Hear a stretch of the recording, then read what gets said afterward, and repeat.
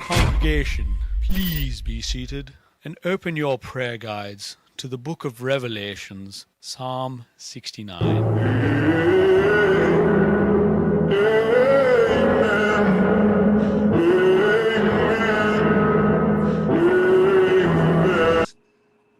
Since San Diego Comic-Con. Did you enjoy the Wonder Man show by any chance, Rod? It wasn't really for me, but I mean, didn't hate it. It was just kind of okay. Yeah, Not well, really what I expected. I know they canceled season yeah, two. they a couple months ago they were like Wonder Man's got a second season, and just a few days ago We they're didn't like, really get a lot of Wonder Man. no, that's they were it was going to be a slow burn, and I sort of liked what they were doing. Like it was, I don't know, it was a lot of more character building and stuff like that, which I don't mind quite at all, to be fair.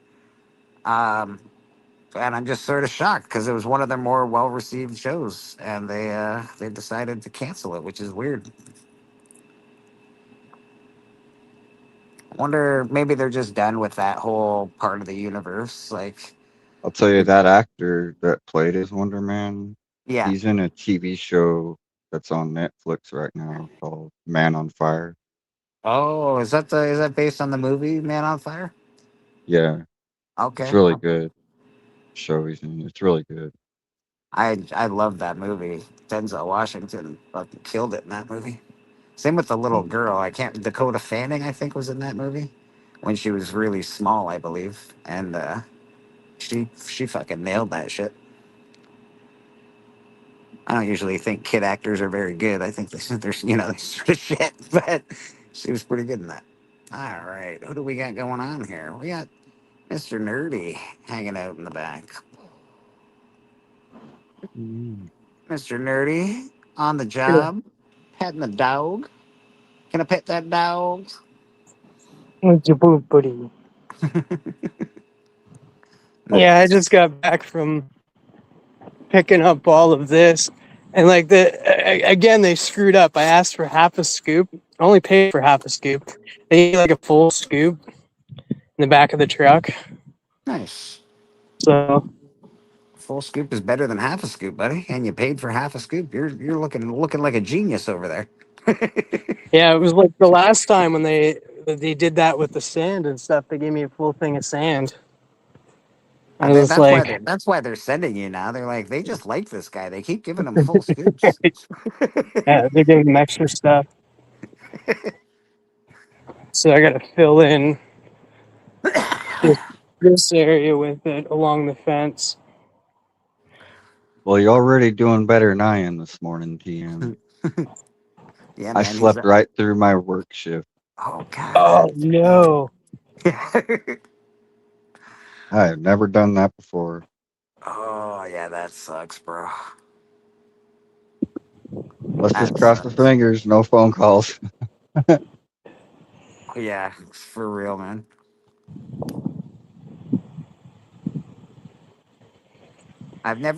I don't think it's been a while. I used to sleep through like work shifts, but not really. I used to do it on purpose. Like, wake up with a bad hangover and be like, I'm just going to sleep through this one. But I haven't done that in quite some time. It's been a minute. I think my work would be okay with it, though. I think they'd be like, what if it happened one time? I think they'd be fine with it. If it happened a couple times, I don't think they'd be happy. Yeah, when you make a habit of it, that's Yeah, when they're just like, hey, it's like, I don't know if we want you here anymore. yeah. One time, I think they'd be fine. I think you'll be all right, Rad. You're a good dude. You're always going to work. You never miss your shifts, so you'll be good. You'll be good.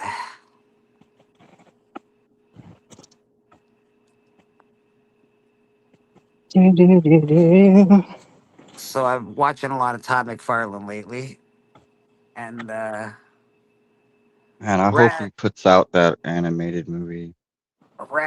I'm basically. I told Callie this the other day. I'm gonna tell you now. We're gonna take our creative team and we're gonna go to Spawn and we're gonna write a Spawn movie because sick and He's tired too of slow. waiting. Yeah, sick and tired of waiting for fucking Todd McFarlane. So we're gonna take the Murder King creative team. We're gonna move it on over to Spawn after we get this first book out of the dock, and we're gonna see. We're gonna see. Maybe after the first 6 books, who knows? We do have some time. It is Todd McFarlane, but we're gonna go see if we can't get a Spawn movie for the community because this is getting ridiculous, Todd. Getting annoyed. Whoa, camera looks all stretched. What do you got there, Mister Rider Comics drawn as usual? Magnus, the robot fighter. It's a big deal right now. Isn't he in the who is it? Tyler Kirkham? Who bought all that shit? Oh, that's right. Yeah, I think Tyler Kirkham did. Yeah, Got Turok and a lot of Valiant I think so. Yeah, he's got a lot of characters stuff that going came on. from Valiant. Yeah, the Solar Man and all that shit's going on, which is really cool. Right. Yeah, it's kind of weird, and in my opinion, is it's like I'm gonna get all these on like Transformers and GI Joe made sense to me, Hmm. but all of these other like unknown characters, I'm like, I don't know if that was a good idea or not. Well, he's good. First of all, he's very good at what he does. I think he could probably write these stories pretty well. And also, I is there superhero fatigue? Because these technically would just be interesting. I don't. They wouldn't. I don't think they'd be considered superheroes. They might do better. I don't know. I don't know. I will say I Oh don't think yeah, I think there's it is superhero fatigue considering how well Spider-Man's doing. Wow, Spider Man's in a yeah. novel. It's, Spider-Man always does well yeah. though. Like Same when with does Matt. Same Spider-Man with Batman. fail? Like even Venom, the crappiest of Spider-Man movies, did well. So I know it's so bad. It really is a bad movie. And I hate to say that that because I Venom love needs Venom. justice, man. Venom needs some justice bad. I know, Carnage bro. really needed justice. Yeah, Golly, give us some justice for Carnage. yeah. And I really like Woody Harrelson, but it was a bad choice to pick him to play Carnage. Just Uh, too old. Too old and too out of touch, I guess. Like I don't know. Yeah. And that whole movie was just, it looked like it was done by a complete amateur. Yeah, I hated it, man. I absolutely hated it. I couldn't deal. Who we got in the chat? We got Madam in the chat. Denzel kills every role. He really does, actually. He really does. We got Bobby D in the chat. Bobby Delegato, what's going on? We got Matt Likes Comics kicking it with us. Appreciate you, Matt. Hey, if anybody wants to pop on, let me know. Pretty easy going. We got Rad Art, John Magnus, the Robot Fighter. I got to go through some comics today because I got to find a book that I'm getting pissed off that I can't find it. So I have, which number is it? Is it 62? It's Star Wars 62, the yellow cover with Boba Fett on it. And I have not been able to find that book for quite some time now. And I really got to go through these boxes. I thought I did already, but maybe I just didn't do it well enough. And now I got to organize my boxes as well. So I figured this is a good time to do it. If I'm gonna try and find a book, I may as well organize my boxes, get all my Star Wars with Star Wars, get all my, after when being on Biggie's show, being on The Hunt, being on other people's shows, you sort of take books out to show off, and then you're like, you just stick them in the fronts. You're like, okay, I just put it back in a box, or they go in a different box. And God dang it. Yeah, that's mine. They're all mixed up. I've been trying to organize a little bit, but they're pretty mixed up. Yeah, man, mine are mixed up. I gotta really fix it. That's a good question, Matt. Why do we not have Boston Chris pictures as our avatars? Well, the Boston Chris gang is not around today. It looks like, but hopefully he pops on. Hopefully Who Dat pops on eventually. Hopefully Beckerman pops on. Matt, you're more than welcome to come on church, buddy. We do a 4 hour show. It's a great time to go through your long boxes and fix them. Wow, I've never seen that before. That's the babiest dragonfly I've ever seen. It's like the size of my thumbnail. That's a little Beckerman, dragonfly. Beckerman does it all the time, man. Just does non-poppers for now. Nice. Yeah, man. Beckerman does it all the time. He comes on here and he just rearranges his room and fixes all his art. It's a great thing to do at church. If you could just listen to us, go through your comic book boxes, fix them all up. You got 4 hours to listen to us. You certainly got 4 hours to go through your boxes and fix them up. Son of Crom's on. We got some news There's from Son tons of of Crom. oh, what's that? Oh no, go ahead, brother. I was gonna say there's a ton of everybody's going off on X-Men casting rumors now. Oh yeah. But It's just Yeah, that's the it's like biggest thing right all you now. see. Like I see it every Well, day. It's like something else. yeah, I Like posted today, something. I saw it was Jensen Ackles cast as Magneto. yes, I saw that. I Yeah, did. I don't like that. I don't. I like Jensen Ackles, but not for Magneto. I could see it. I could see it I Because because of how young all the other actors they're casting as X-Men are. Like Beast, I saw they casted Beast and who was that other one? TM, oh it the girl that's a rumor too. Charles, I think it's Charles Melton and Kaylee Spaney, as Beast and who Rogue. Rogue. Yeah, Jensen Beast and Ackles, Rogue. he'd be all right for They Magneto. cast I very young, and I'm I like, like. when did X-Men become X-Kids? But I mean, I realize Well, I'm getting old. I'm 44 years old, and yeah, they're trying Hollywood's to. not making movies for me. They're making movies for kids. Next Well, they're trying to generation, get some buddy. longevity out of it too, right? So they're Yeah. trying to cast young so they can So go whatever they 10 go years. with, I know it's not going to be for me, but I'm trying Yeah. to be forgiving as I can. But that's why I could see like Jensen Ackles, like he could do Magneto, like I like because the of his look of him. I age. think he looks like a good Magneto. He's got the square It's just face. because of who's that other guy? He The guy played that was on Aquaman's brother. Aquaman, Yeah, yeah, I really he's like cast him. as Xavier. Oh no, I see. I want him as Professor or Magneto. I think he would be a great They Magneto. yeah, they're casting him as Xavier. I don't think that's a good idea. Well, he's had a TM couple other roles where he was bald, so is not on he's board for okay the with being casting. bald. I do like the casting for Emma Frost though. Yes, yeah. Yes.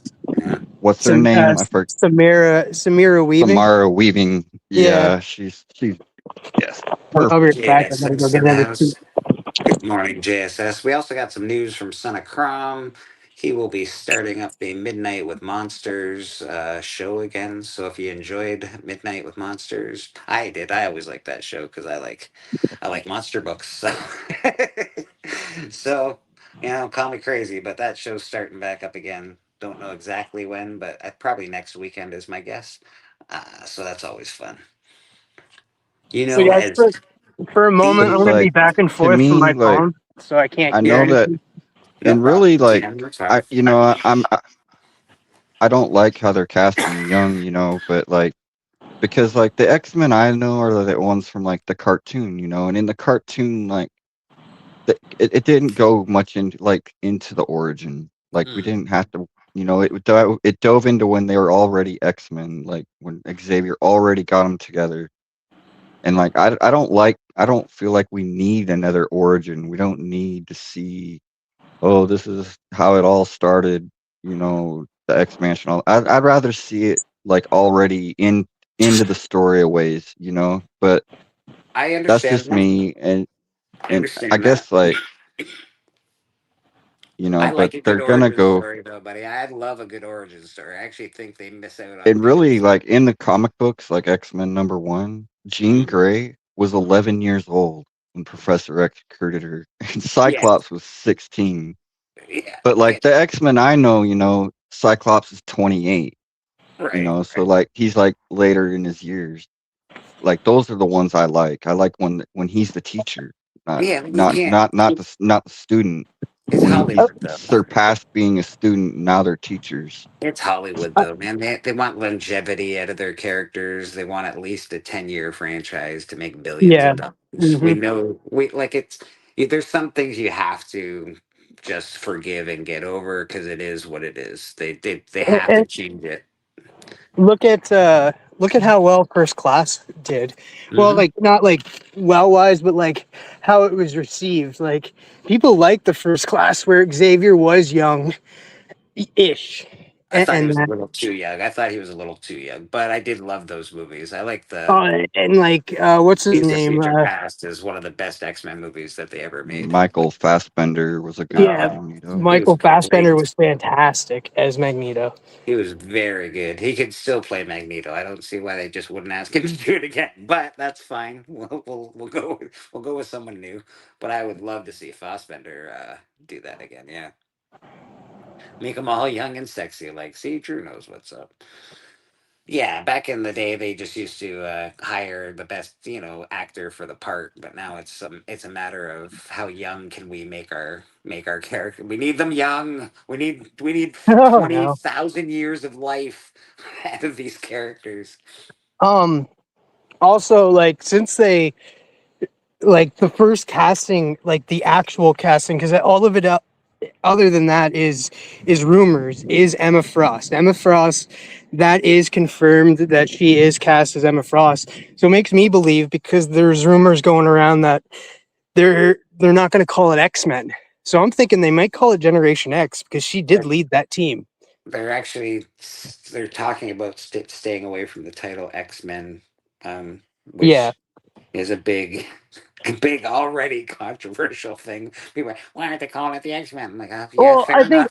I Fair think they need enough. to lead into it, right? So they're not just going to come out and be like, "Hey, we have the X-Men. They're already formed and stuff. These are the X-Men." I think they're going to go like call it something different and lead into it because Yeah, like the formation of the school, right? yeah. I think they don't want to. I think it has a lot to do with that. There's already what 6 X-Men movies out there, 5 X-Men movies. No, It's but the thing I it's don't game. like here, the thing I don't like about it is that's what Hollywood is doing. Yes, I mean I've accepted it, but the thing is I don't like it. Like it offends me because it goes back to where I remember people making fun of people saying, "Oh, you like comic books? Comic books are for kids," and it's like, well, no, comic books, are written by adults and have stories that are made for adults, have mature stories. Like it's like Hollywood thinks comic books are just for kids, it's not. It's like Hollywood aren't comic books are for adults too.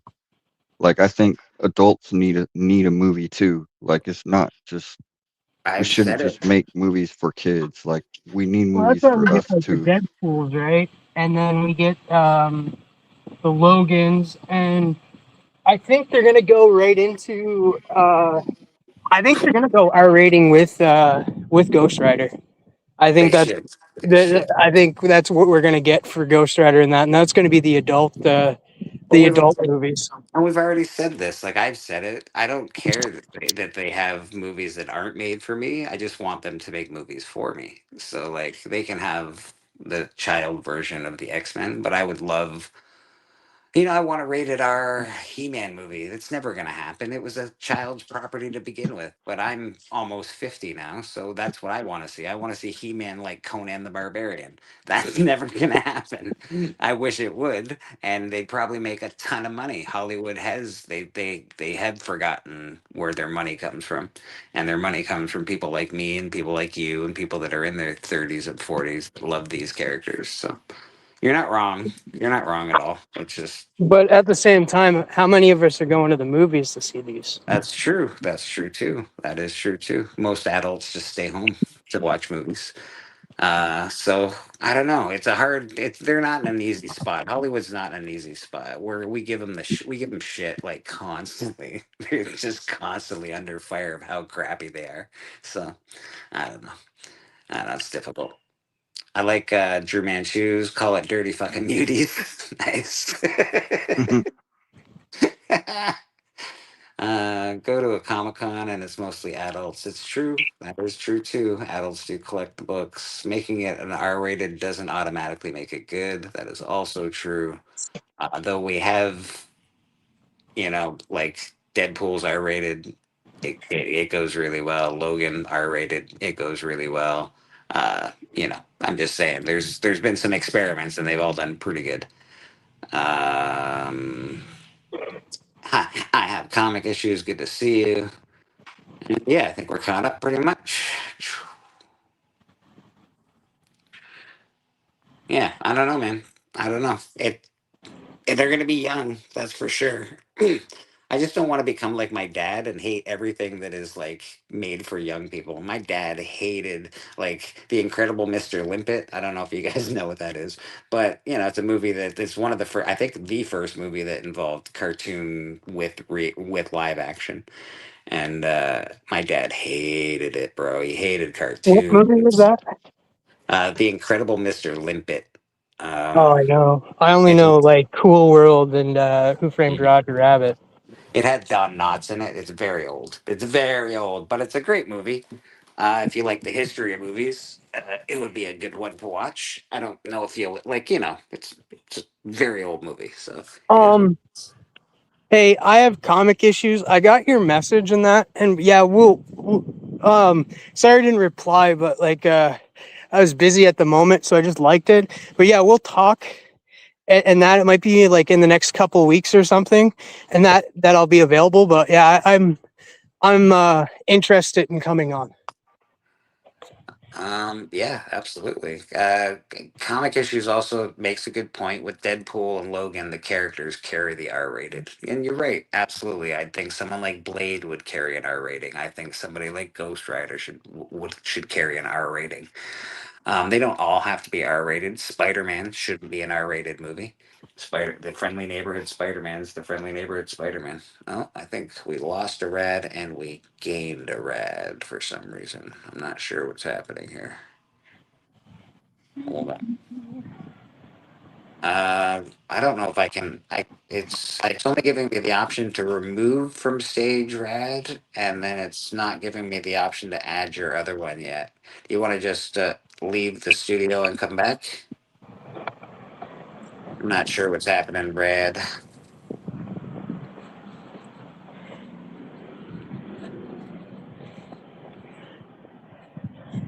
Man, I have these shorts that I've been wearing, and I literally had to tape them up because they have holes in them now, Can you split hear me, TM, open.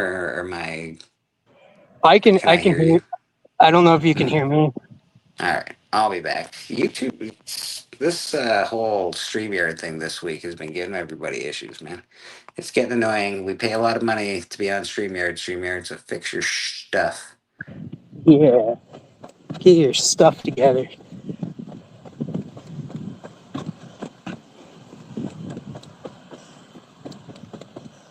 I'm not used to working on a Sunday, but Mother Nature said, hey, we're gonna rain for the rest of the week and make you not be able to do the work that you want to do. Nice.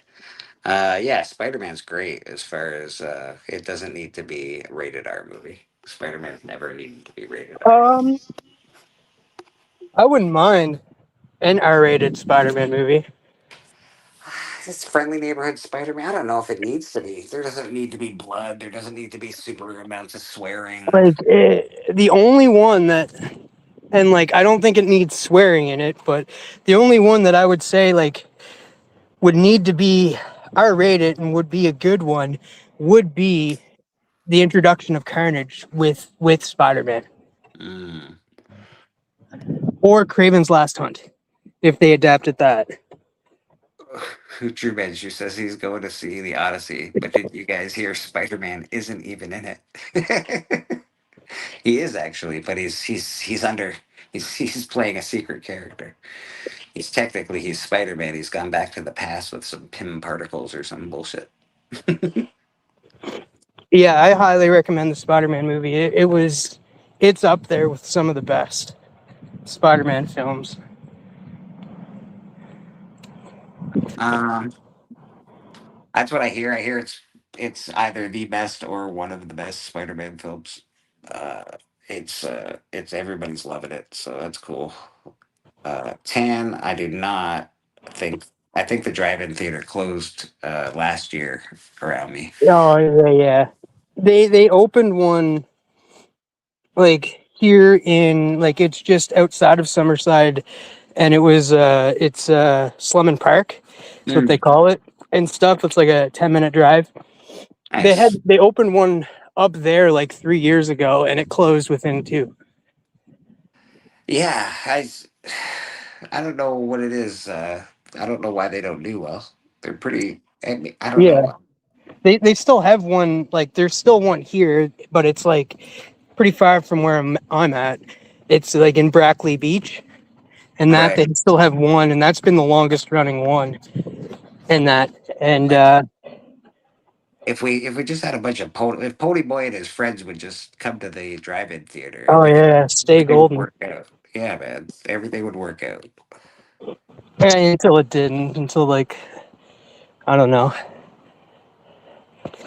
they got into like some brawls and that. We are the Jets. We are the Sharks. Drive-in theater near me historically. Benji's Drive-In. The villains of Spider-Man could make it R-rated. They could, but they don't Yeah, have yeah, to. yeah. They That's what don't. I was saying. Like, cause like that's what everybody complained about with Carnage, like showing up in the Venom movie, like it wasn't R-rated and stuff, and like they had to hold back. Like they don't need to swear in that, but they do need to show a little bit of blood in that because he is a serial killer. I watched Supergirl last night, Tim. Oh, what'd you think? Well, one complaint I have about the movie is the same complaint I have about the Carnage movie. Couldn't see the bloody thing. It was practically shot at midnight. Every scene was so dark. I was like, my God, turn on some lights. Are there no lights in these on these planets? God damn. Well, I don't think there's lights in space. In space is one thing. But God dang. It was shot dark. I thought the movie was okay. It had some good beats. It had some shitty ones. Definitely the scene that everybody hated. They should hate. She shouldn't have done that. Yeah. It really wrecked the entirety of the movie. That one decision, and I'm not. It just made everything that she had talked about, everything she said, it made it null and void. So yeah, it's sadly not a good movie. Is it fun? Absolutely. Are there fun scenes? 100%. Is it the typical what we've gotten for the last whatever? Yes. Tons of tropes, nothing new, no new ground, little Well, confusing. what would you rate it out of 10? 6.5. 6.5. See, that's not bad. Yeah. And that's only because it was a fun movie. Like I like some of the action sequences. I love Lobo. Lobo is fantastic. Um, Yeah, see, a lot of people didn't didn't understand why he was there and stuff. But I was just like, dude, every time he shows up, I'm happy. Like he stole the show a lot of the time. yeah, yeah, me too. I thought it was great. I think so. Yeah, it's a fair assessment of what that movie is. Is it a failure technically? Yes. Is it a failure as a movie? Not really. It's typical No, thing to most movies. It's a modern version. The one thing I really hated that really bugged me through the whole movie, they made a very good effort to make the movie look like it was Star Wars, like everything was ratty and everything was sort of, grungy and grimy.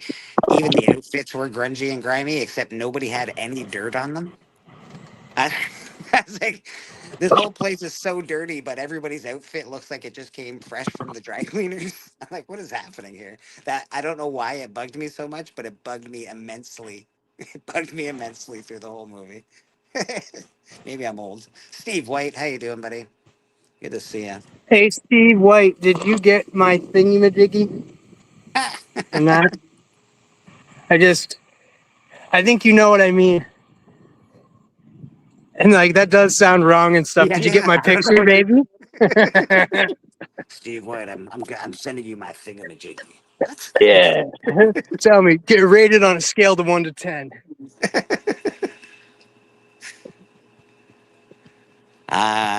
Steve, I sent you a book. Steve, I hope you got it by now. You do live in, I didn't realize you lived in Canada. That was exciting. Yeah, Steve White lives in Canada. Yeah. Got Sorry, my I'm getting there. first Sabina cover. Oh, yeah. I know Stepo talks pretty highly. Same with Chanko of Sveta Sharina. I'm gonna try to get the other one. There's a Witchblade, I gotta see Vampirella what's that. crossover That's cool. next month.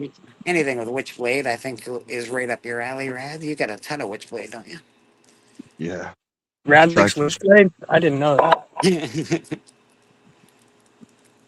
You That's cool. Blank. Any of these blanks? Is that blank for the comic book community for sketches, Mister Red? Possibly. Oh, I know you just got one sketch cover in that I'm excited for. I like this cover. Not Shabina, but very good. yeah, it is cool. You got the Showcase 4 one in, right? Mm-hmm.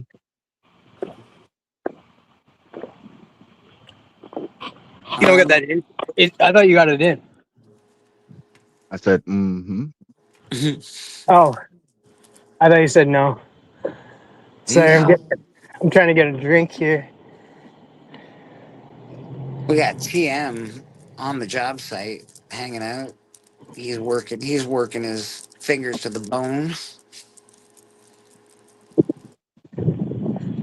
If you haven't seen his, he's done some fire pits and porches and all sorts of cool shit on that property.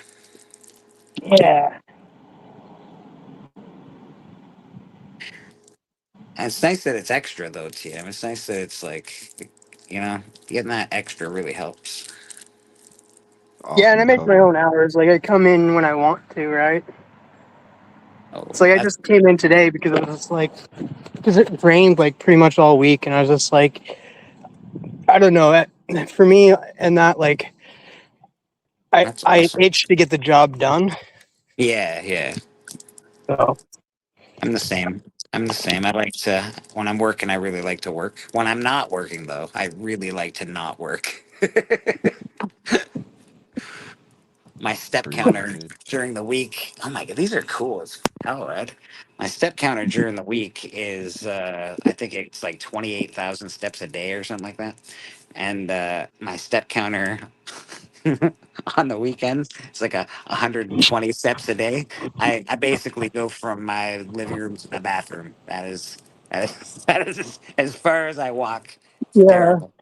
see, There you see, go, TM. I don't, I don't step. Oh, there you go. Yeah, baby. That too. That person that sold it to you literally helped you out because they're just like, hey, it's like we're not gonna get to you in that until TM buys that other one, gets you to I do like another this one. one because it's got the racetrack. Yeah, I Oh yeah, always call yeah, them taxi cab covers, but yeah, it's got that early bronze, late silver. yeah. Yeah, that's why I They got have it. they have a name for it. I just call it the checkered covers and stuff. But somebody, Matt and Steppo, call it like by its actual name. Yes, yes, yes. I forget what it is though. I think it's a Chex comic, Chex cover. Got these from Bleak. Yeah, go Chex. Go Oh, checks. Yeah, that's nice, what it is. That's what they nice. call them. Sabretooth. That's a great series, man. That's a cool Sabretooth series. Mark Textera. Oh, Last book. oh, dude. Hey, buddy. I'm glad it got there, man. I know it's not in the best shape, but it's something you don't have. Yeah, Oh, that's fucking. we take 'em. It's a cool one because it's a really low print one. So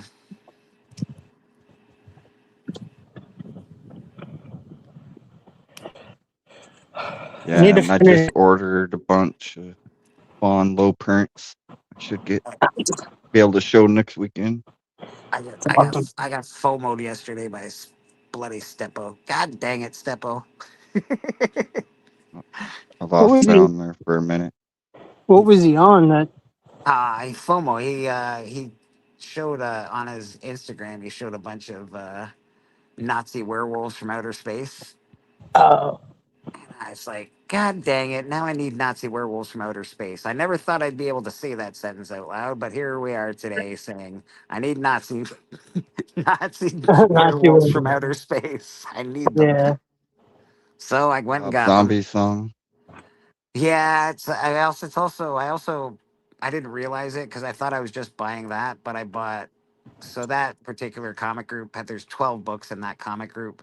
There's Nazi werewolves from outer space. There's the satanic kung fu artist, I think it is, and then there's truck driver Pharaoh the truck driver. So I got all of those books. I was just like, oh god dang, and Oh, they're all signed by the creator, and it was a pretty good deal. So. um. Oh, rad, dude. The new season of there's 2 episodes out now of Bleach, the Thousand Year Blood War. There's subtitles though, but oh, now I forget it. We we get we finally get Kisuke's Bunkai. Oh, It's never been shown in freaking how many years? Like 17 years. Kisuke has never shown his Bunkai. hmm. I Yeah. will say, they're going a little sexual in Yeah, I'm this like, season. pardon me, pardon. What's he showing? His Bunkai, You want to see my bunkai, baby? which is like, Bunkai. because dude, they're sexualizing Yoruichi in this season like none other. Dude, like the first shot in the first episode is her like all up, down on all fours with like her boobies like just kind of dangling over and her butt straight up in the air. Jeez Louise. I was just like, oh, they've gone sexual before, but like this time it's going like, What's going on, Tennessean? Good to see you, brother. Yeah, we often and always generally Sunday nights we're on Astonishing Auctions, Bleecker Street Comics, Who Dat Comics. Astonishing Auctions, a great auction if you are into buying comics, you feel like getting some cool books. Uh, we all sell on there, so it's a good show to watch. I think they're on 3, 4 times a week. Always fun stuff. As you can see, Rad got some stuff off me. I know TM's got some stuff off me. So yeah, man, come on by. Buy some comics.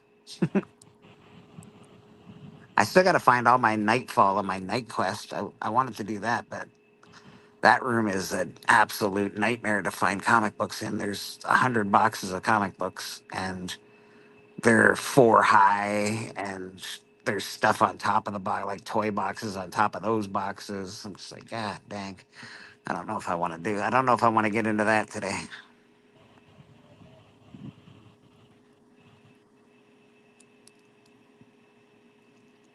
Who's this commission for? Is this a commission for somebody, Red?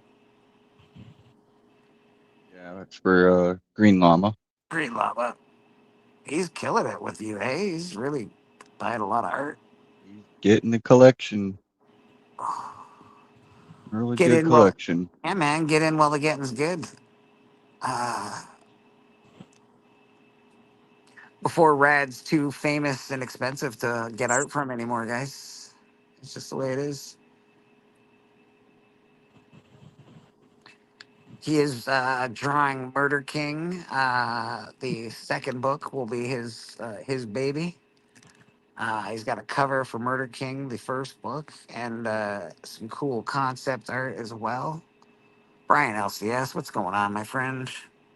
Speaking of Kickstarter geniuses, this guy right here, he's always his Kickstarters have been doing really well. Good for Brian. He gets everything out on time. I would support his Kickstarter if I were you guys. He's pretty awesome.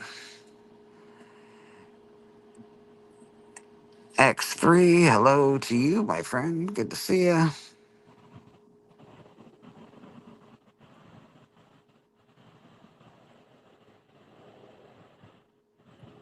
Yeah, man. Everybody coming in, everybody saying hi. We do got a giveaway to give away this morning, but I haven't. We're gonna give it away eventually. That's how it works. You never know when. You never know how long you have to watch. You never know when you gotta watch. We'll give away. We'll give away another giveaway today. Of course, this is courtesy of Mr. Tan, Cure Tan in the chat, and myself, Bleecker Street Comics. So appreciate y'all.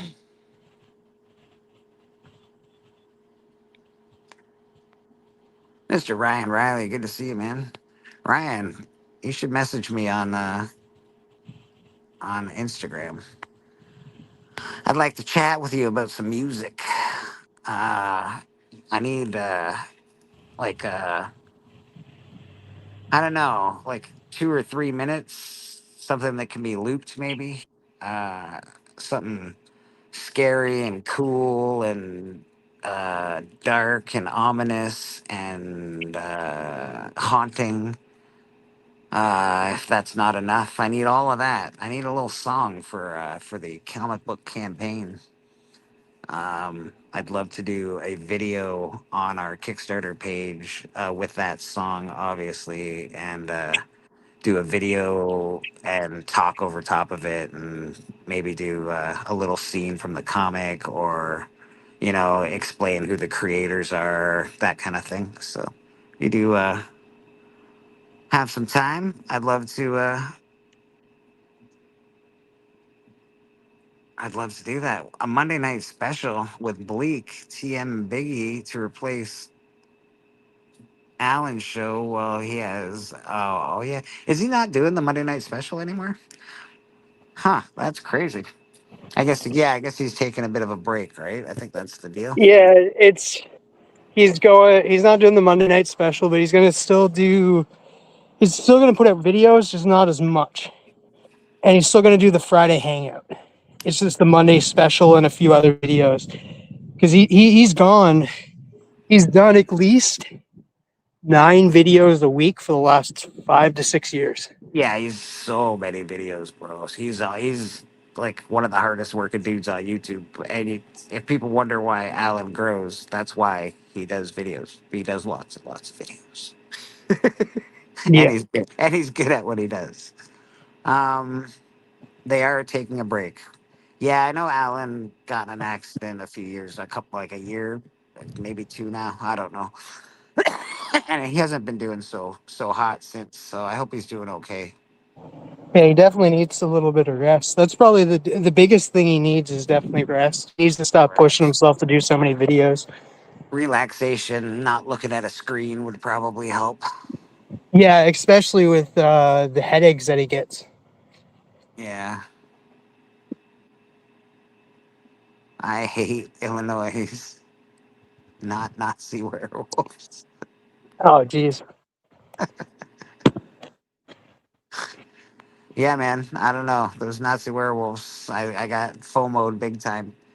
And then I went looking for them, and I found a set, and I thought it was just the set of Nazi werewolves, but it's a set of the whole line of comics from that line of comics. So pretty excited to get those. They won't be here for a while, but they're paid for. They're on the way. I've also got some stuff coming from Troll Fire. I got to pay for it on Thursday.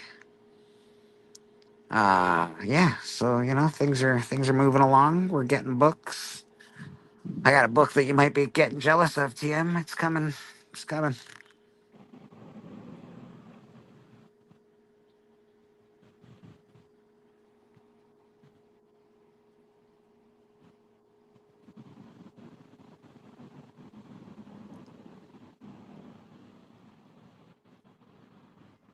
Already in the coloring stages. That's cool.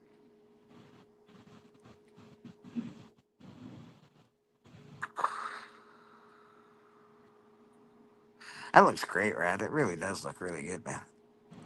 That's a kick-ass piece. Have you been scanning all your pieces to keep in a portfolio for yourself? Yes. So Good, far, yeah. good. Might as well use a scanner for something. Yeah.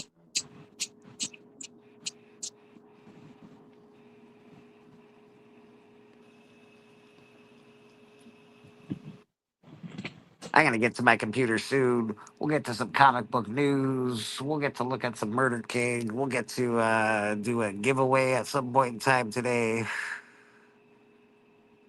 As far as getting the Monday night special, I don't know. It's a hard act to follow, man. Steven and I'd have to have you on, Tan. If you want to come on the Monday night special, I'd definitely have you on because you got that caliber of books.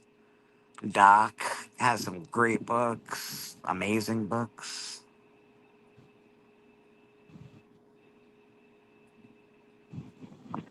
Sorry, I was a little away, but I heard my name. What'd you say? I can't exactly remember what I said, but I said something and I asked you a question and you weren't there, TM, and now I'm depressed. I know. I can't quite remember what I said, to be fair.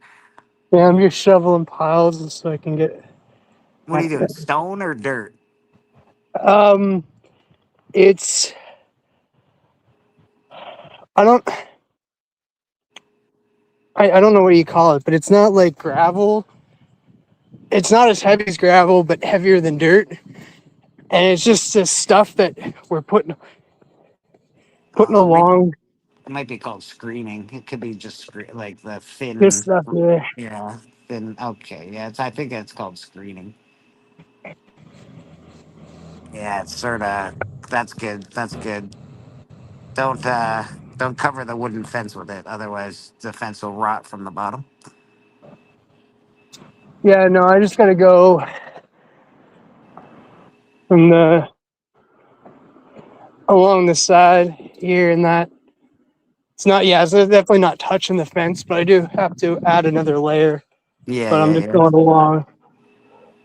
My buddy's fence fucking fell down because they put dirt all the way like up past the wooden parts, and he's like it just rotted.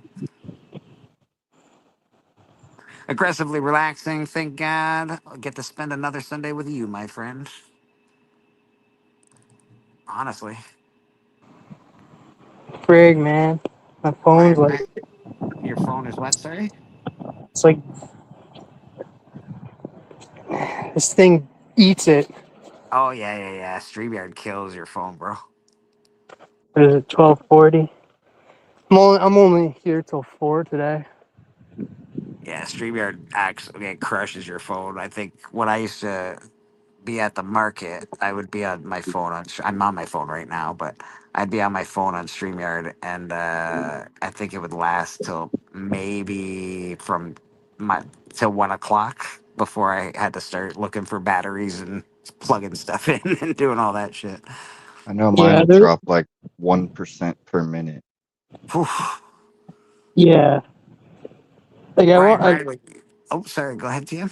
no, I was just gonna say there is gonna be a point where I'll have to jump off Yeah, of and course, man. that, but Of I'll course. be I'll be definitely back for the hangout backstage.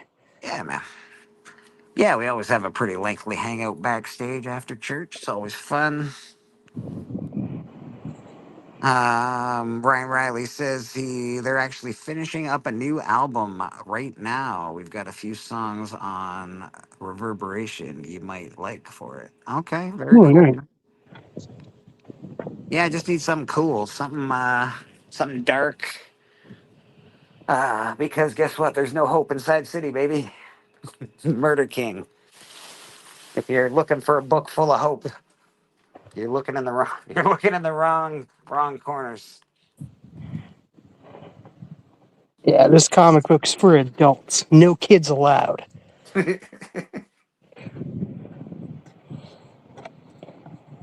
We got lots of Q&A and books. Yeah, you do. Yeah, you do. We should have you. We should have you on do a Monday night special with you, Tan. You have an amazing collection. Really, really cool stuff, dude. Like super cool. Monday night special.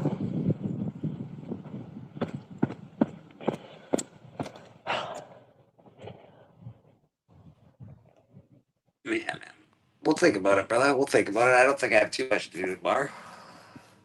I think this Batman would look good with the Joker. He's got the Yeah, purple. the purple. Yeah. Try to do a Joker on that. I need to, cause like I was talking to Matty Freeze, and he was saying like it's best if I do like 8. Try to do like 8 at a time. That's what I recommend when I send comics. 8 to 10 is a good number to send to CGC. I'm trying to gather up about 8 fast as I can. Take it. Yeah, yeah. I got 2, and like I said, if you need any more money, just let me know, and I'm willing to send it to you. But not any of you other people out there, just Rad. Yeah, I think people will miss the Monday night special. Like, to be fair, Steven is he's a huge member in this community. Him and Alan together is awesome to watch. They're funny. They play well off each other. Yeah, man, it's gonna be a gap for sure, which is weird. I don't know. I don't like change very much, so we might have to fix that tomorrow night.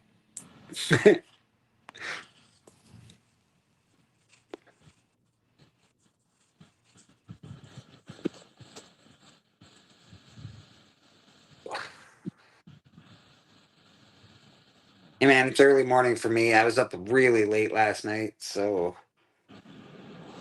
I'm running on low battery power. Oh, I said I got some books that you're gonna be jealous of, TM. That's what I said. That's what I said. Oh man, actually, speaking of books, dude, I just picked up. It's a complete set. It's just 1 to 3, and they're all keys, and I'm excited for it. It was pretty good deal in my opinion. They're not like great copies, but they're like very fine pluses. But there's like multiple keys in issue number 1, 1 key in issue number 2, and multiple keys in issue number 3. And it has potential to go up because there is a movie coming. That's your guys' hint. Figure it out. There's a movie coming, and there are keys in every book. Every issue in that.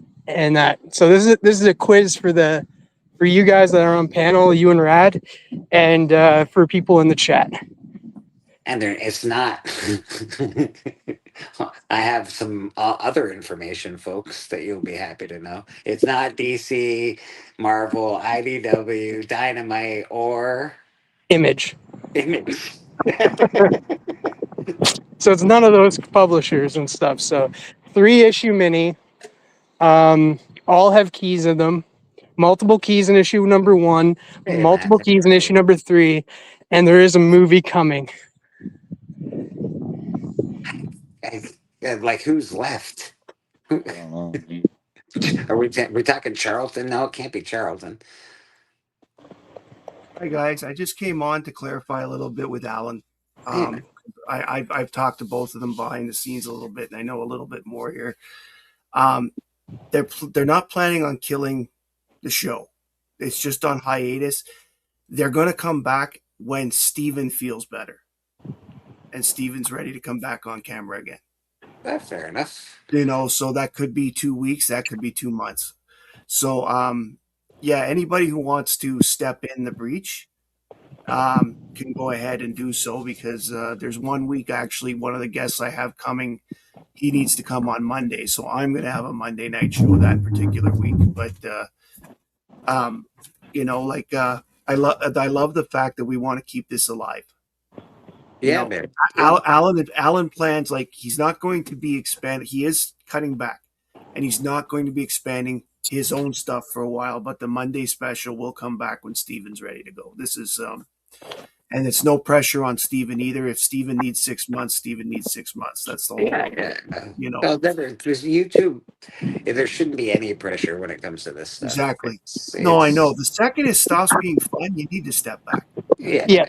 Yeah, You know, YouTube is like supposed to be fun. And, like, if you're not trying to be a huge, humongous creator with gazillions of followers, YouTube should be mhm. fun. Like, it just should be. I just want people to make sure. Like, the reason I'm coming on to do this is I'd like to see people still vote for the Monday show special, even though they're taking a hiatus, like for Yeah. their awards and stuff. Because I know whether they say it publicly or not, we all know Alan wants to win awards. He's very competitive, but you know what? It's a way to show. It's the only way we as a community can show Steven that we love him too. So You're saying Alan likes to win? I've never got yes, he that likes. from. I've never got that off Alan I before. know, eh? It's No. When- amazing. It's a private secret, you know. yeah. He's never. He's But never good enough. I just hope that I just hope that people don't take the fact that they're taking a hiatus as a sign that the show is done. It's not done. No, he I put out even a video too. I even asked Alan if he wanted me to have a to go on and bring people like Doc and Tan and all that stuff that had great collections and stuff. He said no, let's just let it take a little break. So I mean, because I have filled in for him on the Friday night as a host, and I'm going to be filling in 1 week on the Friday show as the host again later in the month because he's going to be on holidays. So I mean, like I had brought it up to him. We had discussed it before any of these things gone out. So all I want the community to know is that they are great people. They deserve what they get. They've been a big fan of a lot of people on here, and they're really helpful with a lot of these channels and stuff. So anyway, I Yeah. couldn't agree more, brother. I couldn't agree more. I can't wait to see them come back. I'm sure it will be a triumphant return, as they yeah. say.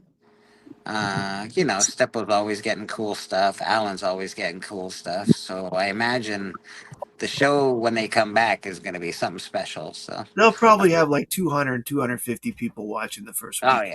yeah. I mean, I guaranteed people are going Yeah. to be chomping at the bit to see those two back. Yeah. Anyway, I have to go make lunch. I just you brought up the Monday show, so I thought I'd pop on just to give some information so that in case you guys didn't know what's going on. That's all. I appreciate you, brother. Appreciate you. You know, It's always take good care, to have everybody. you. I'll be Thank you. watching in the background. Thank you, my friend. Have a great rest of your day. Bye, everybody. You can come on if you want anytime. Thank you. Bye. Bye.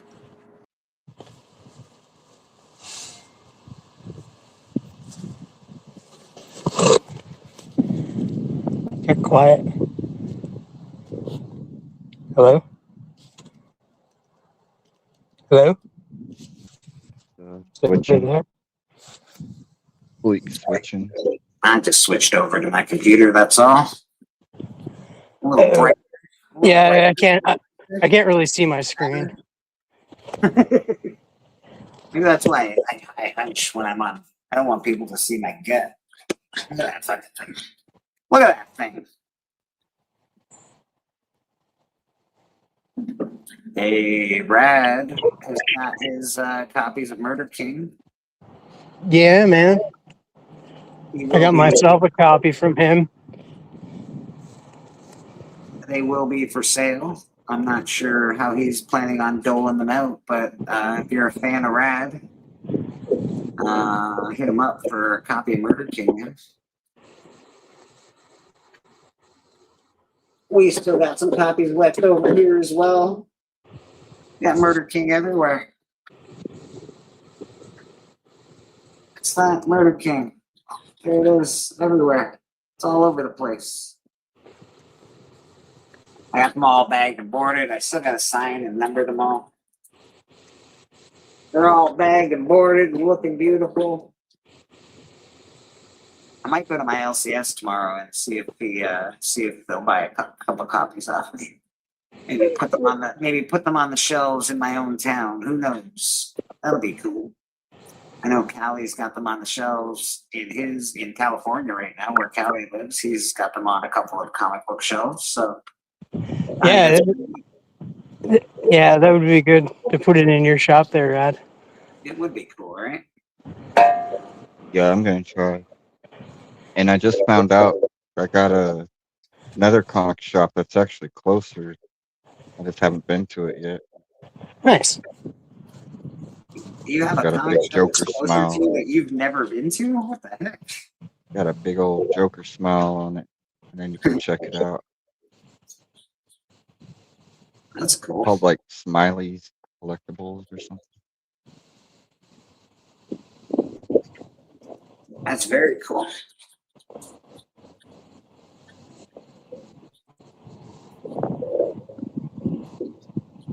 Might have two places. Happy Sunday to Christina Payne. How you doing, Christina?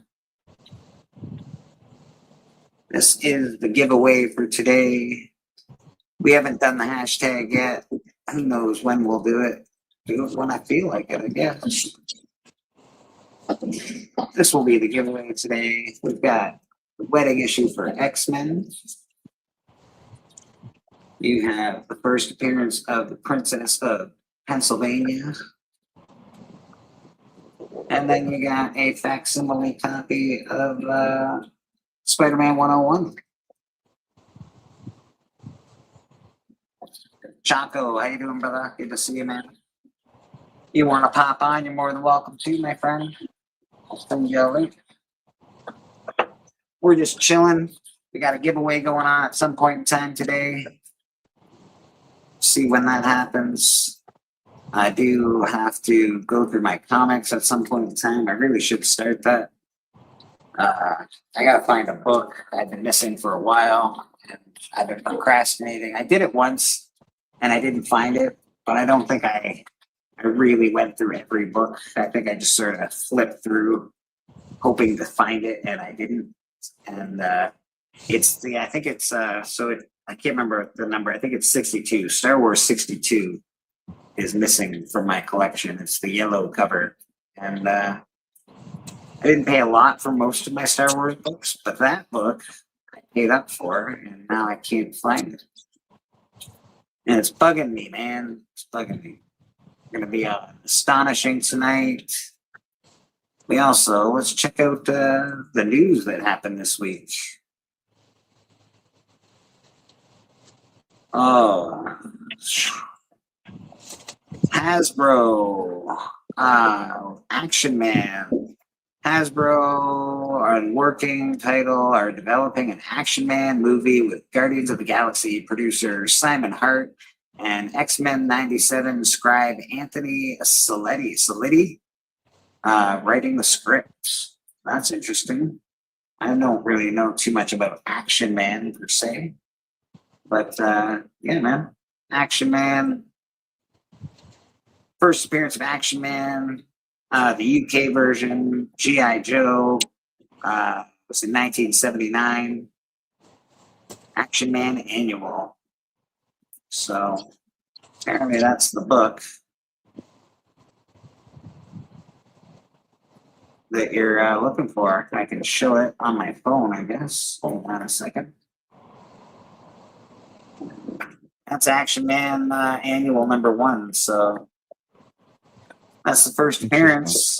If you're looking for spec and before movies come out and all that jazz.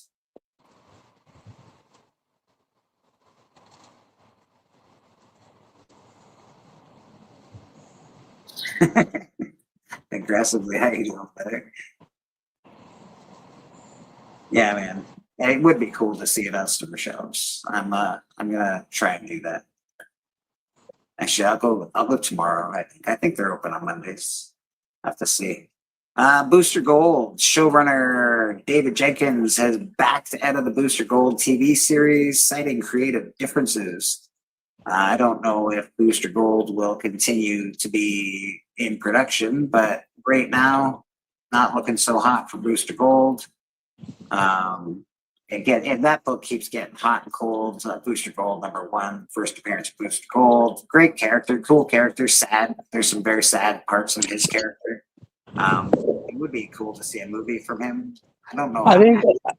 I think they are figuring out. They're going to continue with the production. It's just they're halting it for now, but they're going to get somebody else to film it. That's cool. Yeah, because it would be cool to see Booster Gold on the big screen. in some fashion or another, TV, what have you. Yeah. We already talked about Samara Weaving has been cast as Emma Frost. That's the big one. So that's the for sure. We've already talked about other people doing the other castings, but nobody's sure yet. But this That's one, the best casting news so far. yeah, this one looks like it's for sure. But who knows? You never know what the time to get there. But I think they'll put it together pretty quick. Lego revealed the first offering of sets for Avengers Doomsday, which includes a Sentry figure indicating Lewis Pullman will reprise the role in the upcoming film.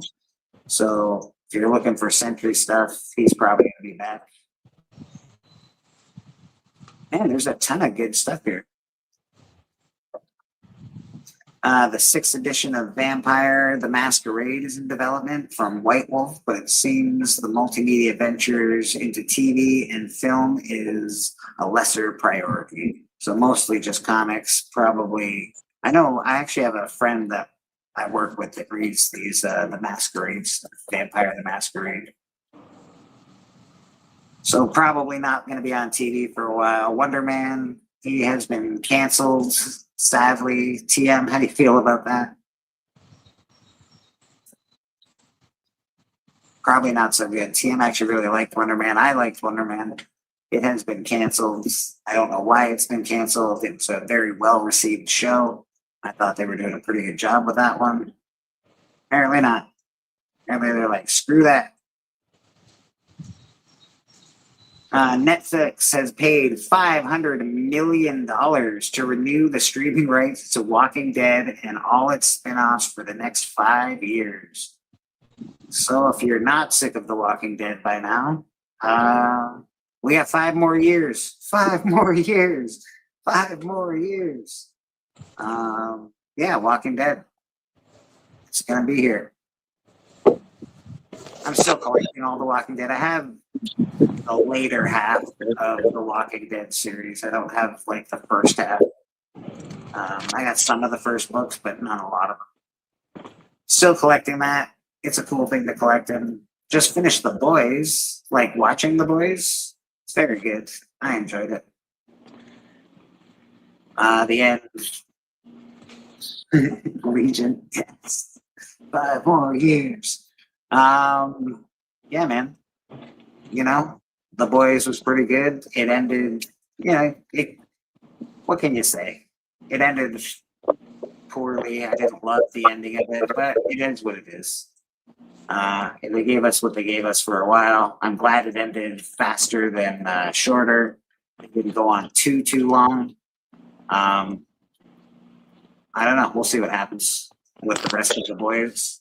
Matter of fact, I have most of that series sitting right in front of me right now. There's a lot of The Boys comics. Yeah, it ended in a way that we all expected. It was amazing to see what's his name, Anthony Starr or whatever. The guy deserves like a Grammy or an Emmy or whatever the hell they give TV stars, because watching his performance as the leader of the superhero, he was scary, man. He made me feel uncomfortable. So yeah, and then to watch him get his powers stripped at the end, he almost made you feel for him as well. Even though he was such a piece of shit through the whole thing, you hated him. But when he was powerless, you almost sort of felt for him. So that guy's pretty awesome as far as that character is concerned. He did an amazing job. Exactly. I thought he was great. The whole thing, that anything that he touched in that movie that show was really good. So give it up for Anthony Starr. Good job, buddy. You win, Anthony. You win.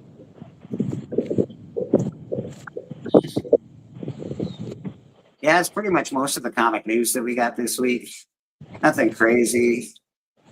Warhammer The Henry Cavill-led Warhammer film has enlisted Mike Flanagan, The Haunting of Hill House, to write the screenplay. So Henry Cavill is going to be in every. That's a good. I love it. Flanagan, give it to me, Mike. Well, Henry Cavill, right? He loves nerd shit. Apparently, he's going to be in all of this shit. Warhammer. He's got the Highlander coming up. He's been Superman. He's done that other show, The Witcher. I don't know. Yeah. I gotta go. I'll be back in a little bit. Of course, brother. Of course.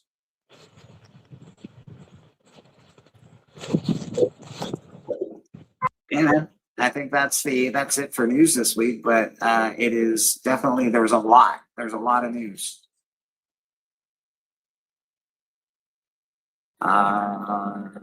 All the tickets for Matt's local theater sold out for Spider-Man. I'm curious as how much money how the weekend's going to do for it. I think it's going to hit Already, they said that the opening day beat Endgame, opening day is what? Sorry. beat Endgame's record. Endgame held the record for the biggest opening day, and Spider-Man beat it. That wasn't even opening day, Rad. That was like the pre-screening. The pre-screen of Spider-Man beat their opening day. Yeah. Avengers was 60 million, I believe, and Spider-Man Brand New Day was 76 million or something like that. Like it beat it by quite a bit. I think it was 68 and 72. So yeah, Might it be was a wrong. lot. It was a lot. It was a big difference. I thought it was like at least $10 million difference. Although that is, that's the quick search. That's all like AI telling me some bullshit probably, but it is what it is. Just checked how much it made. The internet says all of it exactly. I think it's gonna bust like 300-400 million just the first weekend, easily. It's already done 76 or whatever, 72 in just the pre-launch. I think this weekend's going to kill it. Everybody's talking good about it. That's always good when it's word of mouth gets the movie going. Word of mouth could have crushed this in its infancy, so people are digging it. Even Legion liked it, for Pete's sake. He gave it an 8 for Pete's sake, man. Yeah, I mean, I give it an 8, but that's like good, like I think a lot of people are kind of overrating it a little bit. I think I don't think it really, should be blowing up this big. Like I feel like, in my opinion, it's just, it was just another Spider-Man movie. But I appreciate, yeah, I've seen it, and I appreciate more of Spider-Man's villains gallery, because Spider-Man has a huge villain gallery. One of the best. I don't think this movie hit his villain gallery at all. Not really. God dang. I think the Scorpion fight was really fast. Really fast. Like really fast. And so it's like, I think there is better Spider-Man movies with better villains. Like the Green Goblin with William Dafoe was such a better villain in that the whole build-up and everything to me than this movie. Just the story structure. It's a different type of story structure, I guess you'd say. Like, just not your typical good versus evil.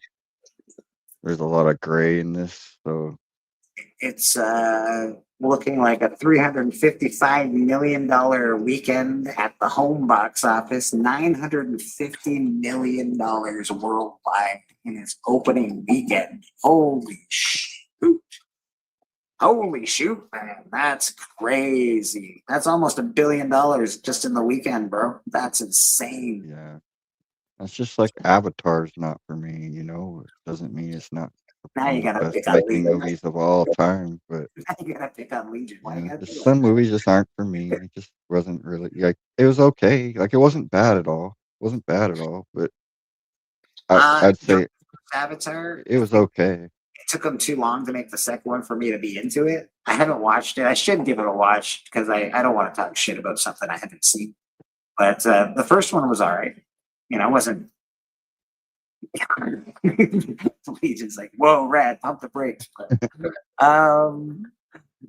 You know, Not for Legion me. gave it a Not for me. 7.5. He said 7.5 is the more accurate number because he was fresh out of the theater when he said 8. And he did. I did watch his other video when or the part where he got home when he was like more like a 7.5. That's kind of how I felt. Like when I first got done watching it, I did rate it higher than after I thought about it for a little while.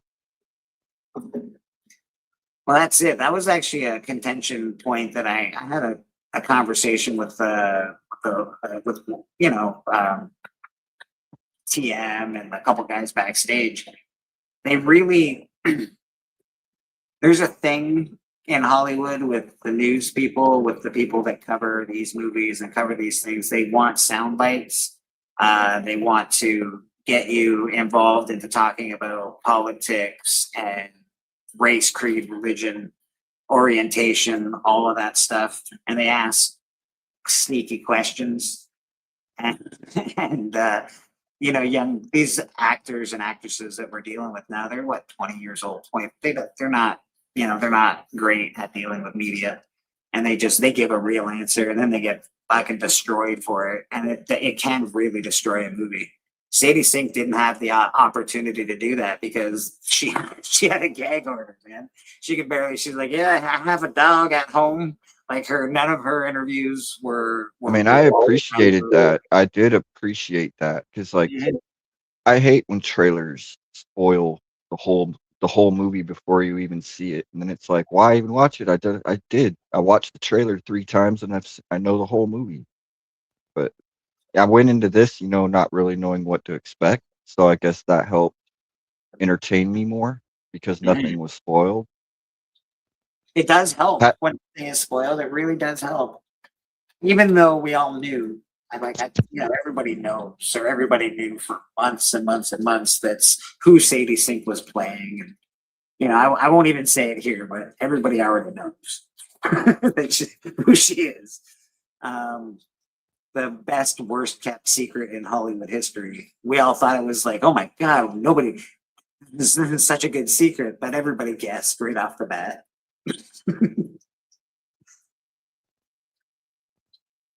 I don't know. I can't wait to see it. I like Spider-Man. I've always liked Spider-Man movies. I even like I like Spider-Man. I liked Amazing Spider-Man. So I'll enjoy this just for what it is. Hopefully it's a good movie as far as movies go. 7.5 is pretty high score, I think, from Legion. So I'll take that as a good score. I'd agree with that. Yeah. I give Supergirl a 7. I'd give Spider-Man a 7.5. I gave Supergirl like about a 6.5, maybe a 6. I just watched I actually I enjoyed Supergirl. Like it didn't bother me. I liked it. Well, yeah, it was. Again, when I say I gave it this terrible score or whatever, it's not that I didn't like the movie. It's just I know a good movie when I see one. There were things I wanted that weren't there, like Brainiac. I really wanted. I wanted more Brainiac. That's how I would describe the movie as well. It's a solid pile of crap. Yeah. Like the filming was too dark. There was a lot of just tropes were just way too much. The angsty. I guess like it's actually probably more like the 6. The end, and I don't mean the end because they made it, everything is good. I mean the 15-minute before the end. That was the worst scene in a superhero movie history, and I hate to say that. That should never have happened. You talking about Supergirl, aka Bad Movie? Yeah. And that's what we're call it. We're gonna call it Bad Movie, and that's just what it is. But did I enjoy the filming? Most of it, yes. Did I enjoy like the effects? Yes. Was she good in the role? Yes. Was there was things that were okay, but mostly Yeah, exactly. A solid He final said it's draft. solid. He said it's been sitting there and had time to like get rock hard in the carpet. That's just bad. Yeah, I would say that's a solid argument. That's a solid grape to have That, with Supergirl. yeah, I I knew feel like going in what was going to happen, and I was like, okay, it's going to be fine. And I still have the grape. I still have the. I want to know. So I have a question, just for anybody, chat, everything else. Do you think, if you've seen the movie, do you think that they didn't understand the character? Like, because that could really be like a lot of the problem was like they just didn't understand what they were working with, and they should, but maybe they didn't, and they were just like, we're gonna tell this story. And it's like, yeah, but this, I mean, or they read the source material, and it was like, no, we're gonna go this direction with it, which is, I mean, obviously there's always The bad guy was terrible. Like the most forgettable bad guy of all time. Yeah, he seemed really like it was really overly like they made him to be like way bigger of a threat than he should have been, right? And like, and then on top of that, it was like, but then they had like just random weird shit like that space pirate group that just kind of came in the middle, and they're like, oh, like be careful, and even Supergirl's like, you got to be careful about these people. Why? You're Supergirl. Break them in half if you have to. Like, what are you talking about? We have to be, But then she was like, I didn't like how they, do the typical. I hate when the movies take away the superhero's powers at the beginning of the movie, and we have to deal with the whole movie with a superhero with no powers. When we come to see a movie with superhero with powers, and then it isn't to the end of the movie they finally get their powers back, and we get like this quick ending of ooh, they're super. They got their quick superpowers back. But I don't disagree like, with you. quit nerfing them. I don't disagree with that. It's hard to keep giving her powers through the whole movie because then she just wins. Like, if she's super through the whole thing, there's other ways. Like, hold on, I just you have to Superman, and then they have to be dealt with in different ways. Well, she had her powers the whole way through. She had her powers in the. She just refused to use them in the beginning. She's like, she was like kind of like Valkyrie. She's like, basically that's they like made a whole like feature length movie. I fucked up and overslept last night, man. Fucked wrist up. Overslept last night. Oh, I'm gonna catch hell tonight. Yeah, Brad slept through his whole shift last night. The only thing I'm worried about That's is not form good. to come in. Yeah. Brad, go and watch the Hey, it's just Billy. That's just Billy. You're nice. You're badass. Nice. But yeah, I just think that just it seemed like they were like, we're gonna remember how Valkyrie was Oh man, I've got my Venom we're gonna in MCOC to rank 3. we're gonna go ahead and He's make her badass, drunk, man. and then keep doing that. You And put she's not gonna Venom with the. So she's not gonna want to use her powers because that makes this movie too easy and so much, I think dude. it invalidated the bad guy. Bruce's bleed like almost 20%. Brad, So if anything bleeds, they'll fucking melt. Brad, are you melt talking them. to us? Or are you talking to No, us? he's talking Okay, you got money over there. I see. I'm gonna mute you for a second, brother. but yeah, I feel like that would have completely invalidated the that would be like in Star Wars, like one of the bad guys in the cantina ended up being like the major villain, and it's like we just can't stop him no matter what we do. I'm like, how is this possible? Like he doesn't seem all that strong. The guy with the big long nose, yeah, he's now the major. He's like, Yeah, what? it's like, oh, and it's like and then the other thing that was kind of like, I mean, they didn't plan it out well, and they really just wanted to I think show Lobo when they could and make him fun, but it was but the guy himself sucked. Not Lobo, but the other guy just was like, why are we afraid of this guy? I don't understand. I liked him in the prison quite a bit. I liked him. Like, don't get me wrong, it was a little. There wasn't enough. It was just like, this is very fun and very exciting. I would have enjoyed. I'd love to see an actual Lobo movie with him as Lobo. He's great. As Lobo, not a great actor. I will never say that, but he's perfect. Yeah. And I think maybe the reason that you didn't get more of that, from him is because of the fact that he had other stuff, like he was doing Street Fighter 2 at the same time. So it's just like maybe it was a scheduling thing, but I do think that I mean they gave you.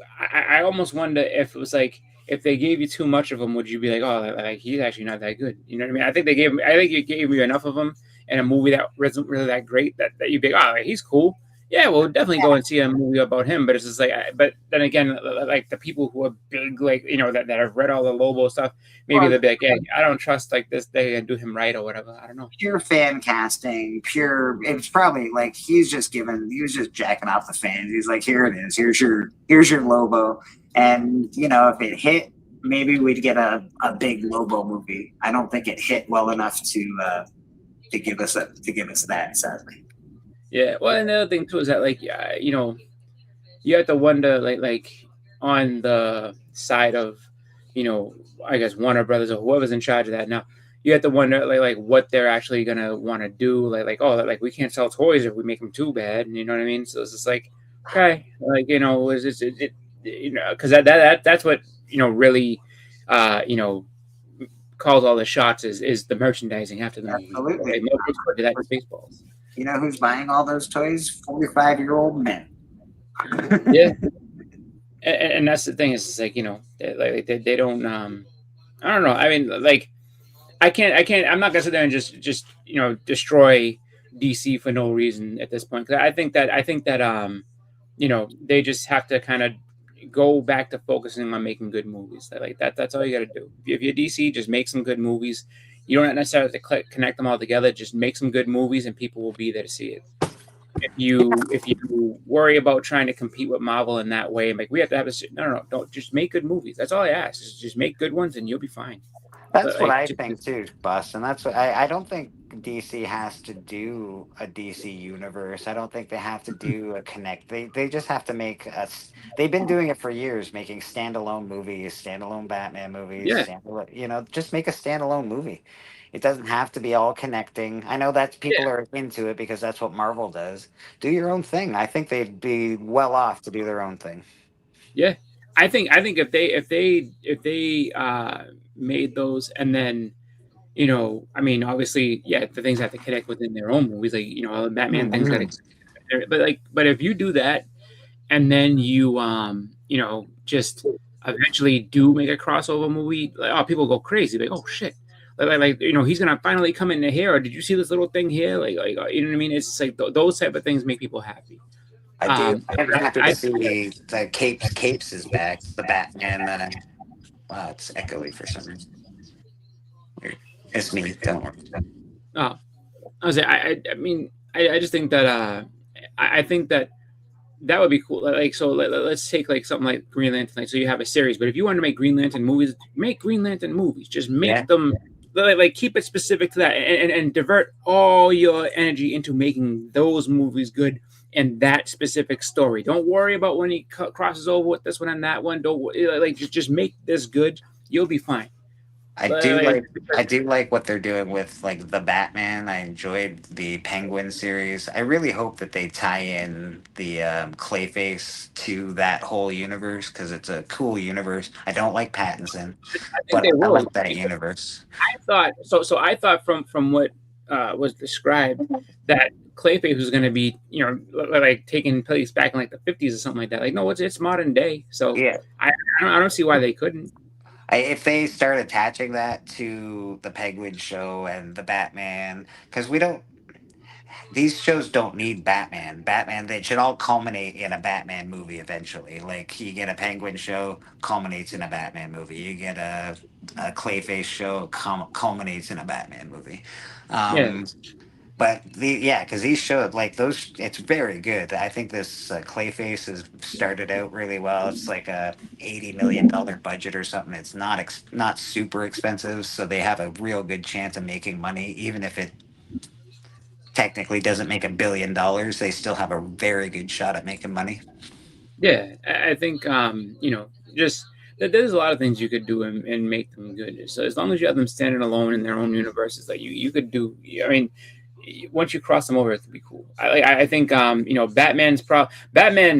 I still laugh at the Batman, just because like when they got to the point where they like blew up that dam and everything was like kind of like I started laughing there. I was like, this is a Justice League. This is way, way, way above what Batman. There's nothing he can do. Yeah, this is above Batman's pay grade, man. I was like, this is a Justice League problem. Like, what the hell are we doing? Like, how is Batman supposed to stop this? No, you needed Green Lantern to make a dam. You needed Superman to, like, go under the earth and carry all the people away on a big part of the planet or something. Yeah, it was like there was a whole bunch of stuff that like, whoa, like, Batman ain't gonna be able to stop this. Like this is gonna be. Hold on, I've got these 9 guys. They're gonna follow me. That's all Batman can do. Come on, guys. Yeah. He's like, oh. I mean, I think bats can swim, but it just the fact when they were breaking that dam open, or when they were like in the things, I was like, you need to call somebody. This is way above. I know you're rich, but still. Yeah, your money's not gonna, you can't call yeah, them. No, and that what Legion said was right. Like that actually, yeah, the levee's breaking play, and they did that well. And that's what I mean. Is that like within that, like the consequences from this movie, like or whatever you do, like it goes into here. How did it affect that? That's what made the Penguin show so interesting, because it's like you're seeing everything around it, like how it affected even the smaller people, the kid that he was kind of hanging out with and everything, and then finding out more about it. I think the most interesting thing that they did with Penguin was that they made you like feel for him at a certain point, and you thought he was really, and it was like, oh, he's really not that bad, and then you find out he's a terrible human being. He always was, and it was like I was waiting for them to do that. I was like, they made a bad guy a bad guy. Finally, they made a villain a villain. They no sugarcoating this, man. He is a villain. He is evil as AF. He is evil, man. and that was always the thing. As I was watching, I was like, I shouldn't find myself thinking that the Penguin's cool. Like, I should be like, I was like, when's he gonna turn out to be, the bad guy that I know he is? And then they did. I was like, yeah, see, I knew it. I knew he was gonna be a bad guy. Like, dude, that end blew me away, bro. Like I was very, I was like, my God, this is terrible, but awesome at the same time. yeah. And I think that, I got a red warning near me. I have a tornado near. Oh, really? I don't like that. Then it just went black. That's not good. All right, we're gonna hope that that's just the warning that is keeping Bleak off, because I know that when they do those things, it takes over your phone and tells you all the details of what's happening, what's coming, and everything. So, okay, he's off his phone. Hopefully this. All right, there we go. Good. I was about to say, I didn't know what the hell happened. He's like, oh, there's a tornado near me. All of a sudden, the phone went black. I was like, I don't like that. They took over my phone. They were like, get your fucking ass to Mars, man. You gotta. So, how close is it? You have to, I mean, it's pretty darn fucking close. Excuse my language. No. I've never had. This is the second one this year. We don't get tornadoes where I live. So this is freaky deaky, man. We've had in my lifetime up here, I think we've had a grand total of like 3 or 4. I remember there was one when I was little, and like when I was very little, I was in daycare, and it happened to hit nearby where I live. And then when I was in 2011 or so, we had one when it was out in Springfield, so it was further out, but we had one. It was the night that the Bruins won the Stanley Cup.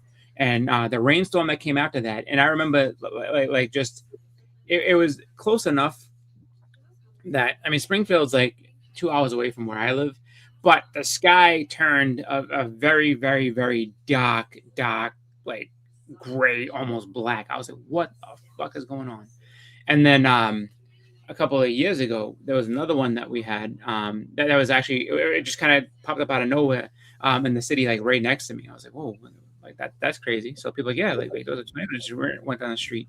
So that's not awesome. And more likely to be. Pretty much. I mean, I'm 44 years old, and there's been 3 of them in my lifetime that have been somewhat near or around me. The closest I've ever seen to one that like I should have been afraid of was coming back. So when I was coming back from Arizona, driving back. It's in my cell phone coverage area. That's how close it is. Not great. Not great, people. Not great. So I was driving. So we were driving back from Arizona because I went to school out there, and I was just like, you know what, I'm going back home because I had you know, the place itself just wasn't going well, so I transferred to a different school back home, and we're driving through, and so I was like, oh, we'll take a road trip. So we drive through, and then we get to Oklahoma, and in Oklahoma, the same thing that happened to you, like everything, like you know, like tornado warning, and then so we're driving. I look behind me, and the sky is like green, and they're like, "Oh, that's legit. Like that's when a tornado is actually going to happen." So like we actually passed through the area a little bit before that tornado came through, but I was like, it's the first time I've ever seen it like that. Like so. Yeah, I don't even know what a red warning is for being sick. We had orange. I guess red's really bad. Yeah. Not great. I would assume so. It's all right. We're going through church. We're going to have a tornado. It's going to be awesome. I live upstairs, so I hope nothing happens. I do too. Dang, man. All right. Well, we're going to. I mean, that is ridiculous. So I wanted to see what it said, and so I was like, oh, like, what does a red level tornado warning look like? You know what it told me? It said a red tornado can mean iron-rich soil weather event, severe weather map warning, or a comic book superhero. I did not ask about red tornado, you fucking jerks. I wanted to know what like the red level warning meant.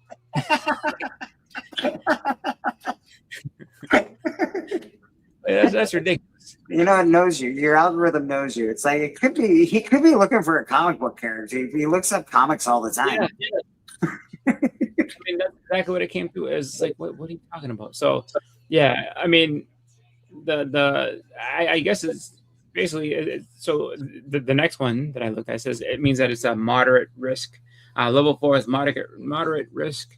You know, in the storm predictions, severe weather outlook, and then it just was pretty much saying it can be a life-threatening tornado. So, I guess those are the three things that it can mean. But I will tell you, you know, just you will probably get more information or more of those alerts if it's nearby you, and at that point you got to find lower ground and stuff like that. Yeah, I just had my second one, and I don't have any lower ground. I'm gonna have to go down to like where I smoke cigarettes and.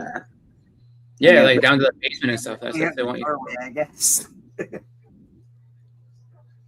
Let's see, chance you sell it to a Dracula high grade before it becomes a 1.8.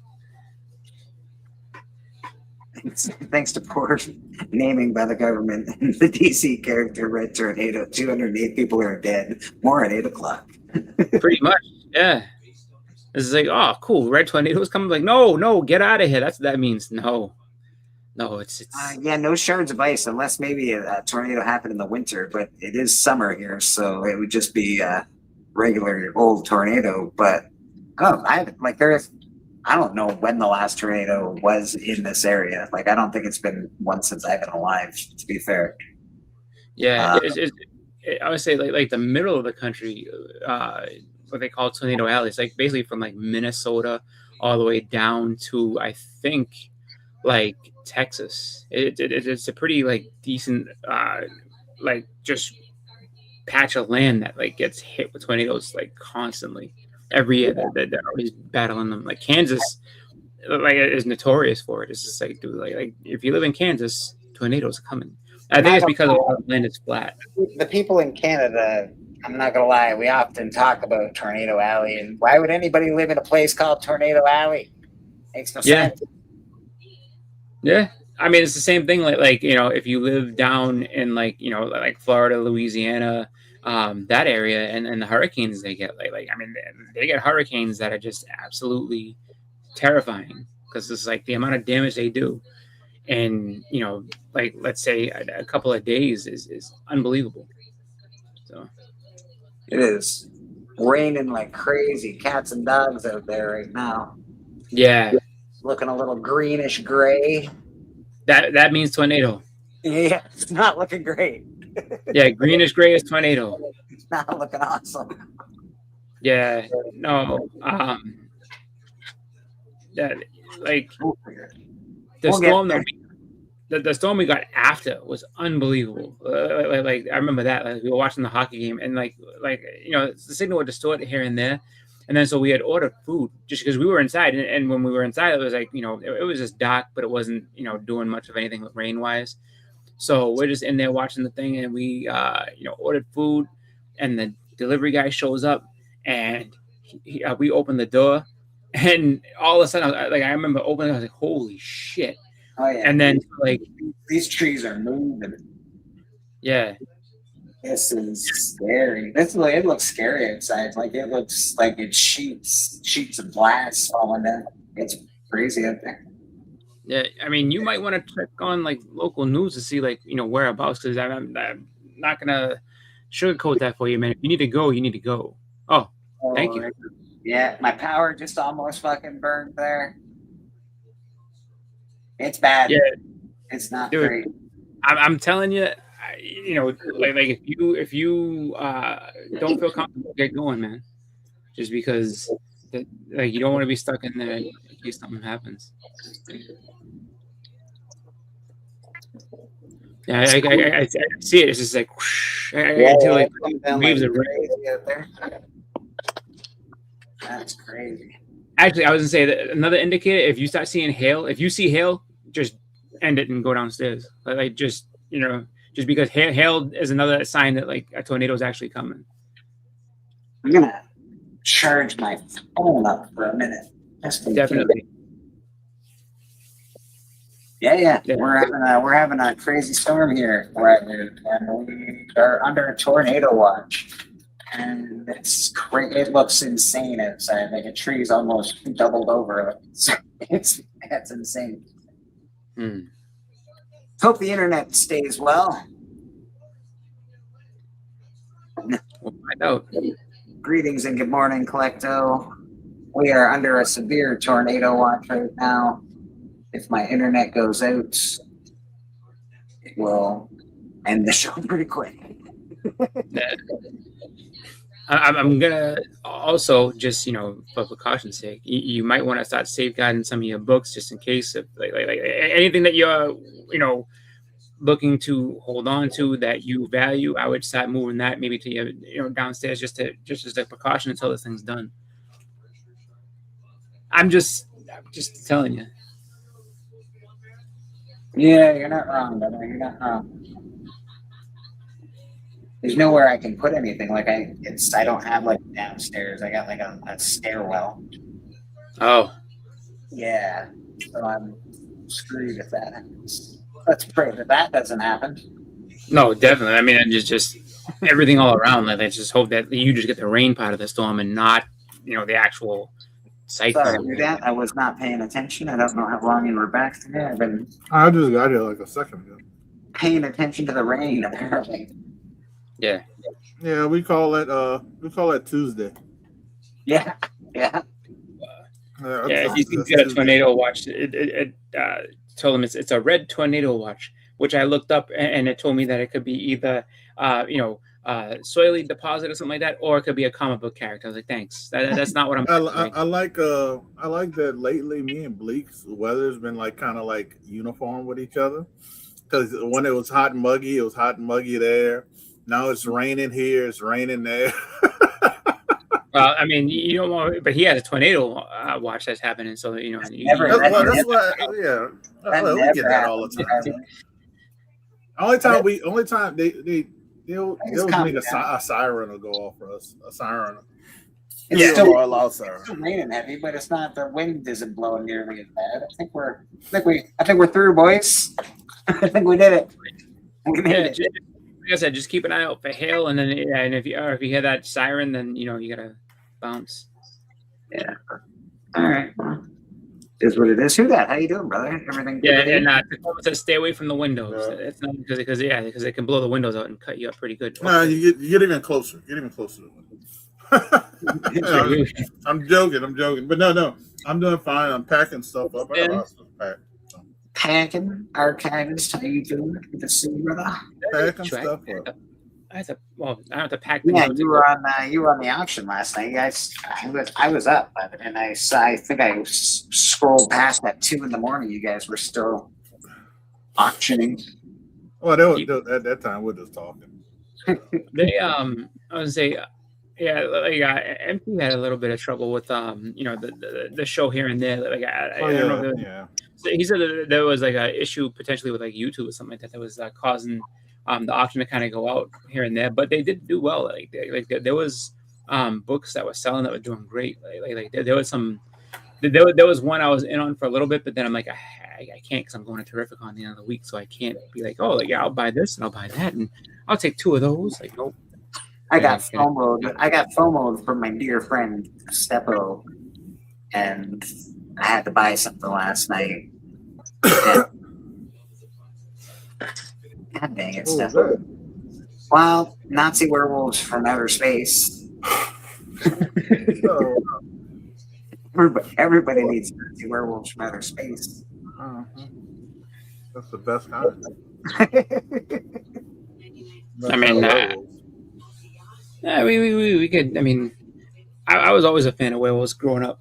Like if I could have any monster to be, I would have wanted to be a werewolf because I thought they were cool. I got a cool werewolf book I picked up from San Diego Comic-Con. Ooh. I'll show it in a minute. Yeah, man. I'll show it. Check it out. I'll be right back. All right, So- I think it's looking pretty good. It's gray and rainy, but it's not bad. We're looking okay, folks. When I watched the dealer preview for 3 Men in the Basement, did a couple of dealer previews for the Terrificon and everything like that, and so I was taking like notes on like who said that they had this and they showed this and that and everything else. So I'm like, all right, cool. So we're gonna see what we can come back with. Get some things I'm gonna try to get signed and stuff too, but I'm definitely gonna see what I can try to come Oh yeah, back. you got that Terrificon's a big con too, so you got a lot. There's going to be a ton of stuff there. Yeah. Well, I mean, so it was a dealer preview of just like some of the local people that they know. I mean, there's gonna be so many other dealers that are just from all over, but like I was just like hearing some things like, oh, this guy got that guy got that, this one, and then I went to my local shop yesterday. And that dude has all kinds of stuff. I'm like, he had the first Kang, he had the first Silver Surfer, first Galactus. I was like, you son of a bitch. I was like, wait, where did you get all these? I was like, when did you get all these? Because and they're at a time where I can't buy any of them. Huh? My local shop. Oh, your local shop. Oh. Yeah, so it's a local. So it's a local shop that like, New England Comics, and I haven't been there in a long time. And so like because I just usually go through their dollar bins and stuff like that and see what's up. But then like they had a bunch of stuff up on the wall, and I was just like, if it wasn't Terrificon, I would have definitely left with a couple of things because they had first Kang for I think like $200. I was like, I didn't have to see the quality and nothing like that because they get sad when I do that and they're like, oh, can I see that? Oh, okay, thanks. And they're like, you're not gonna buy it? I'm like, no, right now. But if you keep it there, I will. But and then there's a guy who was poking around and looking at different stuff, so I'm sure he's gonna come back with a bunch of money and buy it all. he seemed like he was very interested in a few different books, and he was like, and then like they have the silver and gold room that they call it. It's basically just like the high value books, and all the high value books are the same high value books. The wall stuff is what changed. And I was like, well, they didn't they didn't go ahead and update anything in the gold and silver room. I was like you guys advertise that with everything from the wall. Like, why don't you put the stuff in the gold and silver room and then see, make that thing shine and do better. But it's okay. Like, I take my time going to different shops just because I'm like, oh, let's see what this one has. Let's see what that one has. And there's still, believe it or not, there's still shops that are, in my state that I've never been to. So I had to start like doing a pilgrimage to see like the shops I've never been to before. Because how do I know there's not good stuff there? They're just waiting for me.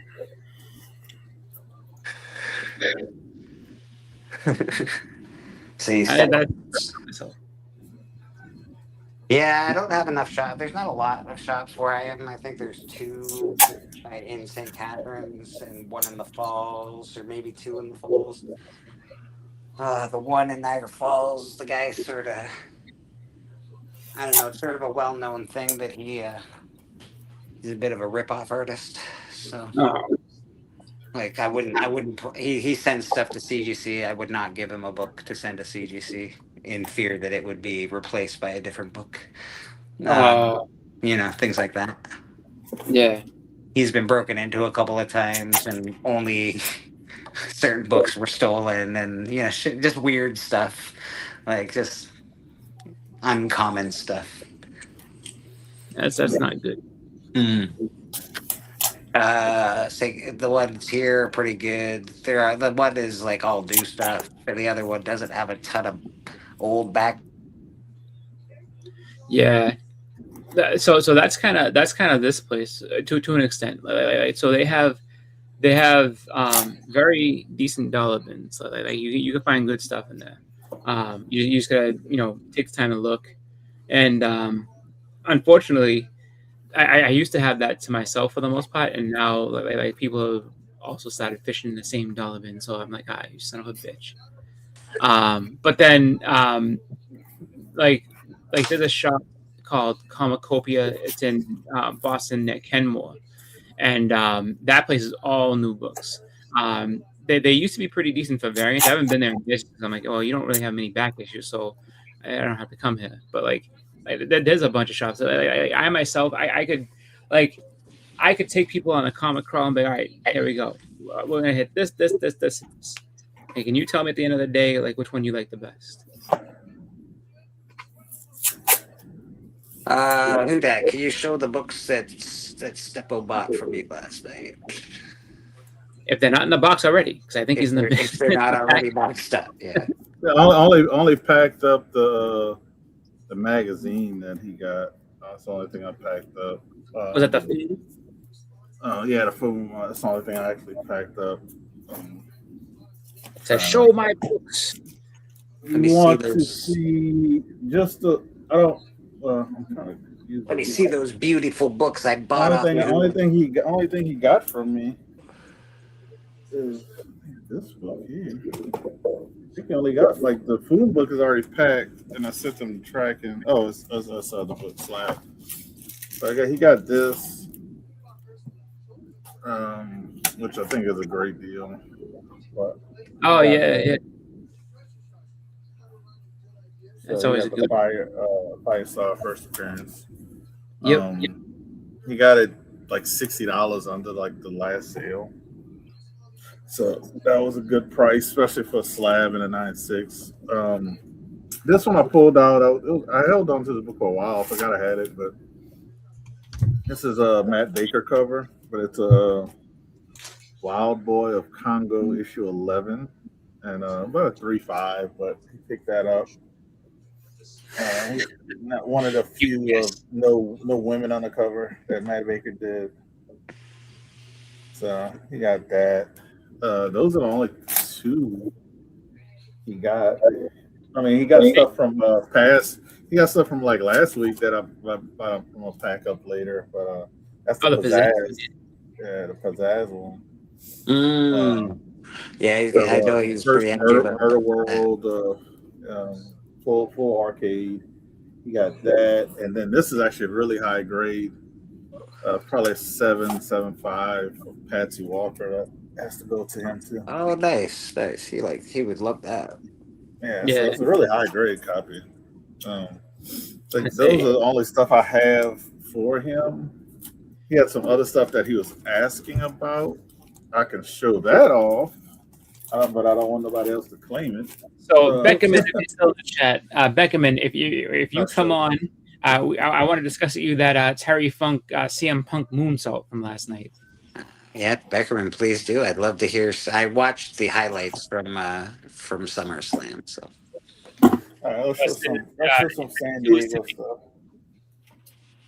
So, well, this is not San Diego, but this is a Lady Death. This is that I forgot what they call like the pleather. I don't know if it's leather, whatever the kind of bind the book they did, but this is a limited Lady Death. that I picked up. Purgatory. It has like that little, I forgot what it's called. I gotta look it up, but it has like some kind of special cover. Like a leathery texture kind of thing. Yeah, like a leather texture cover. Limited to, forgot how many. But don't press it. I can tell you that. Oh no, you leave it alone. So I picked that wasn't from San Diego, but that was something. So these are the San Diego Comic-Con books. Got this one, Batman, homage, Neil Adams. Yeah, that's cool. Limited to 70. Cool. I like that. Limited Is that to 70. Morrison? This is was it Michaels? Morat Michaels? Oh, okay. Oh, Morat Michaels. Morat Michaels. This one's the one. This one's limited to 70. I think. See, it's so funny because Bill Morrison's like, basically like he's been the Simpsons house for so long. It's like, oh, did Bill do that? Yeah. But that so I got that one. It's so funny. So I had a couple of DNA copies of books, which is David Nakayama. And these are actually really, really cool. So Cammy with the cami, you know what, and toes. But yeah, yeah, that one. I got picked up. This one's really cool because they only make 25 of these. So Simple said he'll take the 2 gals cover that you offered. Oh, okay. Well, I can't show one of them. One of them, I think I'll just show the top of them. One of them's a little too much. Yeah, look, this one's almost too much. This one's almost too much. I just should have. I don't know. Oh, so let him clarify. Are you talking about the Lady Death? Or are you talking about something else? Because well, I never showed him the Lady Death. I think you're talking about these two, right? I don't want to show the. Oh, okay. Yeah, you're talking about these. I think you're talking about these two. Yeah, but I have more. I have more camis. I have like 2 more camis that I'll be on tonight. I think he's talking about those. So just confirm. Yeah. But I have 2 more camis that'll be on tonight. This one's limited to 25 copies. It's spot varnish. Nice job. Yeah, spot varnish. You kind of see it. It's like texture too. Mm-hmm. He only made 25. Erod. Oh, the 2 girl covers. Oh, and the DNA. Okay, all right. I got it. All right. Yeah, this one's limited to 25. So I thought this was really cool. Crazy. 70, 25. I was surprised I got it. So shout out to Erod. Yeah. Shout out to Erod. So that one, I'll put that up there. So those will be available tonight. Yeah, those are pretty cool, actually. Very nice. Yeah, little stuff. This one already sold. Bree Plays bought this last night, but I show it. I have another one coming in. I have another one actually signed coming in. Damn, that's awesome. Invincible. Yep. Invincible. That one, but that one's the unsigned one is sold. Shout out to Bree Play. This is actually, I'm surprised nobody asked me about this one. This is limited to 400. This is Blood of the Wolfman, issue number 1, art done by David Sanchez. Ooh, I just actually got the number 1 of that. I didn't get that copy, obviously, but I got the this is the San Diego one. This is 96 out of 400.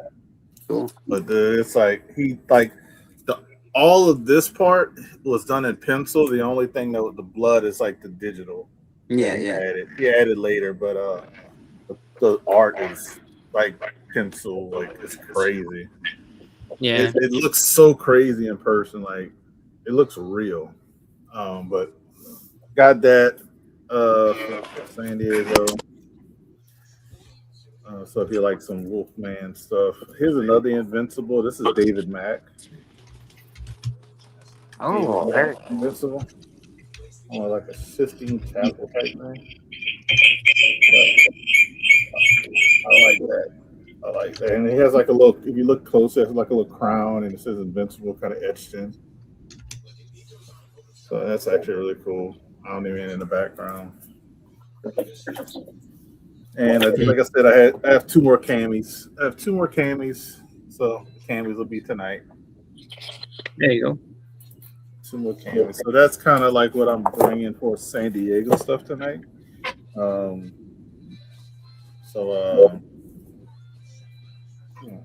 Mr. Lyle Hobson, good morning to you, sir. Yeah, I think that's all of the San Diego stuff tonight. But I have like 3 like orders of San Diego stuff coming in. So I have a lot more San Diego Comic Con stuff. That's a big convention, man. It'd be cool to go there at least once. I don't know if you'd be able to get it all. You'd probably have to go 2 or 3 times to get to like fully enjoy the convention. But If I would go, I probably would not do Hall H. That's not. I don't want to sleep out in the woods. But just so much. Like those people in Hall H were waiting for 3 hours before. One guy was waiting for 9 hours before anything ever happened. It's crazy, man. Mm-hmm. The lineups would be insane. All the signings would be insane. Yeah. That I think would be one of the hottest pots is like what I mean, when do you get a chance to go and get things signed? How are you going to do it? And then just how much do you miss being in line for one person? Is it like a 5-hour line and it's just like, all right, so you spent one day and you got these books signed by this one guy. I'm back. Sorry about that. No problem. I muted you because I didn't know if you were talking to us or someone else, and I didn't know if you. I'm like, I should probably mute you. Oh yeah, I forgot to mute. I'm sorry. No, you're good, man. You're good. And if you're talking to someone else, how dare you? How dare you? We need to share your I'm just joking. I heard you were just like, just talking all these different things. I was like, oh, we're hearing it. I'm gonna show this 2-girl cover real quick, but I'm gonna cover it up. There you go. That's always put on the pasties. Yeah, I gotta put a lot of pasties. All right, yeah, there we go. You might not see much of the but there you go. Yeah, my coworker. Hold on. He said I'll probably be all right. if you know they're smashed together. I've got a great imagination. Who that? I could show that. I could show that off air. Even though it's art and you should be able to show it, but I'd have to. Like, it's a little. Yeah, apparently you're not allowed to talk about certain things. I don't know. We don't talk about too much crazy stuff here when it comes to that, but I know another channel got in trouble for talking about, just sexualizing things and explaining things, and it's just like, nope, can't be doing that. It's not the sense with I want to, and then talk about sexualizing. Oh yeah, that happened to Fish Cat the other night, right? Yeah, there was a chick show on the other night. I can't remember. Hold on. I know Fish Cat. Craig 69. He was showing some Gun Honey covers, and YouTube shut the stream down. Yep. They don't play like that. But he was able to put it back up. Right back up. Yeah, that's probably AI or YouTube shut it down. Live from our nerd room, Saturday Night Comics Live is what I was watching. I had Madam on there and a couple of dudes and Lady F, and then I think oh no, we're not gonna do that. But yes, they're all friends, so it was fun to watch that. But they got in trouble a couple weeks ago for talking about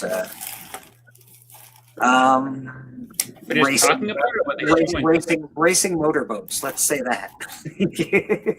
So they were just they were talking about that, and this, they got booted for that, huh? Yeah. That's unfortunate. I think that's not. I mean, it's such a weird thing. I feel like they always want to sit there and try to get you to walk that tightrope of like, oh, this is cool, but this is not cool. And then like, it was cool last week, and now it's not okay. It's annoying. It really is. I mean, it's YouTube's way of getting certain types of content not on their platform. YouTube, like any other platform, they want people that draw commercials and people that draw, money to their platform. Yeah. And too much swearing, too much dirty talk that does not go over well on the YouTube. Not that we should be talking like that anyway, but there's a fine line of too much and just fun. You know what I mean? Yeah. No, I hate. I just But I get worried, man. Yeah, like poor Steppo was showing off just toy weapons, and we got canned one day. Oh my god, that was scary. no. Not scary in the fact that who cares? It's YouTube, but I like YouTube. It helps me. I enjoy it. It's become something I enjoy a lot. It's become something that supplements a tiny bit of income for me. So I don't know. I don't want to lose out on this privilege just because of something silly. No, I hate it. Oh my goodness, that's kind of a pain. I wasn't even thinking about that. So Thursday, man, Thursday's kind of come quick because What's going on Thursday? Oh, that's when I leave to go to Terrificon. Oh, I see. So I because like who that had mentioned packing, I'm like, shit, I had to do laundry and pack.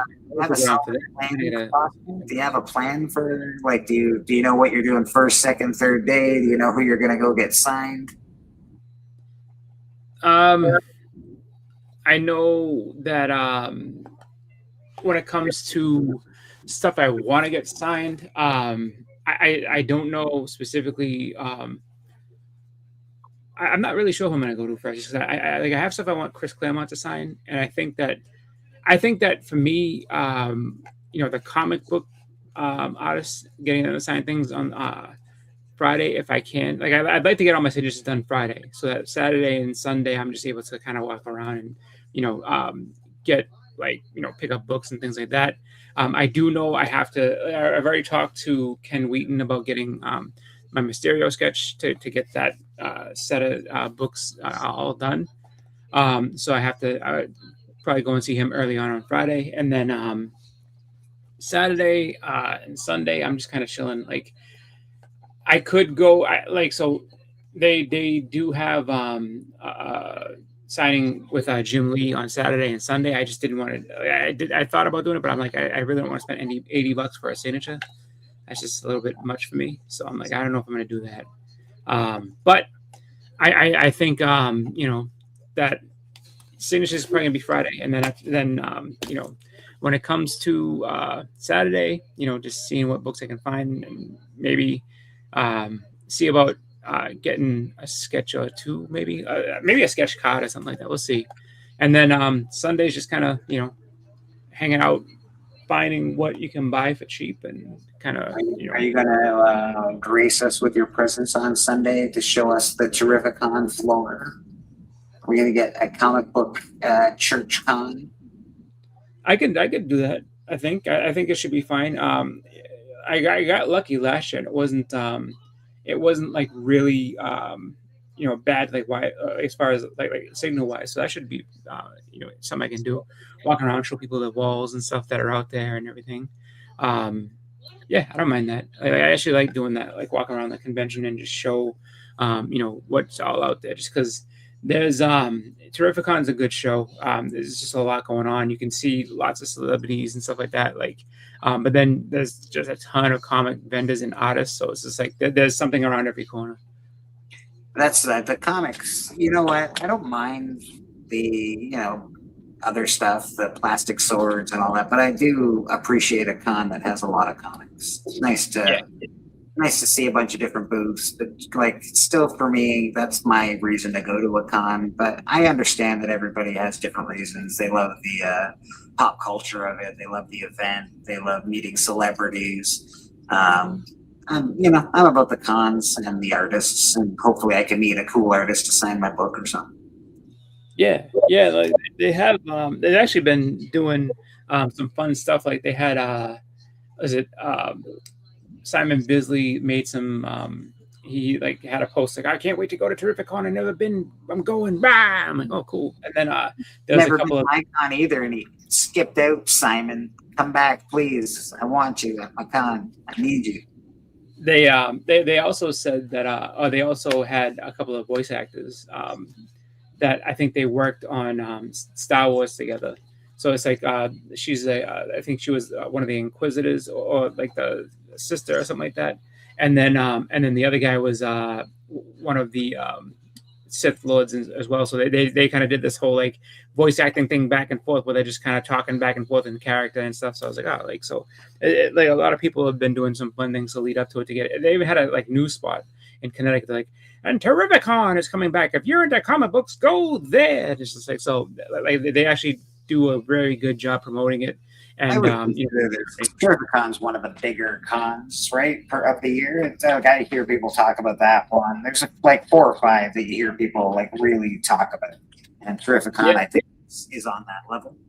Terrificon is the best show in the Northeast. I say that all the time. Like without any sort of like I would say New York definitely is I would say probably the biggest show that happens in the East, but I think that Terrificon is definitely like the best show all around, just for the fact that you have the hotel convention center are connected together, and then you got food there. So even if you're not staying over, you have just everything in one spot. So you can go to the show. You can if you want to go to a restaurant or get like a drink at a bar or something like that, it's all in there. So it's like you pretty much, and the place itself has free parking. So if you just drove down for the day and everything like that, you can go, go to the show, hang out, have some fun after, and then drive back all in one spot. And they don't try to crush you with like parking and telling you, oh, it's $25 to park or something stupid. It's like, they really do that best to take care of everybody. Hashtag Terrificon in the chat. We're doing a giveaway at some point today. Get the X-Men wedding issue. You get the Queen of Pennsylvania, Princess of Pennsylvania, sir.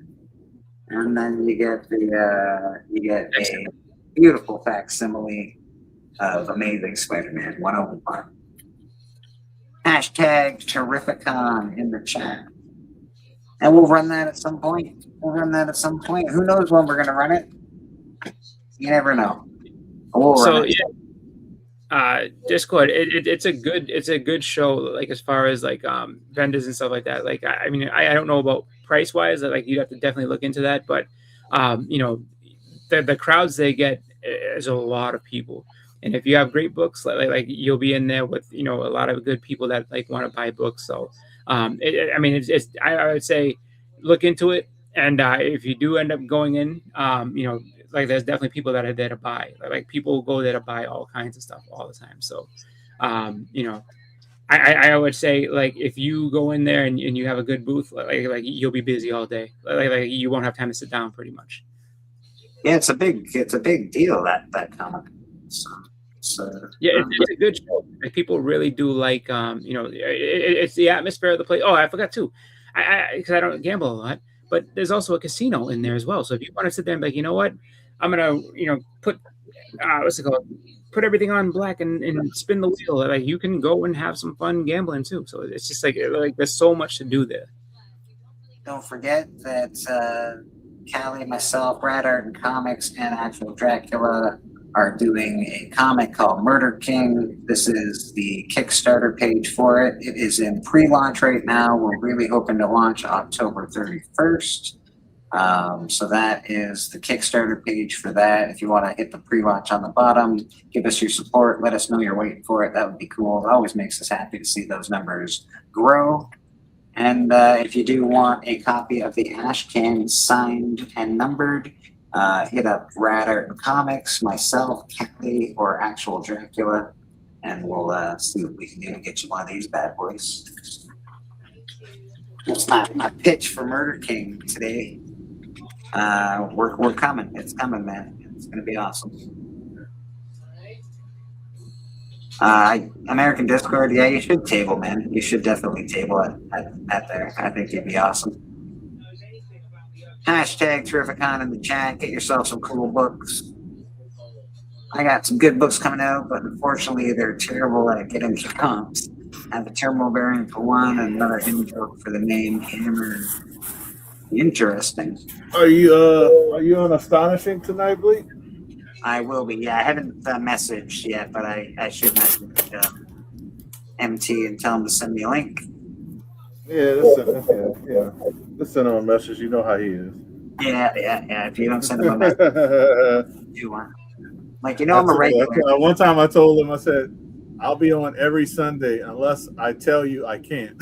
and then he goes, you didn't message me you was going to be on. I said, dude, I told you I'll be on every time unless I say I can't. So that means just send it to me.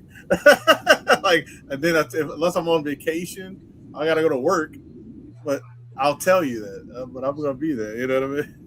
Yeah. Basically, I'm the same way. If I don't, just send me the link. I'm gonna be there unless I have to go to work or like a tornado hits my house. I guess today, but Yeah. I'll be there. I'll be Sometimes there. I like to take it off though. Sometimes I haven't done my due diligence during the week and haven't dug out any new books, and I'm like, it's all the same stuff. I don't want to go on tonight. But then I get mad at myself for not going on because I'm like, should have made some money. I could have made some money. Yeah, I get guilty conscience. I'm like, I got bills, I got things to pay, and I should have made some money instead of just living off my laurels. These high cheekbones ain't gonna pay the rent, sadly. Hashtag Terrificon in the chat. We got Madden, we got Hoodat in, I believe Boston got in, Susie Q's in, Collecto's in, Rad's in. Get yourself some free books. Some cool free books too, actually. We always try to give out cool stuff here. I threw this in for Steppo. Shout out to Steppo. He bought those other books. Added this one. Yeah, hold on. I gotta move you down to me and then move. I was just trying to shout now. He took home the regular version. I threw it in there because he sent for these, but try to take care of people who take care of the people we love, this. baby. Take care of the people we love. But we'll be tonight. It'll be a lot of fun tonight. I think you got a lot of variety. So y'all come at least check out and hang out with us. It's a lot of fun with me, Bleak, and Paul. I think Tony usually is always there unless he can't make it as well. So it's kind of cool to have like that little group together. So it's almost like we hang out and we sell books at the same time. So it is fun. I kind of call it the extension of the Band of Brothers. Kind of like when it's all of us on there. It's like if people are wondering why we haven't done a Band of Brothers, because like we kind of all get together on the Sunday. Yeah, it's a good spot. It's nice. I don't know. It's fun hanging out with you guys always there. So I don't know. It's just good. I enjoy it. It helps when you make a couple bucks though. That's for sure. Oh yeah. When you're not making the money, it can be a little bit of a drag. Can be a little bit of drag, but it's But at least it's a drag with friends around. At least you're like, I got my friends here. It's all right. It's fine. I mean, I could be at other places not making money and be worse. So at least I'm around friends not making money if that happens. Yeah. I tend to agree. All right. Legion of Comics has actually won 2 weeks in a row. So Legion, good luck again, I guess. Well, I was like that one time before, if you remember. I won like 2 weeks in a row, but I gave it away once. All right. Choose a live stream, Comic Book Church. Hashtag Terrificon. All right. Start collecting. We got 8 people in so far. And you never know, people. You know what? I just might pull it right now just to say 1 out of 8, pretty good odds. So you never know what's going to happen. I don't wait to the end of the show. I don't do it at the beginning of the show. I do it whenever I want because it's fun. Yeah. And Kind of incentive to kind of be here. Yeah, man. Sort of gives you that idea that you should be here watching church like a good Christian comic book lad. Oh my god. All right, I'm gonna change places with Boston for a second. Get his cameras off, and I'm gonna make myself big. We're gonna run this with 8 people because I like this. I like those odds. All right, it's a running.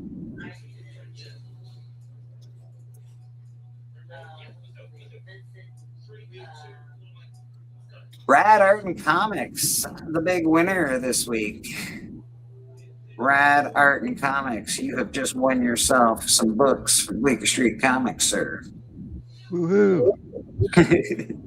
Hey, you got some X-Men. I know you're an X-Men collector. So you got another X-Men book in there. And you know what? Just because I love you, maybe I'll throw this X-Factor book in there too. And it's the Horsemen of the Apocalypse. And we'll throw that in there too.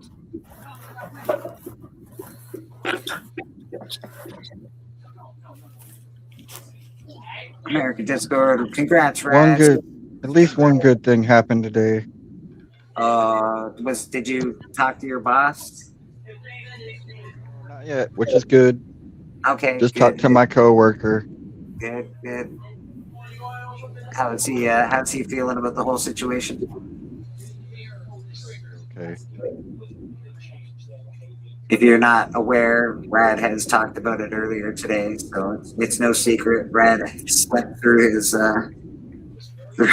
shift last night. So. Oh wow. Yeah. So he's making up for some yesterday's mistakes today, I guess. Yeah, man. Stuff happens. It's not, as long as they know it's not intentional. No, Rad doesn't make a habit of it. He always goes to work. Even on like 2 or 3 hours of sleep for Pete's sake. So that's what I said. As long as it's It's the first time I ever done it. Yeah. Yeah, you're They right. they probably were more worried about you than anything. Yeah. He's probably like, look, I'm alive. I don't want you guys to worry. It was a honest mistake. Sorry, I am alive. Yeah. I mean, as a general rule, I like to wait till I get to work to go to sleep. Once I'm in work, no. I hate when my work is too busy, but I also hate when it's dead. So I do like to keep a pretty brisk pace going at work. I like when it's dead to the point where like you can focus on the stuff you have to do. Especially like what I do, we have calls that come in, and then we'll have a bunch of tickets that'll come in. And so the tickets, it's nice when there's not a lot of phone calls because then you can get to the tickets and actually have a chance to think. But when it's nonstop calls, it's very hot. Yeah, it can get ridiculous. I want to promote something real quick.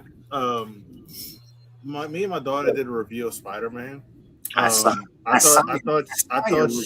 thought she did very good articulating a lot of stuff, talking about how she felt, talking about how she thought about the movie and stuff like that. So I just wanted to promote it a little bit and say, check it out, leave a comment, some encouragement. She really wants to do a travel kind of like, it's like art/travel channel. Because we do a lot of traveling, so she wants to kind of talk about that, show stuff off, do videos. So I kind of wanted to encourage her with the movie stuff because we love going to movies together. So we'll try to do more of the reviews and stuff when we go see some movies. We're definitely going to do Avengers one. We already talked about the Avengers Doomsday. Just check it out. See what the thoughts of somebody like my age in his 40s and the thoughts of a kid who's not even who's I guess you could say a preteen, but not there yet. But so that's just something I wanted to shout out. I was kind of proud of her, talking about it and being thoughtful and stuff like that. So yeah, just something that I thought was cool. So check it out. I appreciate it, and let us know what you think. And I'll definitely show her the comments and let her respond. Susie Q. I used to work. Oh man, I used to work the graveyard shift for my job. Well, I should not graveyard shift. We used to do rotating shifts. Yeah. So like sometimes we'll work days and then we work the nights. The nights were like easy up until like I would say 2 a.m. Those last 4 hours. Oh my Lord, it was hard. Just you're like, oh, I gotta make it. You're like, so you're walking around. You're trying not to drink coffee because you drink coffee, then you can be up when you go home trying to go to sleep. So you're just trying to make those last few hours last. Those are sleeping in daylight hours just doesn't, unless it's a nap, it doesn't feel right. Like if you come home at 6, 7 in the morning, you're like, okay, it's time to go to bed. It's like, it's weird. I used to have the same shift sort of as two that I had a continental shift, it was called.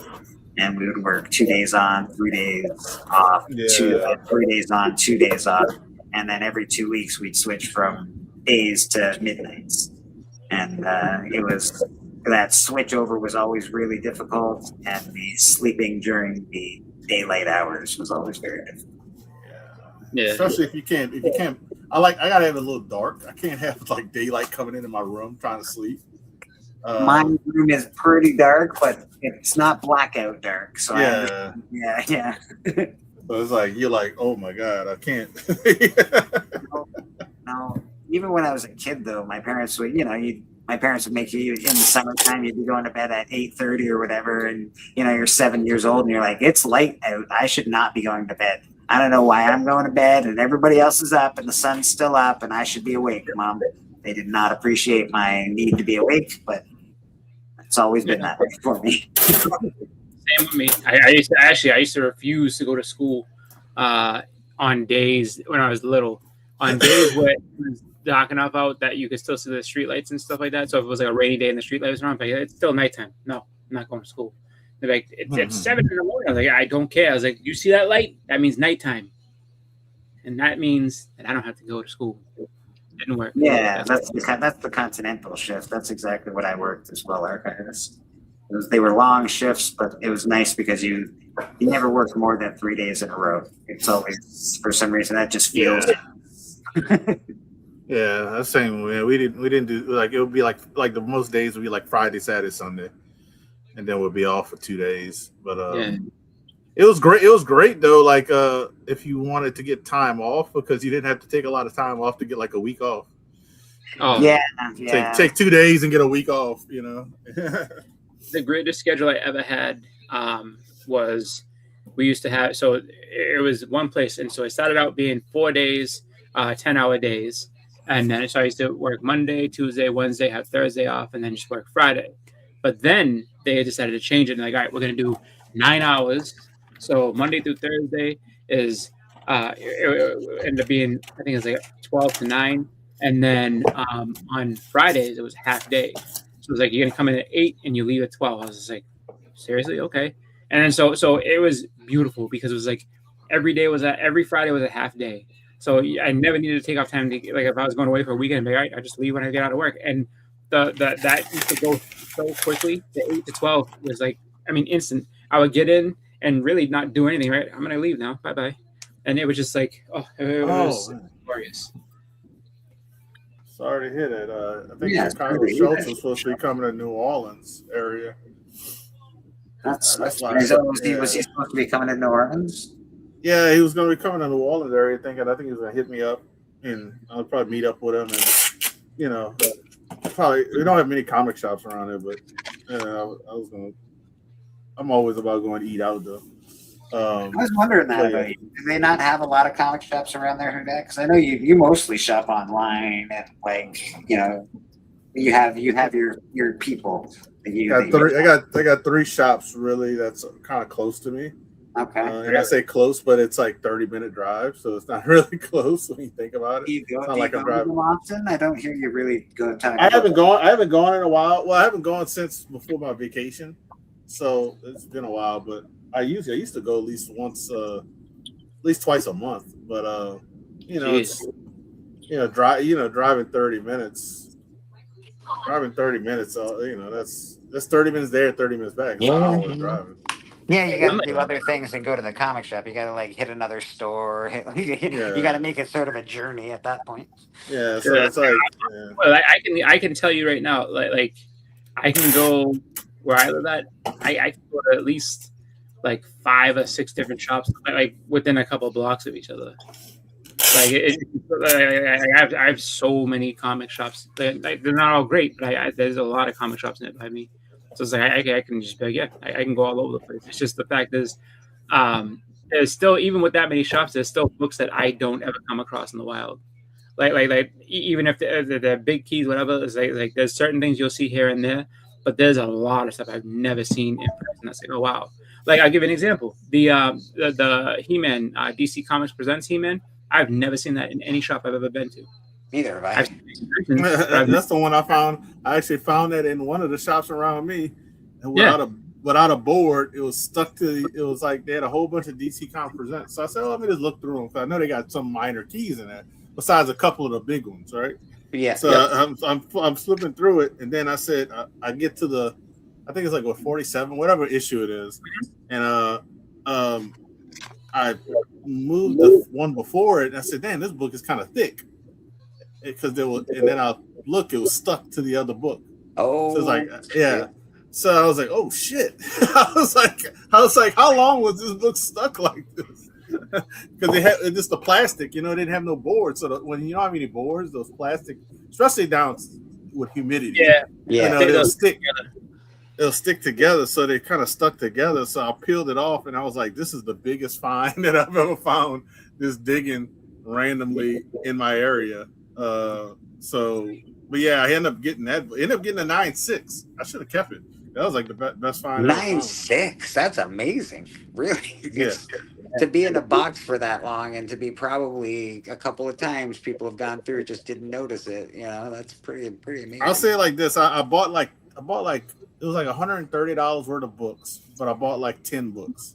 So that tells you how much kind of like the average I paid for it. Yeah.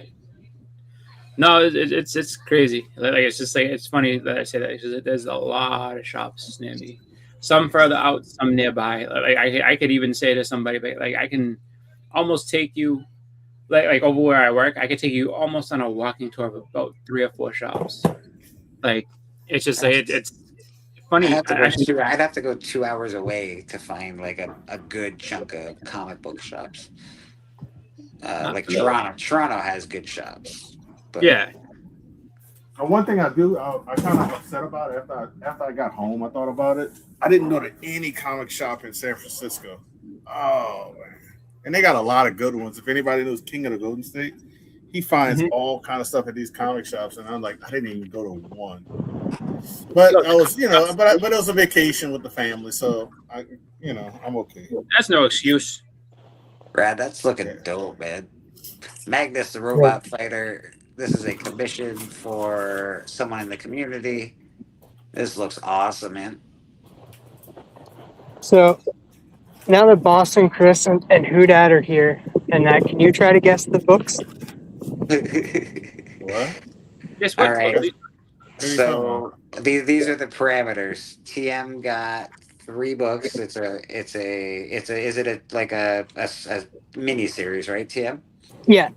Okay, so you got a mini series of 3 books. Each of these books has, the first and the third book have multiple keys. The second one also has a key, and they are not DC.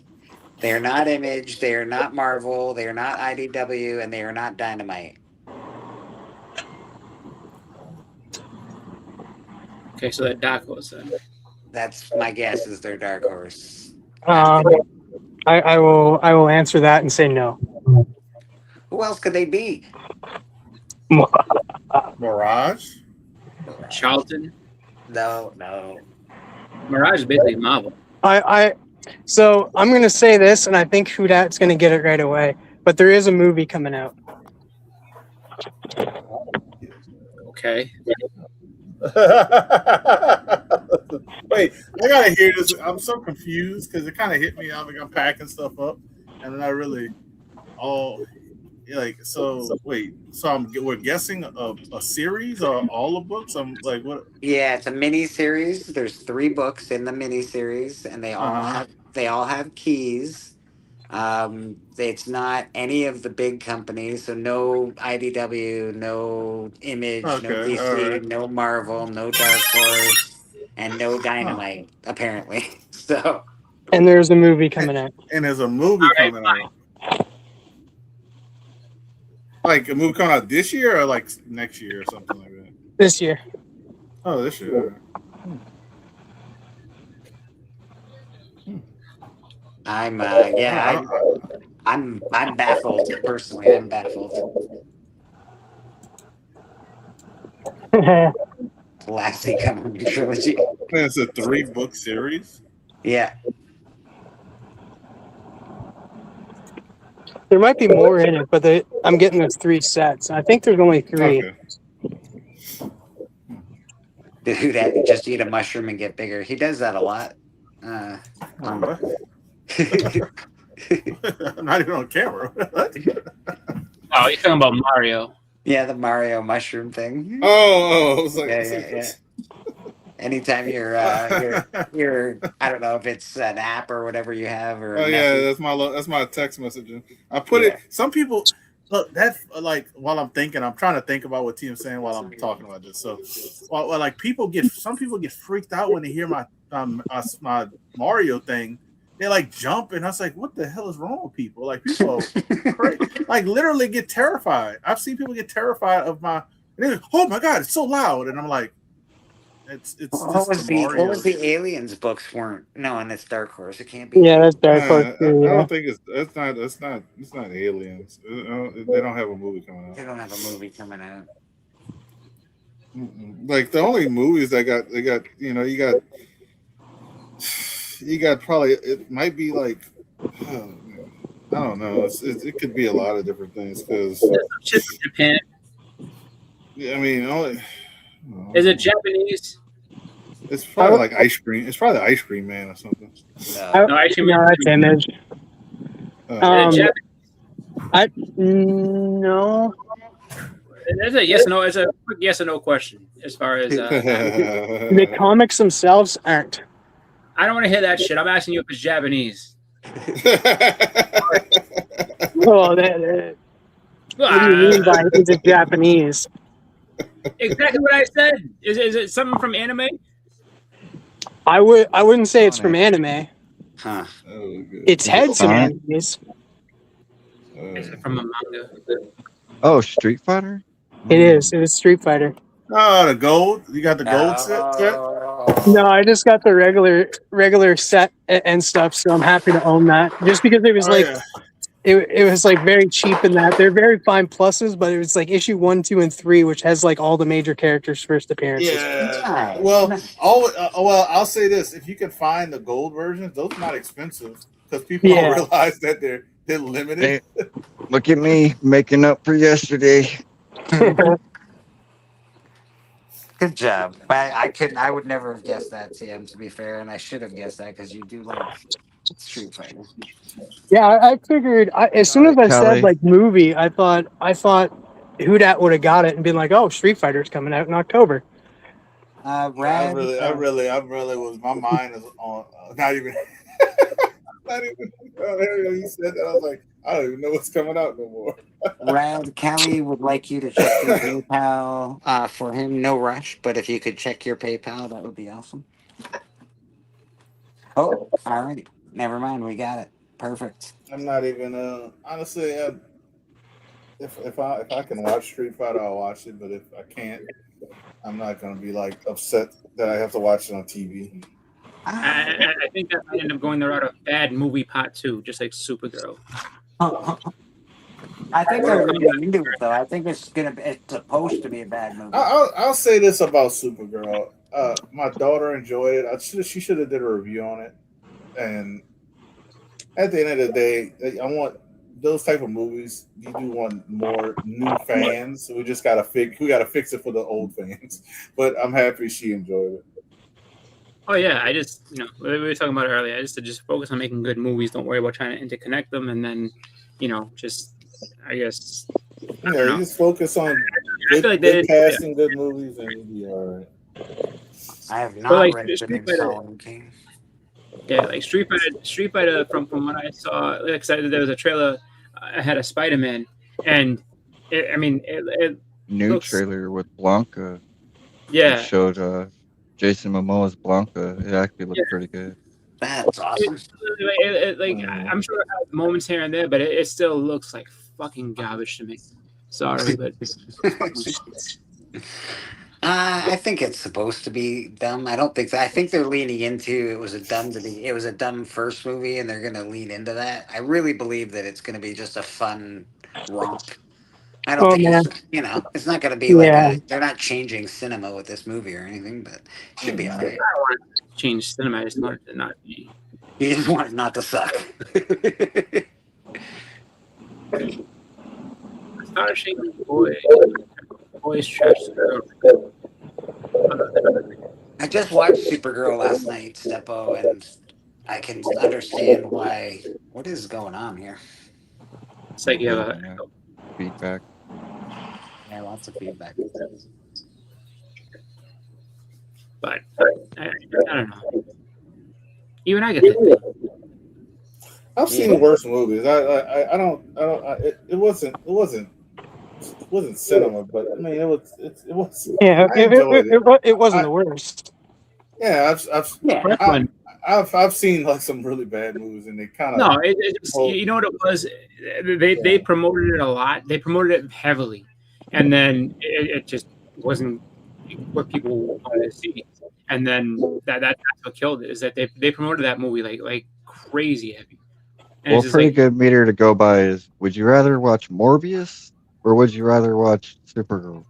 I still haven't seen Morbius. You know what I since I've seen both, I would say Supergirl. Me too, actually. Me too. Since I've seen both. And see, that's a pretty good guy. See, it's above bad. This is good. what I say. Instead of doing that, just be like, oh, like which ones? Why not say, hey, you know what? If you want to go ahead and say, we should you have seen over the summer versus Supergirl or Masters of the Universe. Masters of the Universe didn't, I guess, make as much money as they were hoping it would have. You'd be like, oh, like Masters of the Universe, far superior movie to Supergirl. And didn't have I wouldn't say superior. I wouldn't say superior because like I liked both of them, but I gave Masters of the Universe a 7, and I gave Supergirl a 7.5. So yeah, about the same. But look, I'll say. I want to say, right around here, and then way up here is Masters of the Universe. No, you know what I'm hearing though? I'm hearing that a lot of people that are watching Masters of the Universe on their second viewing are liking it less.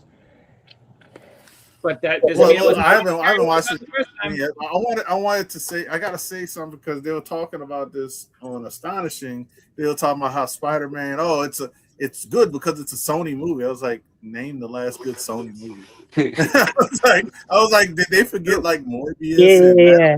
No, like there's Madam Web. Madam Web. Actually, you know what? Madam Web, I thought took the crown of being the worst comic book movie ever. So I never saw it because I guess that's how bad it was. And I remember I never. That's it's the not one. good. Biggie's driving out Santa Monica, boy. This is old school, boy. Y'all ain't ready for this. Old school, Biggie. Old school. I remember they said, what was it? Was it Madam Dakota Johnson was so mad. She's like, oh, because you guys didn't promote it well enough, it's not doing well. And people are like, no, nothing would have saved this movie. It was bad. I still haven't seen it. Archivist, they should have. He could have said it was a kids movie. He said, but yeah, that's why you have to promote it as a kids movie. Even if it was more nostalgia. I thought it was actually really. I thought it was good. I thought Master was good. I enjoyed it. It brought me back. It brought me back to being a kid. And you know what else? You know what? But they didn't promote it right. They didn't promote it right. You know what? That's the smartest thing that they did with that movie, at least in my eyes, the smartest thing they did with that movie is the names of all the He-Man characters, right? Like all the different heroes and stuff like that. This is like the reason that they have the stupid sounding names, they have Fisto and Gripor and all that, is because they were made up by a little kid. The little kid's like, yeah, and you're Fisto, and you're Super Punch, and you're this, and you're that. It's like, yeah, it makes sense now. And it's like, oh, like you explain that. It's like, oh yeah, like, that's perfect. And in terms of You also have to movie, understand it was a kid's property all along. They're not making it for adults. They're making it for another generation of kids to sell toys to. They're not making it. We've already bought all the toys, and guess what? We're going to continue to keep buying the toys. They already know Yeah. they have a suckered in. They don't. It's not a movie for like a 50-year-old He-Man lover. It's a movie for a 15-year-old person that's never seen He-Man, or a 14-year-old, or a 13-year-old. It's good. Yeah. Oh, It's good as far man. as He-Man is considered. Like as far as like what I remember He-Man being, and did it hit all the notes? Yeah, it hit all the He-Man notes. It was okay. That is true. Me and Boston Chris got to bring up something that we saw on an Instagram sale. Like literally somebody selling books. I want to say probably graded or above graded prices for raw books. And That's not Yes. he couldn't sell anything. They were nice books. They were nice. They were amazing books, really nice books, but they were priced. Him. Chris goes, I think he's trying to sell a museum.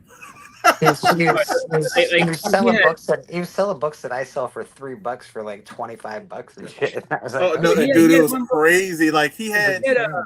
He had a Superman Adventures 21, which is Supergirl Adventures, right? Yeah, And I think it was a newsstand. It might have been. If it wasn't a newsstand, I don't know what the hell this man was thinking. But like, I'm assuming it was a newsstand. He wanted $185. $185. So I went on eBay. I'm like, dude, you can actually play $79. And then on top of that, like the non-newsstand one, it's like a $50 book. I was like, what are you doing? But it was like everything was like priced like super high. Like I was I think he had a first Hobgoblin that he put like $450 on. I'm like, it's not even slight. $450. The regular Hobgoblin, not the Canadian, a regular Hobgoblin. He had it at that price. I was like, dude, he had well, matter of fact, he had a 7.5 Secret Wars 8. I think it was a 175. A 7.5. I think a 9.6 goes for like 200 or something. I was surprised or something like that. But it's like I was very I just surprised. like I had to share it. I shared it in the group chat, and then I shared it straight to Chris. I know he probably will see it. Oh, that's because that's why I went and watched that. Actually. Yes. Like I saw it. I didn't watch more than like 10 minutes. I was like, there's I didn't either, Boston. It was 10 minutes, and I was like, okay, I've seen enough. I was the guy in Elite to tell him like, dude, you might want to start like taking some offers or whatever, or see what you can do here, just because I don't know what you're thinking. That was like there's a guy. I've never seen something that high in a while. There was a guy a couple of years ago. It was the year before. So was it? Yeah, it was like 2 years ago. That went and he had a group of She-Hulk books, like the second run, the Sensational She-Hulk, and he was like going through them all, and he had the the jump rope one, and so I was like, oh, this is a great, and he was selling them for cheaper, so I was like, I I made him an offer, and I was just like, hey, how about $100 for that? And he was just like, and then all of a sudden, because I made him that offer and other people didn't get to, because I was very quick about it. I was like, yeah, I was like, I'll give you $100 offer on this. Everybody in the chat started speaking up and like, oh, dude, that's a way more. Go on eBay and see what that goes for. And this, that. So he did. He went on eBay and he said, holy shit, wait a minute now. Oh, we ain't doing no $100 on this. I'm like, okay. I was like, great. I was like, you guys are dicks, thanks. And then he was like, and then so after that though, this man was like, well, if that's how much this goes for, then all these must go for, so this is going to be $57, and this is going to be $110, and this is, I was like, dude, I was like, no. I was like, there's 3 books in that entire run. Actually, I'll give you 5 total that are like more than like $10 books. It's number 1, the one with the jump rope. I think it's like number 50, number 60, the last issue. And then there's an Adam Hughes issue. I was like, the rest of these are not big books, dude. And he's like, no, I don't believe you. I was like, what do you mean you don't believe me? I was like, dude, you just went on eBay and saw that. Go on there and look it up. He's like, well, even that, I still got to get my money out of this. Is like, dude, I was like, you definitely were gonna sell that for way cheaper until someone told you, hey, do this. So I was just like, I'm just telling you, it's like you can do what you're doing and keep those books forever, or you can start selling them for what they go around. And he got upset. Right? Snippo said it before. Like you're either doing museum tours or you're selling comic books, man. Yeah. It was on Whatnot. So the guy, and he was like new to Whatnot and this and that, and he was just sitting there like. Yeah, Whatnot's difficult. Whatnot's very hard because everybody. If you go on Whatnot, I've gone extensively on Whatnot. I've gone in the back pages of Whatnot. Everything is very high priced. Like I don't see a lot of good deals unless you're in a show that like. They're doing that, but if you just look at the prices of books, if you go on, you can look up books at any time you want, and they're priced very high. Whatnot is it can be a great place to buy comics if the seller doesn't have a really big following. Like if I went on Whatnot, you'd probably get like $2. No, this was his first stream, and he was like, and he was cool. Like, so he didn't know he definitely got like that whole set for like, I don't know what price he got it, but he got it for like something cheap. And so he was gonna say something, and the mistake or the thing that I tried to do, because I knew that book was in there, and I was like, oh, let me see if I can get this for a reasonable price from this dude. And so I asked about that, and then because I was the first one to ask, all the other people that were in the chat got pissed, and they was like, oh no, don't do that. Look what this guy's. I'm like, whoa, I'm not doing anything. I'm just telling you that I'm making you an offer on this. Just trying to get right to say no. Come on now. American Discord does say. Yeah, he has a comic shop. He goes to the register and they check him out on eBay basically. Like, no, yeah, you can't go back to that shop. That's terrible. Nope, never. Just because that's always how they screw you. Just like, I don't understand the idea. Well, it's so easy. Pricing compared to eBay, and then checking on eBay because they check at listings. They don't never check at sold. Yeah. And you're like, just because somebody lists something for a certain amount doesn't mean it sells for that. And then you have to tell them, it's like, look, you got to pay fees and stuff on eBay. Like if you list something for $20, you're not getting the whole $20. You know. It's like, what do you get? This number one, Jim Lee. Yeah, so it's like Jim Lee is not a $600 book. It says it right there on eBay. That guy wants $600 for that book. So cough it up, pal. It's like, what? Are you crazy? Well, and that's the thing. But when you're new to selling comic books and stuff like that, you like who that says. You don't go to the sold listings. You go to, well, everybody's got this book up here for $900. You're like, well, go look at last sold, and last sold for $300. So. Yeah. That's why I kind of like, you got to look when you sell. You got to look at multiple things. You can look at if you only have eBay, then but if you can Google, like a lot of times if you don't realize, you can Google stuff and they'll see prices from like other auction houses. So if you have GPA, which is a graded price analysis, or Go Collect, you can actually look at Go Collect stuff, some of the stuff for free. Go collect. So it's different avenues, and then you kind of come to a census. If you can't find a price, then you can look at, all right, what are they listed for? Obviously, if it's listed for $400, they haven't sold. I don't want to sell it at $400 because I'm trying to sell it. How about $275?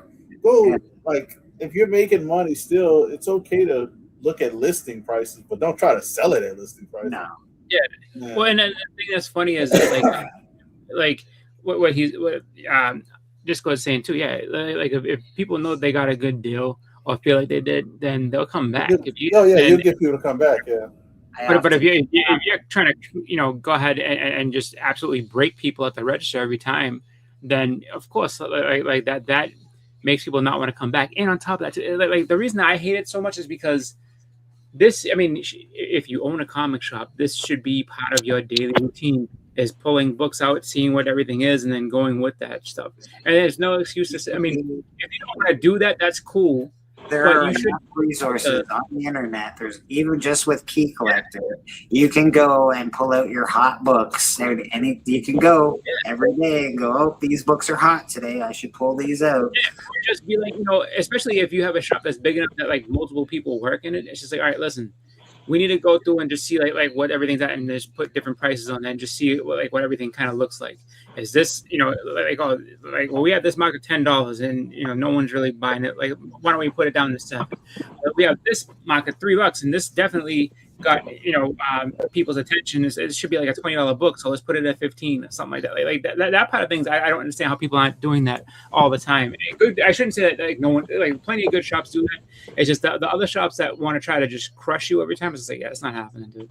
It's like that. I mean, and if you want to be because and if you feel like, because I know sometimes people get this personal grudge about it, where it's like, no, I got screwed the last 6 or 7 times. Someone bought a book that was a $60 book for like $10, and it's like, well, but that's also on you. Like, you should be pricing those things appropriately. So I understand that.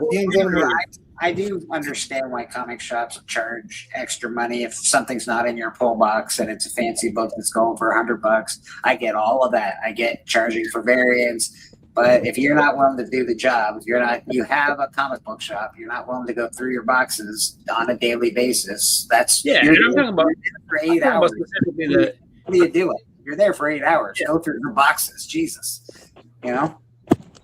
Well, and that's the thing. It's just like, I think about it where it's just like, and I'm talking about just like back issues and stuff like that. So it's like you have back issue bins. I'm not saying you got to do it all the time, but yeah, that is 100%. Like Seppo's question is like that. Like if you're at a place, obviously if they don't know who you are type thing, then yeah. But if you're at a place where it's just like, oh, like why do you want to? Oh, like then it must be, something to this book. Like it should be more expensive. I should go and check and see what it's actually doing. I was like, TM's on the move. TM's on the move. We got Biggie on the move. TM's on the move. And I say that, like, I mean, I know for me, and it's easy to say, like, oh, I would do that all the time. Like, I mean, if you're trying to stay up to date with, like, do that. I mean, shit. Like even if you're just selling your own books, like just like you guys do, Astonishing or on Instagram. Like, I mean, you would have to go ahead and do the due diligence and see like what everything's at, just to make sure like, oh, like this is this much, this is that much, like just because you have to make sure that you're doing the right thing. Like, I mean, I'm sure if you get people deals, because you didn't price it right, I love that treatment. If I go to my local comic shop, they will not let me in their basement.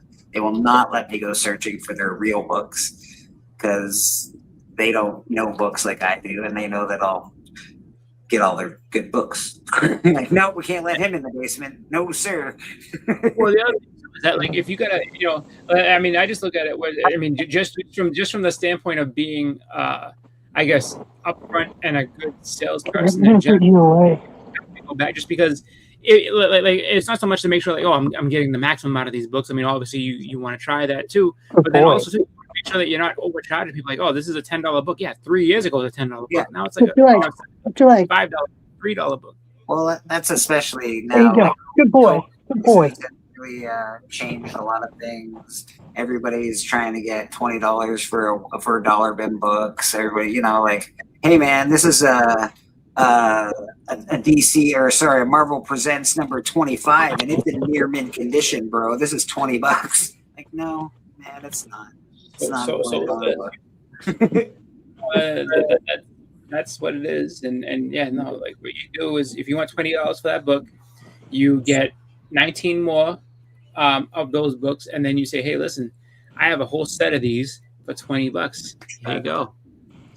Yeah, and like, then, like the guy cries about money all the time and cries that he's always trying to sell his comic book shop, and he wants the most money ever for his comic book shop because of that basement that's filled with books.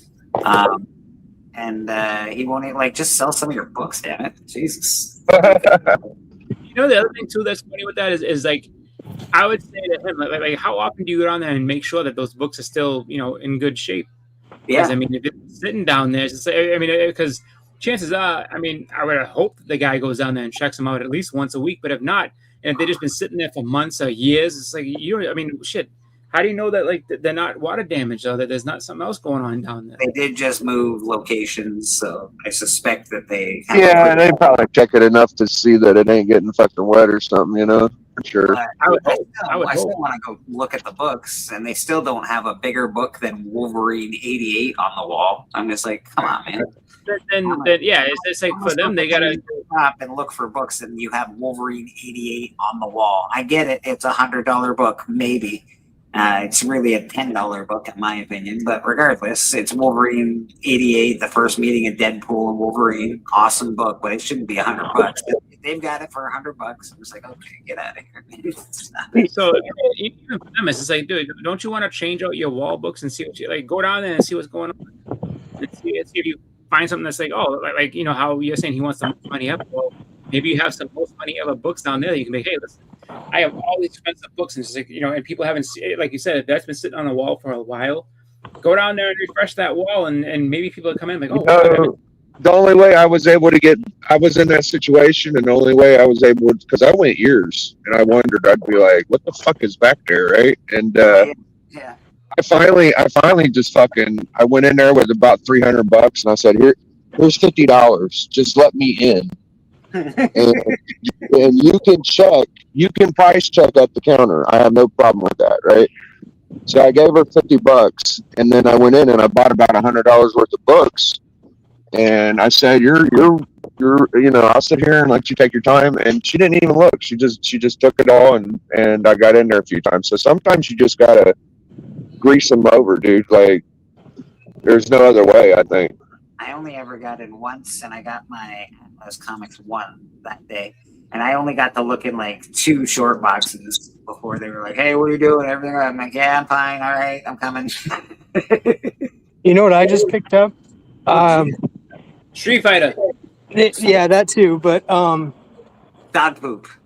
I picked up. So it's a Wizard magazine, and there's only one of them, as far as I know, that came out with this. It was from 1993, the top 100 most collectible comics.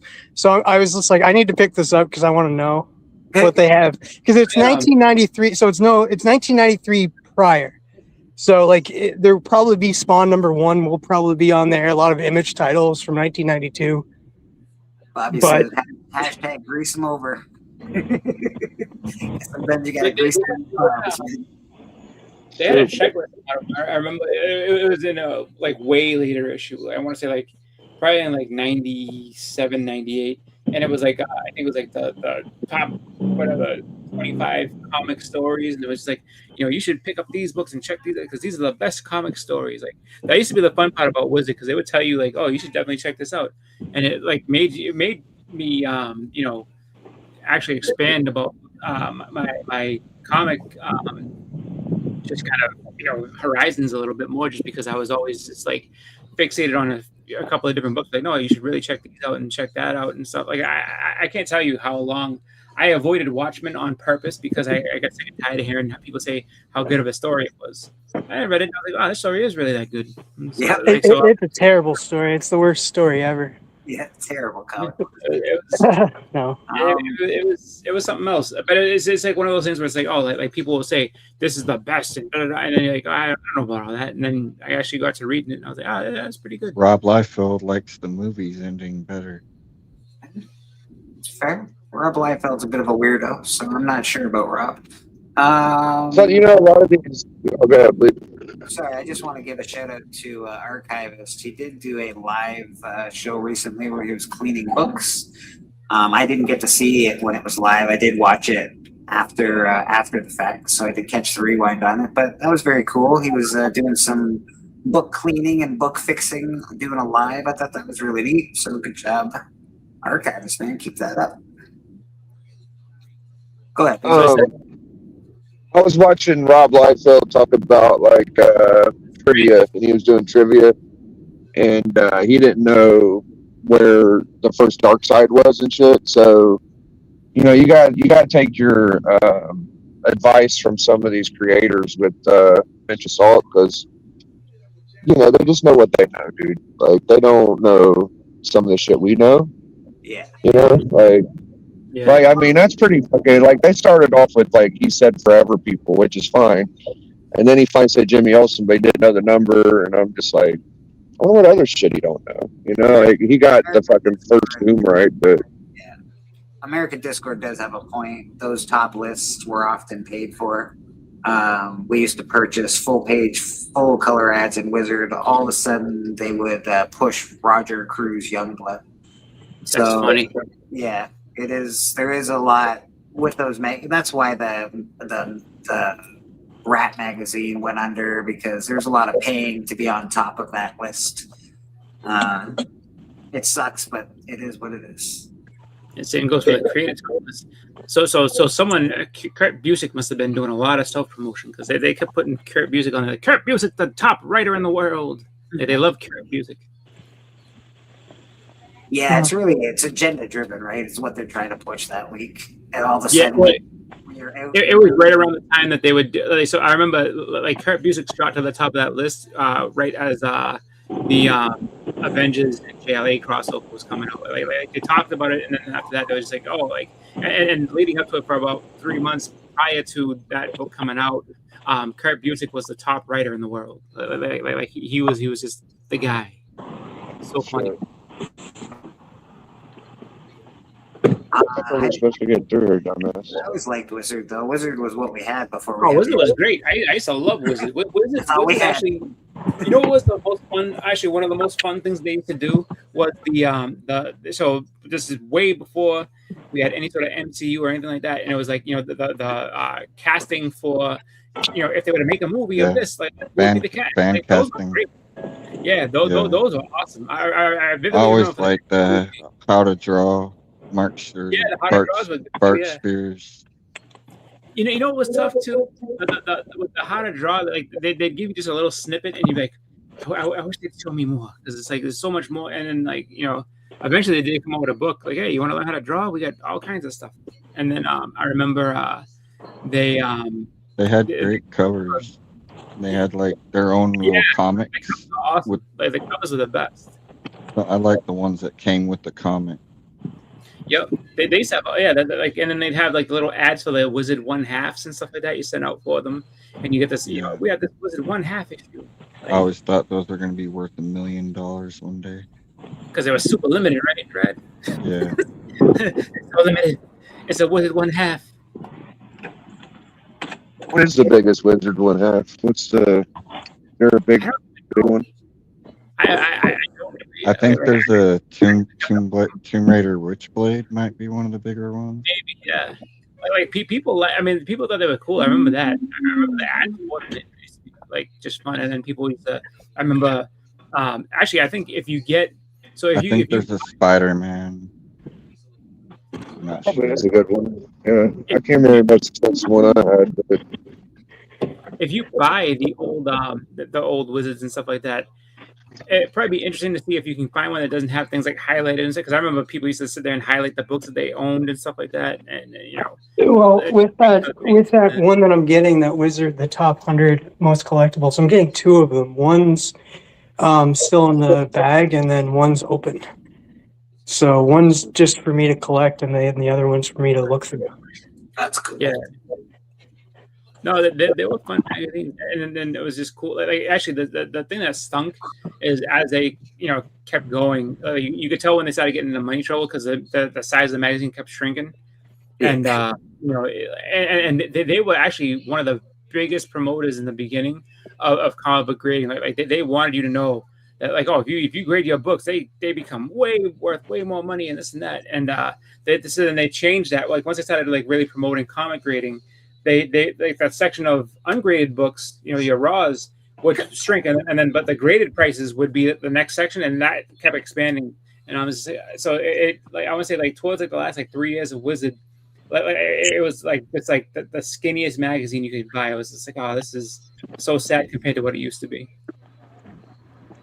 be right back. I gotta make a phone call. I'll be back. What is that guy? This is current TM. What's happening here? This fancy ass car. Is that? Are you at a car? Is that going to be like at a car show or something? That thing's pretty. That's very beautiful.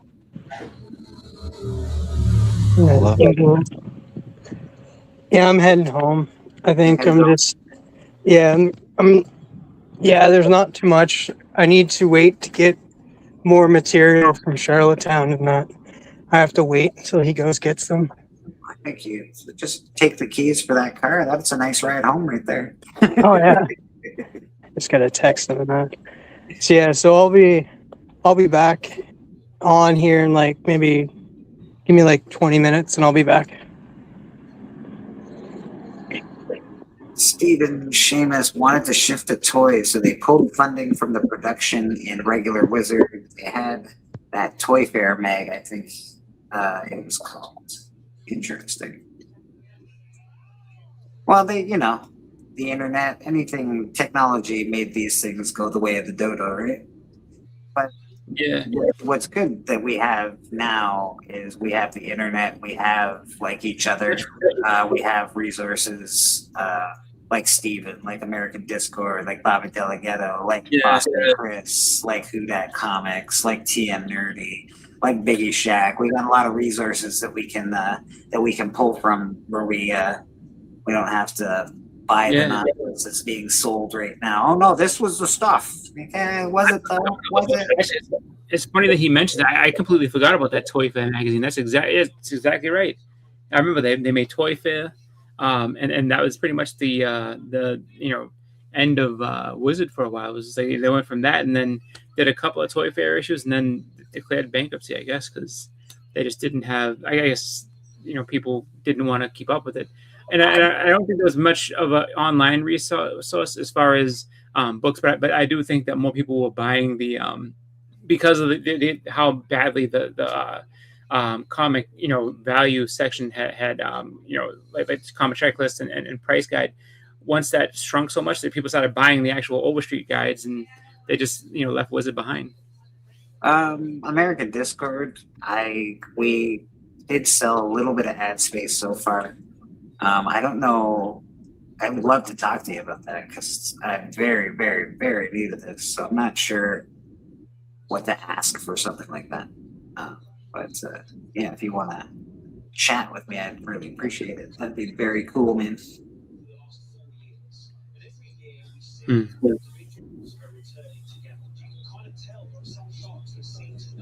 Seamus brothers are venture capitalists in nature, so it was bound to. Yeah, that's true. That's true. I don't know. Everything's sort of bound to end, right? Technology sort of makes things feel. I'm honestly surprised to see any magazine when I walk into a store. I walk into 7-Eleven, there's still a magazine spot. I walk into there's a spot in Canada called the Shoppers Drug Mart. They carry magazines and books and home and garden and all that stuff. But I'm shocked to even still see magazines in stores just because the internet exists. Comics are forever, sir. Yes, they are. Yes, they are. I think they will be. Even if they stop being physical media at some point with the big companies, I don't think they'll ever stop with Kickstarter people or people that have their own ideas. I think people like that medium quite a bit. I'm sure eventually it'll change. They'll be able to stick a comic right in your head at some point in time. They'll just flash it in there from a UV drive or something. But we'll see what happens. I always thought that, back in the early 90s that video games were going to phase out comic books, but they're still here. Yeah. We just have video games too. They are starting. I think like they'll always be around, and they'll just be new things that also get incorporated with them. Yeah, I guess that. I'm waiting for a Harry Potter comic book, like you open the pages and they move while you're reading it. I'm down. You know what I mean? They're going to do something. Hopefully they'll figure something in. That's what if you watch that movie Big, that's what Josh Baskin was working on. It's like an interactive video game comic book. Whereas if you want the guy to steal third, you just press this button. It's just like it was funny. I was just like, but people have been talking about like that. Wow. If you can get, so they have technology that does, what's the stuff in Star Wars where, you're talking to the Emperor all the time, hologram. They have hologram like that. And they have AI. I'm sure they could make your comics move at this point and tell the story at the same time, so you didn't have to read them. And you just it's like watching a mini movie, but it's like your comic book. I don't know. Yeah. I've thought about it probably too much. If you really want to think about it, I think I've thought about this far too often, but it's gonna happen sometime. Gaming absolutely crushed comics. We all watched it in real time. Year 4 at Image. In many ways, Heroes Reborn happened because of video games. People pull money from one thing to another. Absolutely, video games are a huge part of the future. Even still, they're a huge part of the future. A local creator here has QR codes that bring the pages to life on your phone. See, that's what I'm talking about. Because I know young people don't love to read. I'm not, like even now I'm like, I don't know. Do I want to read that? But if it was an interactive thing where things were moving and pages came to life, it would be pretty cool. It would be pretty damn cool. I think that is the way of the future, or at least the near future, is what Callie's talking about here. So, like having the physical media and then also being able to do the QR code and see the comic book come to life. I think that is a fantastic thing. It's something that I've thought about quite a bit, obviously. Entropy, how you doing, brother? Good to see you. Of course, now I'm giving away too many ideas, and somebody from Image or Marvel's going to see this, and they're going to be like, "That's what we're doing." Screw you, Bleaker.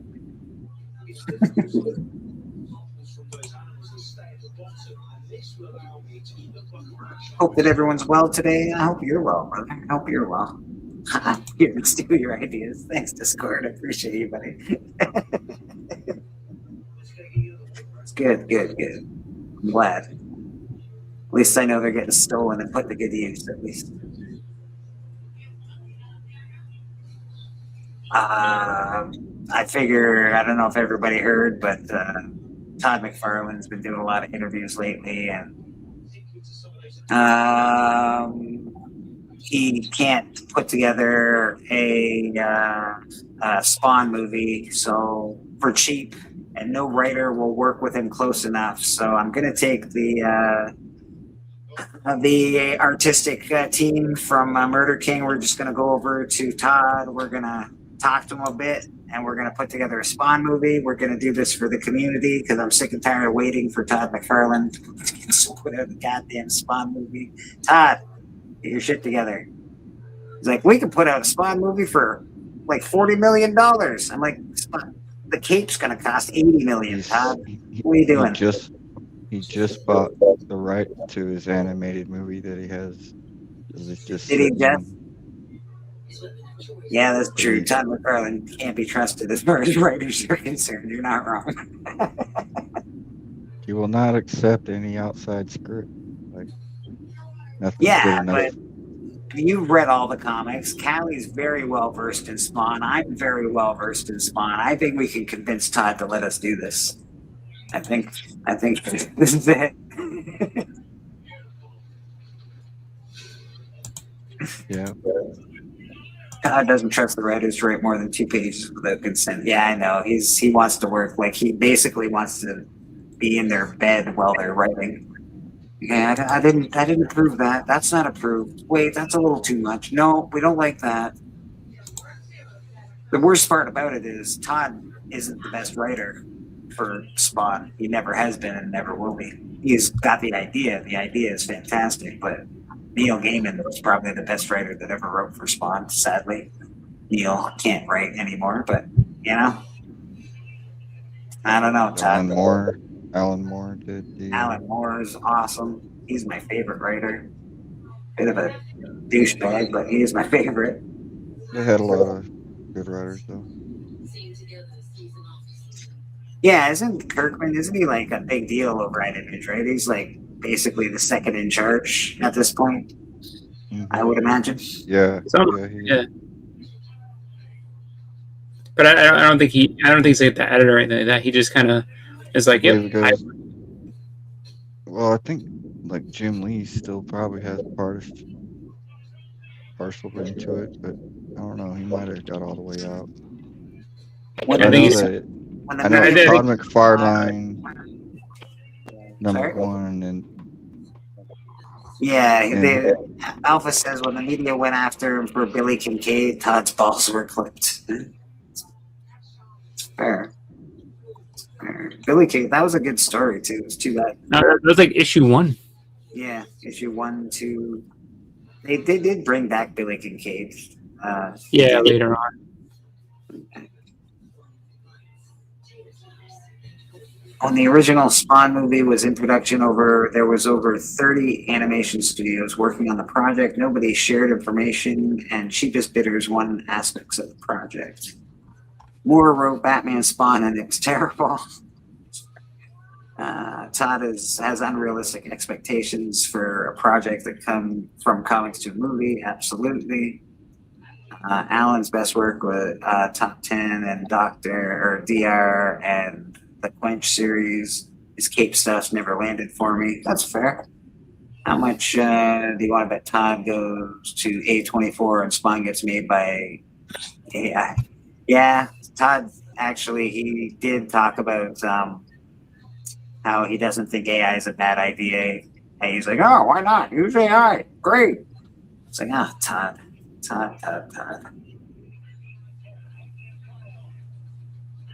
yeah, he did. He caught fire for that.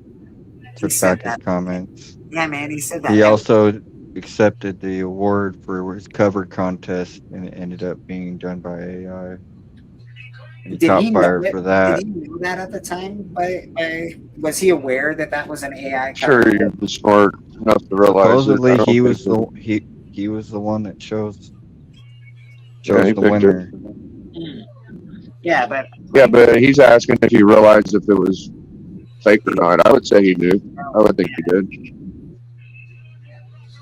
I mean, he would have a trained enough eye to be able to see it. Like, that's not look right. You would think, but then you can do a lot of stuff with those computers, like those drawing tablets and stuff. You can do a lot of stuff. It's not AI, but I don't know. People called it out before the finals, and he still chose it. That's terrible, man. You live long enough to see yourself become the villain, Todd McFarlane. I'm sorry, buddy. You're really he's a little money hungry, man. I'm a staunch supporter, and I always have been, and I'm losing some faith in old Toddy boy. The Todd fathers make my heart sore. Yeah, I mean, he's got plenty of money too. I mean, just the stuff that he does from his toys alone should be enough to, sustain him through. Well, yeah, and I don't even think he really cares too much about money. Obviously, he cares enough to, take care of it. I think he cares quite a bit. Probably next to Jim Lee is probably one of the richest in the comic industry. It's got to be, right? He has to be. No, that would make sense. That would make sense that Scott would bring it up, because it's like, dude, you're taking my job away. Fuck that. Like, I mean, I don't know why any artist, especially established artist, wouldn't be like completely against that. But yeah, you can't do that. Well, I think honestly, for him, his opinion might be AI is cool because now he produces his own comic and he could just use it, right? Like, I don't know. So maybe he's just being honest. Yeah, you don't give a shit about other people's jobs, It's like you're either good enough or you ain't kind of deal. No, that's true. It's for an artist, for somebody who came up in the industry like that, to say that AI is fine. I don't know why it puts a bad taste in my mouth. I mean, they had computer graphics back when you started too, so like, what the hell, That's true. And it is a tool. I understand why you would think a tool would be cool to use, as it is. It is cool to use. But doing it as far as selling art is concerned, I inherently feel that it's a wrong thing to do.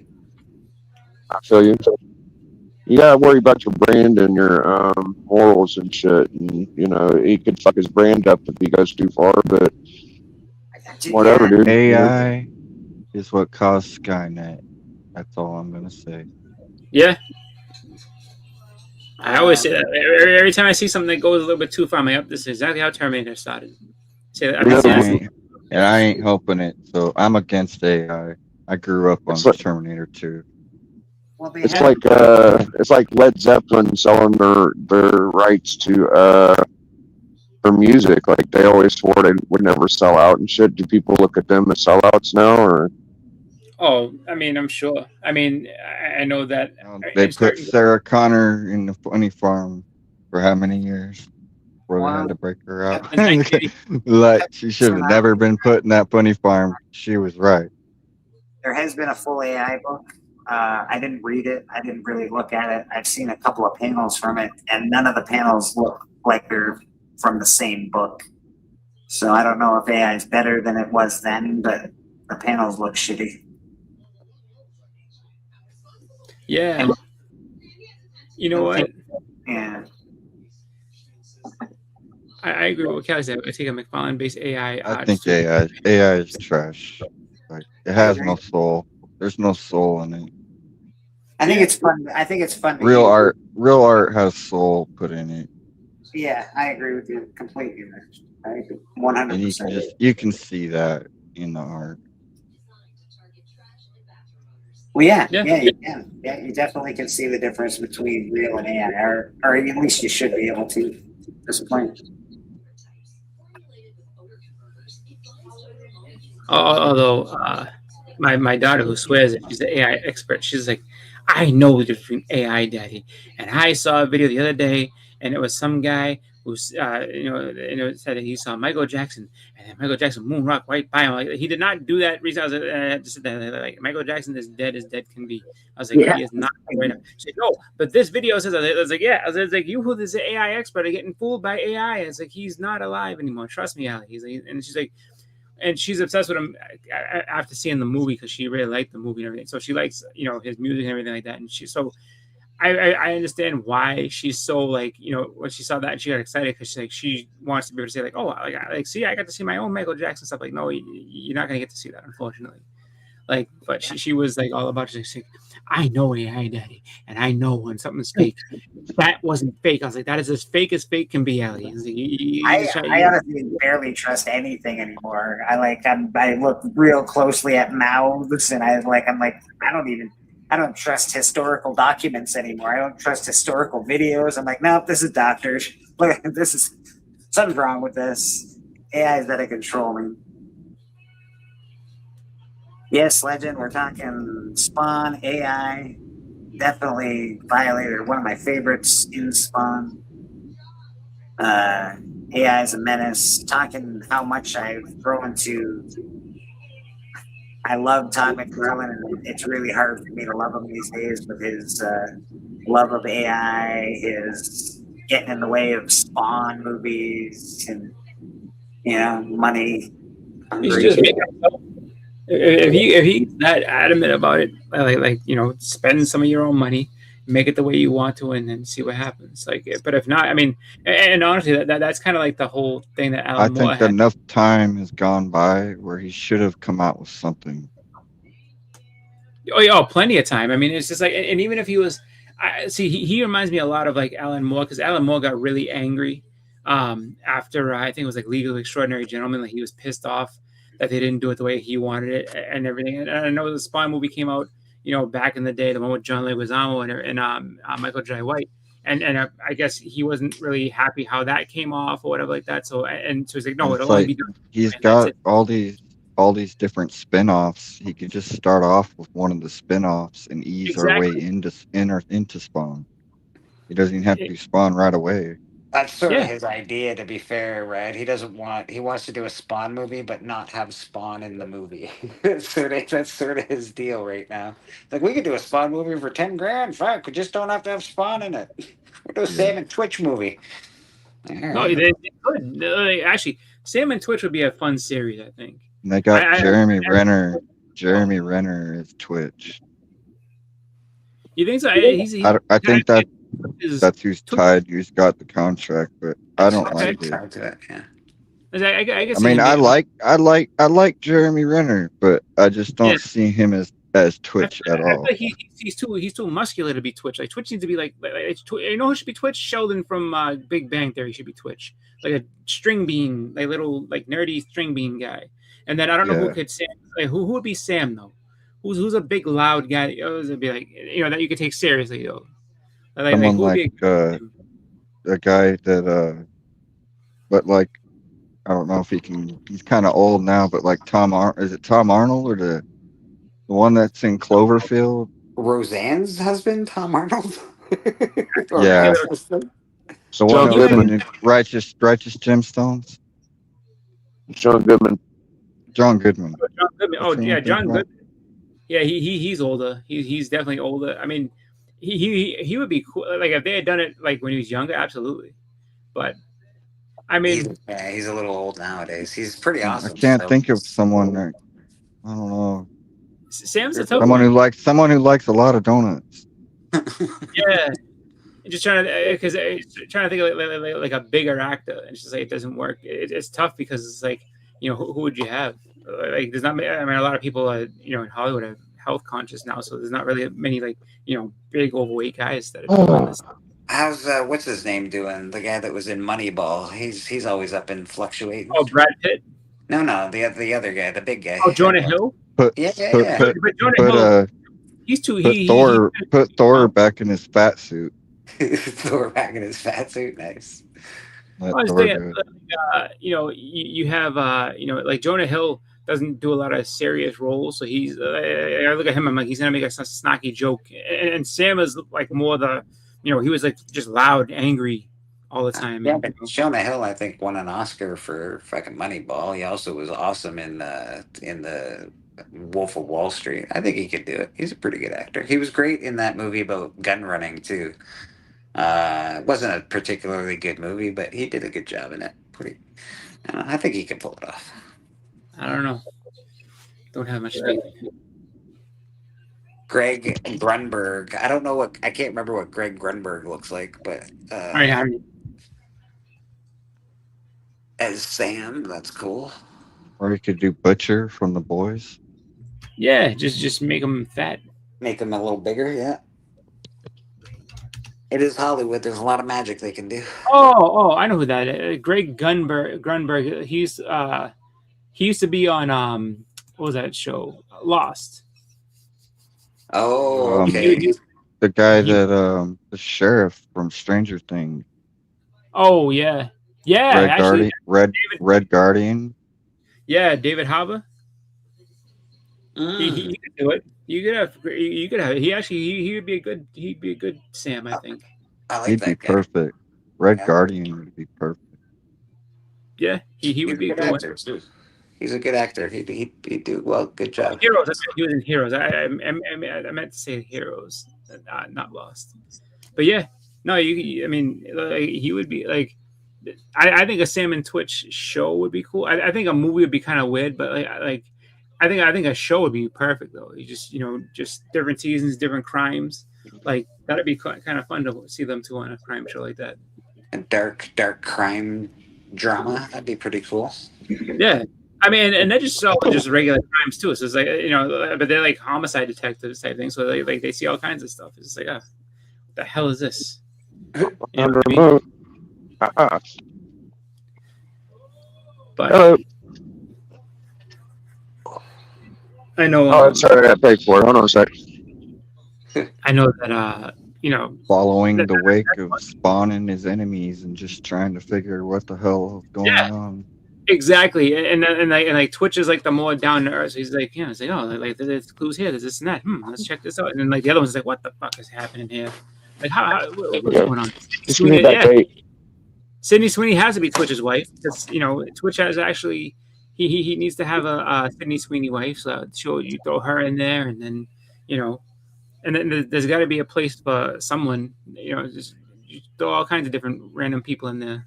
I want Danny to Eventually, after 2 or 3 seasons, it culminates into an awesome Spawn movie. Damn right. I think we got this time. They need to put it on Apple TV. Apple TV Something like that, is the best show.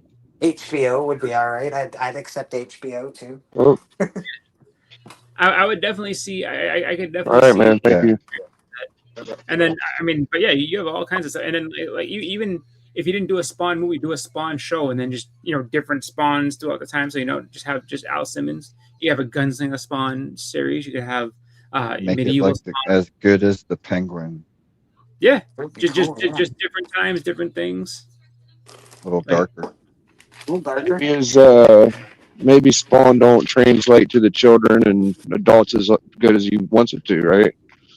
Like, I don't know. Yeah, Maybe change your character around if it ain't working for you. Spawn's definitely been, I guess, more of an adult character, I think. Yeah, he's never been. Kind of hard to sell the a character that is that fucking dark for a cartoon to anybody, right? The cartoon is really They, well they received. did though. it. They I did think it on it's one of the HBO. best things he ever did. Yeah, it was it was a late night HBO spot. And so it's like but that nowadays You look at like, it from a fucking someone that's broadcasting television, though. They're gonna look at that and be like, "Oh yeah, fucking children and hell, perfect. Works Yeah, work. but- That's good shit." you It's also definitely not for Spawn's not for kids. Yeah. yeah, but now you have like Invincible's streams on Amazon. All you gotta do is just put on a streaming service and you'll be fine.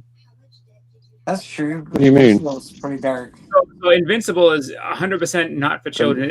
It's a Yeah, but it ain't as bad as Spawn. That's way different than fucking Spawn. It's not. You're right though, Big. you're Like right, the you're big the big company, the big streaming companies, they're gonna want Yeah, something that's more accessible yeah. I mean, for a wider range of audience. At least something PG-13. I mean, it's a Yeah. little bit of a fucking problem, Spawn you know. could do at an least. animation in PG-13 style. yeah, An I mean, animation. I think Right, same reason we But don't see it Hellboy wouldn't- it wouldn't- cartoons. I don't think it'd be as successful as if it was rated R or mature. And they might go to, I don't think Todd will do it any other way. I don't think No, they'll do he PG-13. wants it to be I can't think of the right format or position to put him in off the top of my head. Like, we put him on Netflix, Disney. Like, he ain't gonna be on Disney. It ain't name brand enough. I wouldn't think. No, it's not a Disney product. It would have to be Signed on, with like, Blumhouse, Yeah. and Blumhouse would sell out to different streaming services when it yeah, came out. like, so So he could do it that way. He could definitely put on like Amazon and maybe like a few other places like that, Paramount or whatever. But As long as, as, long and- as he doesn't put it and on the according- Sci-Fi Channel or whatever, like he's got to put it on something good. And this is assuming that we ever get something. I don't think we ever will, but well, I wonder if he's kind of get like the George Lucas thing, where it's like this thing's worth a whole bunch of money, and I it just hold comes on. out, and it's Yeah. just like the remake of The Crow. oh, There'll that would be such so an upset. bad. There'll be such an upset. Like the fan I- base would get Yeah. uproar, man. I wonder Right. if I think the Crow remake is maybe the worst comic book movie. I haven't even seen that yet. I think it's maybe the worst comic book movie. Mm. You know Damn. what I wonder? I wonder though, is it's like if he's got that situation where it's just like, I can talk about making this thing and everything like that and try to get somebody interested and then maybe sell that out to somebody else to do so you can just get like a big cash influx at once. But because That, that's sounds, gonna that sounds like to something get- Todd would do, Chris. That really does sound like. well, that's 'cause what I Todd- think. He's gonna end up getting old and it's like, all right, I'm either gonna get old and die and then whoever's in charge of He image will needs be to able just do let his character go and stop being such a hard ass, man. He's got too many demands and too much creative control, and he just got to let it go, man. It's a cool character. I kind of, what makes me wonder about it is that, like, if part of the problem is that, like, it's still ongoing. So, I mean, if he ever ends it, then absolutely, so he can end it and then, sell it and then go from there. But I just wonder if he's just sitting there thinking about it from that point of view. It's like, this thing's going to be worth way more money if I just keep holding out and being difficult. And then as I get older, I can sit there and be like, okay, well, before I die, I'll sell it out to this. And then just, cash out and make all kinds of money. Alpha's got a point. Donnie McBride pitched the Dreadnoughts movie to the studio. The studio said they couldn't afford to do an offshoot, G.I. Joe or nothing. So they're doing the G.I. Joe movie that he also pitched. Well, yeah, exactly, and that's the thing because I guarantee you for that they're like, well, we can't make as much money off the Dreadnoughts. Like, I mean, no one cares about the Dreadnoughts, but like, Exactly. but we can definitely go ahead and make a GI Joe movie and introduce the Dreadnoughts alongside of it, and then more money. So, I they're always trying to think about like that. Where it's just like how can we maximize the profit that we get from all this? That's so funny. He fucking pushed a Dreadnoughts movie. He just went in and he's like, you know, fuck the rest of G.I. Joes. We'll just do the Dreadnoughts. Dreadnoughts Well, are no, awesome. Let's because do like this. the dreadnoughts are all just. I mean, the dreadnoughts are basically something that you could cast all the same people that he's friends with in as characters in the movie. So it's just like, you know, it's like the same movie he's always kind of been in, where it's like, yeah, it'll be like funny and violent and That guy might be the funniest person on screen in our He's era, funny. and Yeah, he's people they sleep on that guy, man. He's fucking funny. It's good, man. yeah, he like the stuff he can say with a straight face and not just bust out laughing is too like I don't understand like when he's sitting there talking in was it Pineapple Express, he's like, yeah, he's like dude, you shave your armpits? He's like, yeah, I shave my armpits. Makes me aerodynamic when I fight. And he Dude, said, that how do you not just bust out laughing? the time that was lost, or whatever the hell it was, Will Ferrell, that was such a good one too. Oh yeah, yeah. Yeah. Yeah, man. McBride, he's great. But I like the idea that it was also mentioned. It's the same thing for Spawn, right? Can a studio afford to do an offshoot of a Spawn, or are they just going to go for the big title? Nobody knows who's besides us. Nobody knows who Sam and Twitch are. Nobody knows who any of these other characters are. They know who Spawn is, though. But you know what though? I think a Sam and Twitch kind of.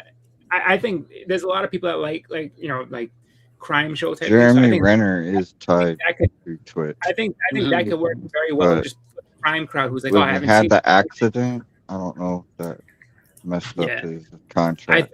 I think a Sam and Twitch could work. Not so much that you have to know who the characters are. I just think that people like crime shows. It's like, oh, like if you make a good crime show, people will watch that all day. Yeah. But the thing is that like you know, when it comes to I think the biggest problem that you have is Todd himself. Like Todd himself is able to sit there and just be like, nope, it's either the exact way I want it or we're not doing it. And so you just wait until they come with a big enough number, and you be like, well, I guess we can make it. Yeah, it's fine. One of them Saudi princes offers him $1 billion, so he'll sell it. Yeah. He'll get rid of it. Yeah. Todd, I said it for the past little while. Todd, the only reason we don't have a movie is because of Todd. Todd's his own problem. Todd is his own. It's all Todd. It's, you know, he won't get out of the way. A 20-year-old YouTuber can make a blockbuster movie. Yeah. Todd can do it. Come on, Todd. Yeah. Oh, absolutely. You know, it's just like when you think about it too, it's like I remember when they first, I guess, approached J.K. Rowling, like the deal that she made initially, just because she was again holding on, like, I'm not letting you make these movies unless it's going to come out the way I want it. And so like she was able to, like, the first movie she had full creative control. I think it was like the first like 2 or 3, like they were like, you know, it's all about this, and then they had to kind of like talk her down after a couple of them, because like there was I think it was like the not the Chamber of Secrets, the Goblet of Fire, I think it was. Yeah. Like in Order of the Phoenix, it was like, look, these are going to be 5-hour movies. We can't do this the way you want it. Like, we have to chop these down because they're way too long. And so she was like, okay, fine. But like, but it was like one of those deals where it's just like they nagged her, and then she finally like went ahead and did it. And now the woman has a license to print money. I mean, she's just like, Harry Potter. What? The script for the Spawn movie is titled King Spawn. Yeah. There you go. So I guess they're going off the King Spawn comic. I would assume.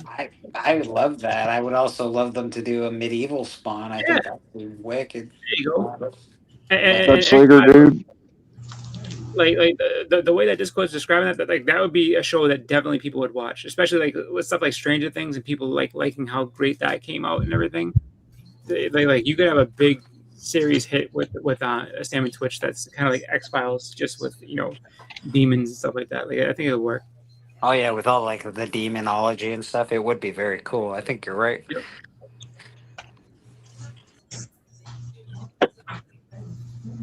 Yeah.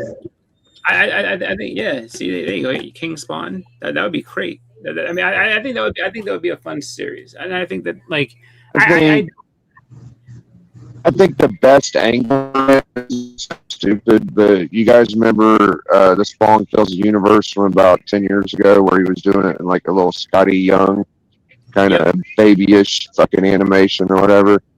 I think if he did it like more childlike or whatever, he might be able to get like an angle on that with like a bigger app or whatever. Yeah, it is. It is definitely. That's definitely a problem for that character. It's always been, right. It's such an adult character that companies sort of tend to stay away from it. They don't know if they can make money off it. It's sort of niche in a way. Like not everybody likes that kind of violence or demonology or whatever. Todd said he wants to get Gunslinger put on the screen. That'd be awesome. I like Gunslinger. I think that would look good on cinema. What did you want to say, Tim? I don't think we need to like. I think Spawn can work with R-rated because we've had other projects work so well with an R rating and stuff. You're gonna get the Spawn fans there regardless, and there because they're like the Spawn. If everybody that's picking up Spawn comics are go to that movie, because Spawn comics are like they sell very well, and it's not just the regular main Spawn. It's like the other offshoot Spawns as well are selling well. So I think it could do well as an R-rated, especially from Blumhouse. It doesn't even Yeah, have they to do be adult. I'm R-rated. just saying like cartoon version. That's all I'm saying. I think they should go back to like the MTV kind of style that they did, because that was M for mature on TV. This On is M- what American Discord was talking about. It's like they might go Curse of the Spawn route with the Sam and Twitch. Yeah, that's what they've always said, that they want to have like a Sam, like, and people that know Sam and Twitch, like, it's not a bad idea. Like, Sam and Twitch are pretty freaking awesome. Yeah, it is. It is a cool idea. It is a cool idea. I don't know if The production as heck, because like you're going with Sam and Twitch, and there's very little showing Spawn like in the shadows and stuff. That'll save you a whole lot of money. yes, if you don't have to do Spawn's Cape, you've just saved $1 million. You're good. And they can still do like, you see how good Clayface looks, and that like, and his visual effects, because that's visual effects right there with him sliding down his face and then it going across his face, or it like literally he has to cut his eye open and stuff. Like they can do good CGI and visual effects for less than that, because that movie's only for 40 million. That's true. That's true. Is it 40? AI is cheaper, so maybe that's why Todd McFarlane's fucking backing it, because he won't look like a hypocrite later, right? Yeah. He's like, I don't know. AI is good. Let's just get more AI. Make this movie for $10. I mean, Marvel's using AI, dude. I think they are. They're saying Doomsday is going to have a lot of AI in it. Like, and I some of the reviews I've watched, they've said it's That's more not good AI for than Marvel. art. That's not good for Marvel. It's not good. I'm just saying that's the road they're taking. It seems like. Yeah, That's, which you know. a lot of people aren't going to want to work with them now and stuff, because they're just like, well, if you're just going to use AI, like how far are you going to go with the AI? You can end up using it for certain characters and stuff. Like there's going to be some people that won't work for Marvel because of that. Marvel's video game commercials were AI immediately. Yeah. True. Yeah, Marvel. Disney Yeah, I think Disney Scarlett have to- Johansson definitely will sue him. I think that's what Their her shit whole again. thing was. Yeah. Yeah.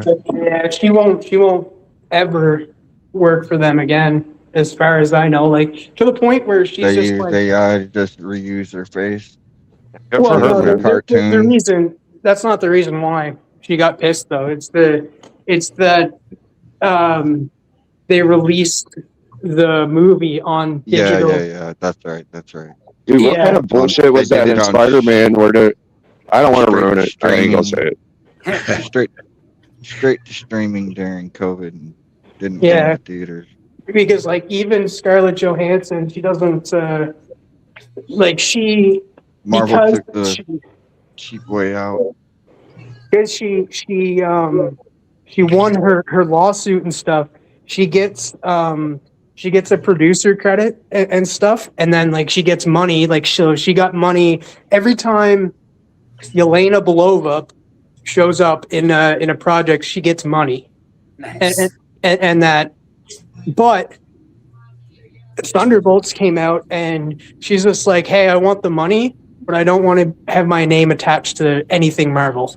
So she got them to remove her name from the producer credit on that movie. So like she doesn't want to have any association with Marvel anymore at all.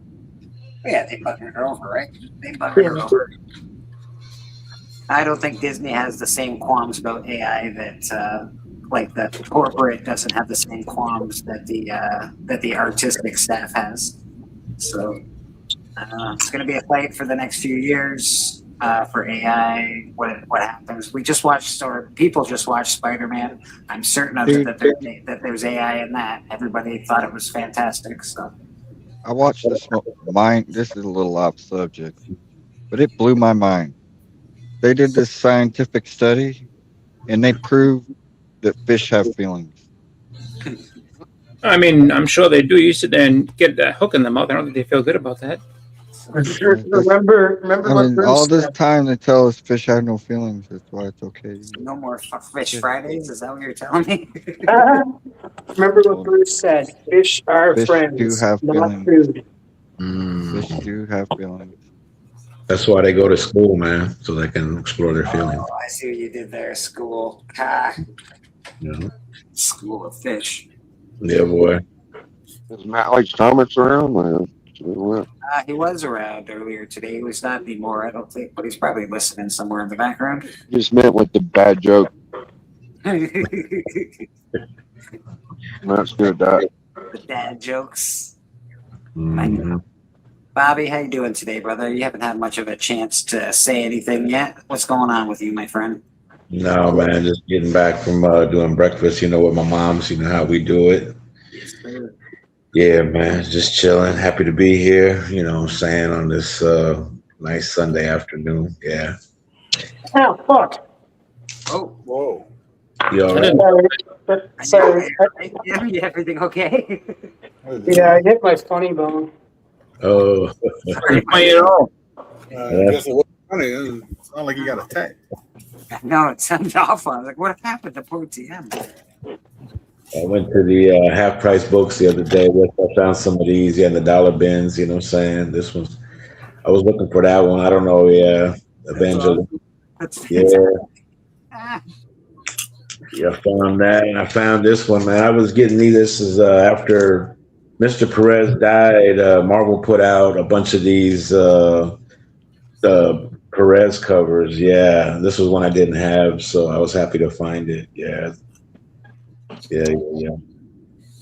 Usually, they're just simple one character drawings. Yeah, these ones here, these were in the 50-cent bin. Yeah, I've snapped up some good ones. Yeah, sweetheart deals. You get lucky with this kind of stuff, dude. You're getting all these cool things for like 50 cents and $1. Sometimes you got to dig around, man. Yeah, when you see them, these were in the 50-cent. Yeah, these Doom Patrols. They had some of those. Oh wait, put that back up. I wasn't looking. Oh, it was that newer series. Oh yeah. It's still a good series though. I really liked it. Yeah, it was good, man. Yeah, I met the writer and the artist. Those nice dudes. Yeah, so I picked those up. And X Avengers. Yeah, this was recently on the stand for, what I'm saying, and I found it for 50 cents. So I'm like, yeah, I'll check it out. Yeah. X-Vengers? X-Vengers, yeah. There's a great variant cover for that it has Moonstar. Oh, she's on the cover there. Yeah, but that's yeah. Well, Scarlet Witch action. Yeah, and Deathstroke Annual #2. I'm also hoping she comes back too. Elizabeth Olsen. I hope she comes back in Vision Quest. That's written by Phil Hessner, and he's like a regular around here, so hopefully I'll get him to sign that. I didn't realize she was related to the Olsen twins until you told me, and then it clicked. I'm like, oh my god. That's the youngest. I realized as soon as he said it, I'm like, oh yeah, she looks just like him. That makes sense. Yep. She's the youngest sister. Yeah, they're 40 and she's 37. Oh, the rebirth stuff. They had all, like the whole run of this in the 50-cent bin. Yeah, I got like the first 4, man. Yeah, I picked them. But they had like they had most of them there. Yeah. Rebirth went over like bad crap, buddy. Yeah. If I'm not mistaken, is there Olsen brother as well? No, I don't think so. You no, don't think so? no. Oh, Did you all right. read Rebirth, TM? Did you like Rebirth? There's certain things like I'm reading Green Lantern Rebirth, and it's really good. There is a few rebirths. I also did read Flash Rebirth, which was really good. It's like Rebirth is like they're bringing back the old and stuff. So like with Green Lantern, it's bringing back Hal Jordan. With the That's cool. Flash, it's bringing back Barry Allen and that. So Nice. What is happening here? Dastardly and Muttley. Yeah, those old Hanna-Barbera cartoons, you know, those. Definitely. oh, that's cool. Yeah. Yeah, that's cool. I like that. At work. He's the one that was like, Yeah, there you go. exactly. Titans. Yeah, Nick Dastardly did the wacky races. He was like, Muttley, put the oil slick down. And then he said, Yeah, that's all he would do is like laugh with like the hissing kind of laugh. That This cover is cool, man. I have, it's like well, they were doing Tales of the Teen Titans, like the reprint ones, but there's a Brian Boland cover. Yeah, I didn't know, but I like the oh way man, they. it looks so good. Look at that. Like it's what Speedy. It looks like no, that's Kid Flash. Yeah, Kid Flash, Beast Boy, Nightwing, Starfire, and then it looks like Trigon. Yeah, Trigon. You see, Starfire's hair looks like it's Trigon's mustache. Kid Flash has got two sets of eyes. Yeah, like Trigon. Yeah, at the bottom. Yeah. But Brian Boland cover newsstand. That's cool. I have to keep an eye out for that. Brian Boland's awesome. Yes. Oh, I love the Year of the Villain stuff. I did get into this stuff pretty heavy. 50 Cent, man. And what's that? Michael Turner. Yeah, 50 Cent cover on the There you Justice go, League. Brad. Nice. Yeah. Pinnacle. So you said you got these half price books? Yeah, and the clearance, they got like a 50 cent. They got 3 different ones here in KC, man. And Not many. yeah, they got 3 different half price. But this was the best one out in it's off of Warnell. But the one in Olathe, man, they're expensive. Like they don't have a 50 cent. Theirs are $2 in the clearance. I'm like, man, yeah, they were awful high. I don't have half price books. Everywhere I go is full price books. Here we go, full price books. Like a newsstand, Mr. Bobby. Simple. What's that? That looked like a newsstand, that Green Lantern, wasn't it? Yeah, that's what I got. It was cool. It's a cool cover and a newsstand. Yeah. Beautiful stuff. Beautiful stuff. 50 cents, man. Like you gotta look around. I'm looking around. I don't see anything. Not me You gotta either. be on the hunt, man. You gotta keep your nose on the grind. Yeah. I look around and find stuff. That's a fact. Oh, we lost somebody. I think it was Biggie. Yeah. Yep, Biggie's back. Oh, bigger.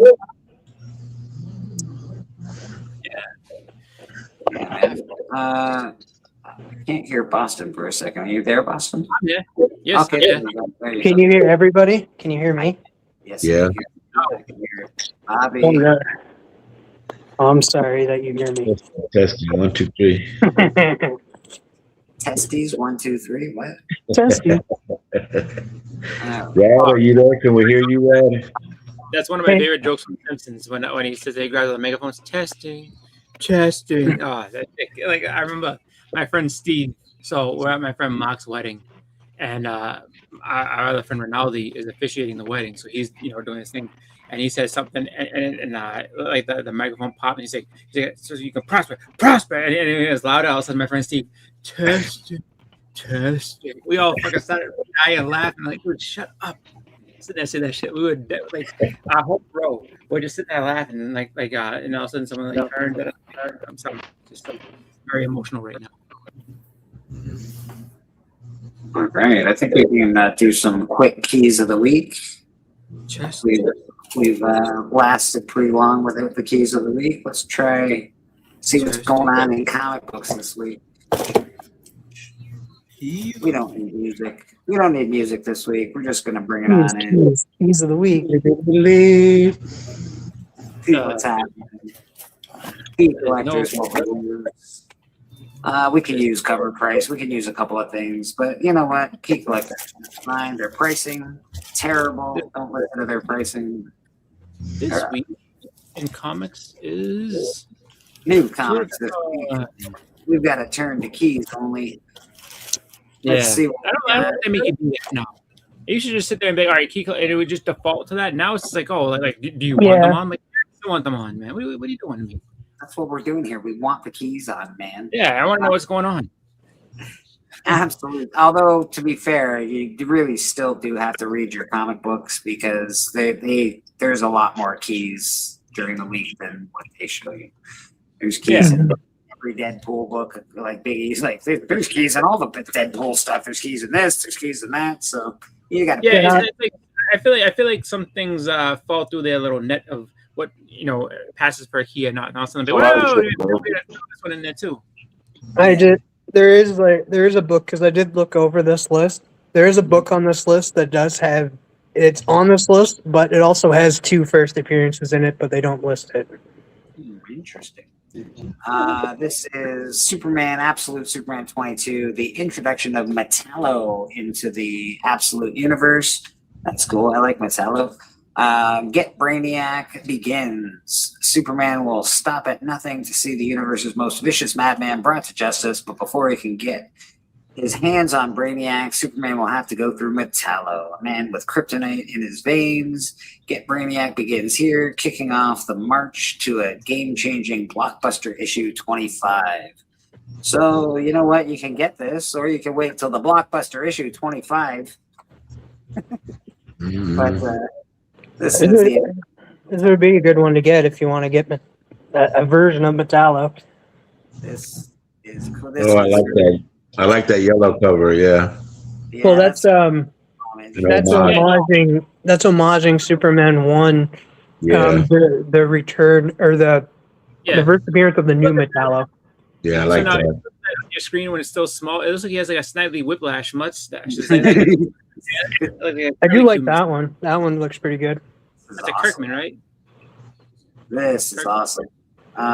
This is Tyler Kirkman. Yeah, that makes sense. That I would buy. That's a great image of Superman.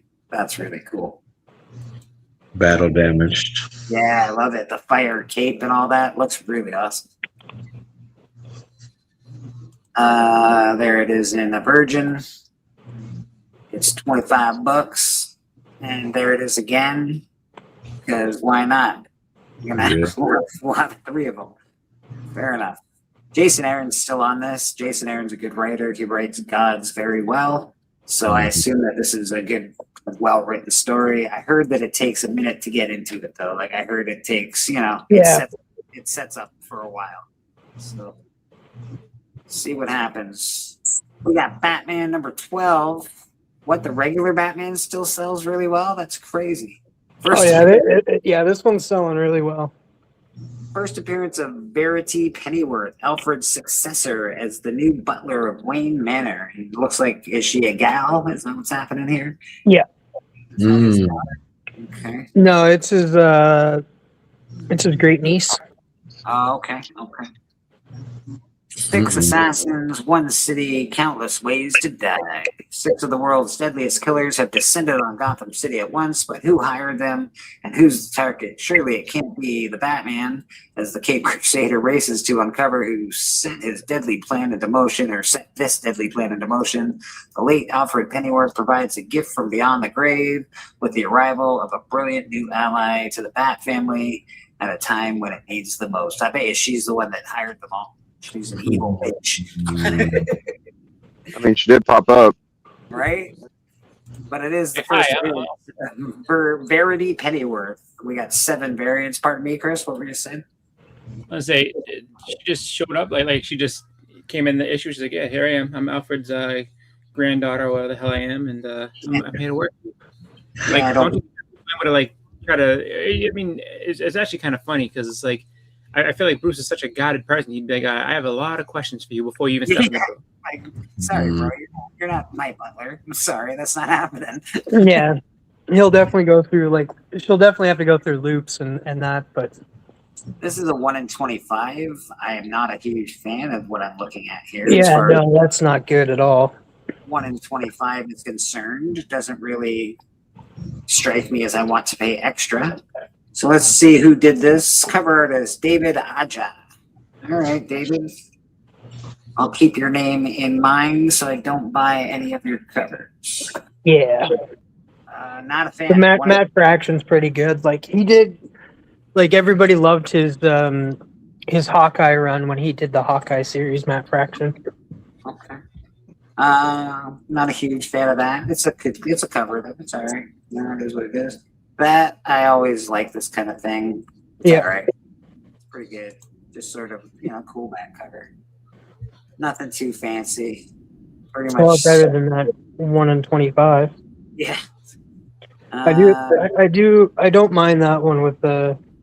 This one here. Yeah, I think that's, and it's weird too because I'm pretty sure that's Sweeney Boo, and she's a hit or miss for me. It's got a sort of a kid's like the Littlest Prince or whatever. It's got that kind of vibe to it. The design cover and the version of the cover. I will say, if you're watching a certain show, you guys already have this on your pull list because we told you guys about it months ago. Yeah, guys, get your shit together. That's Batman number 12. Hey, Skeletor, my buddy. Masters of the Universe, Genesis number 1. 12-issue series, Skeletor's ruthless quest to seize Castle Grayskull again and conquer Eternia. He definitely has a one-track mind when it comes to that. She's like, I need this. He sought to become the true master of the universe. Okay. And Skeletor always seems to, I don't know why he doesn't kind of try to be like, you know what? All right, instead of Castle Grayskull, we gotta try something different for a while and see if that works because this Grayskull thing is not happening. It's not working. But this out. It hasn't worked out for 30 years. I don't know what's going on. Yeah, he's a pretty basic villain. Pretty basic. He's just like, I want Castle Grayskull. I like him though. I do too. He's one of my faves. He's a good villain. Some of the best villains are basic. Not too many variants for this. I thought that Buddy played him really well. I thought the jokes were good for Skeletor. Like Skeletor he's supposed to not be funny. You're supposed to laugh because he's too powerful, and if you don't laugh, he'll strike you down or something. I thought it was good. I thought he did a good job. Pretty typical Spider-Man covers. Yeah. I don't like giving him credit because I don't like him, but yeah, I have to agree with you. Pretty typical Skeletor covers. There's your toy cover. That's cool. I had that toy. It was awesome. Yep. I guess this is probably the coolest one. Mm-hmm. As far as art, and pretty awesome. Trapjaw, Beastman. You got who's that guy again? That's the Triclops. Yeah. Triclops. Kaboom. Yes, and then Got a laser eye. Evil Lynn back there. And we've got cover artist Lee Bermejo, however you want to pronounce his name. Yeah, he's very good. No wonder I like this cover. Makes sense. I like Lee Bermejo. He's pretty awesome. So that's the cover I would choose if I was going to get this Master of the Universe book.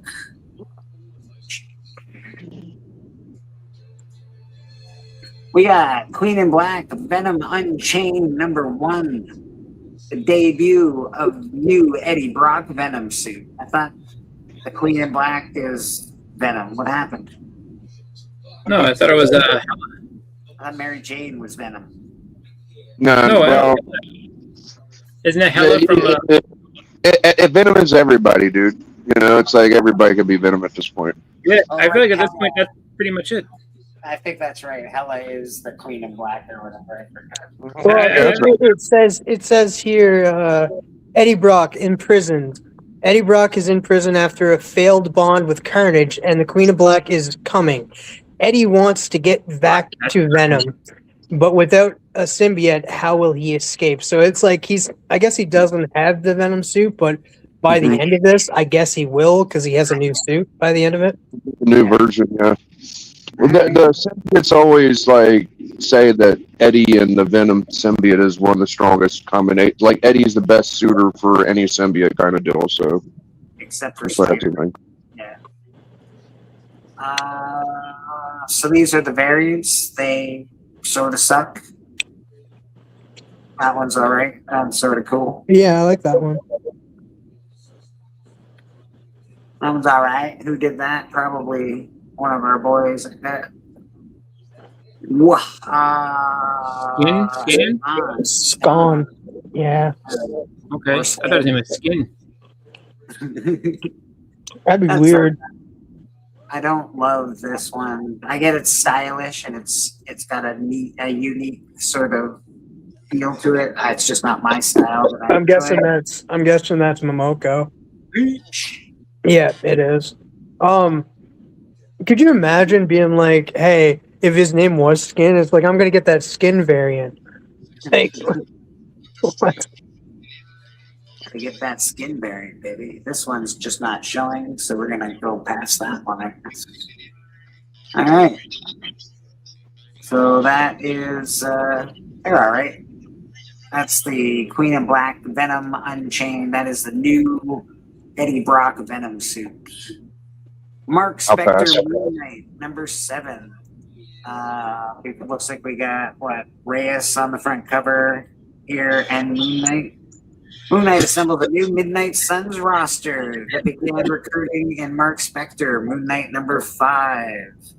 House Hunter, Jed McKay, and Dead Malia, blah, blah, blah, blah, continue to see their senses shattering in a fan-favorite saga as the Midnight Suns make their presence known with Moon Knight's closest allies, the Midnight Mission, ensnared in the gullet of an interdimensional relative of their living headquarters. Jesus.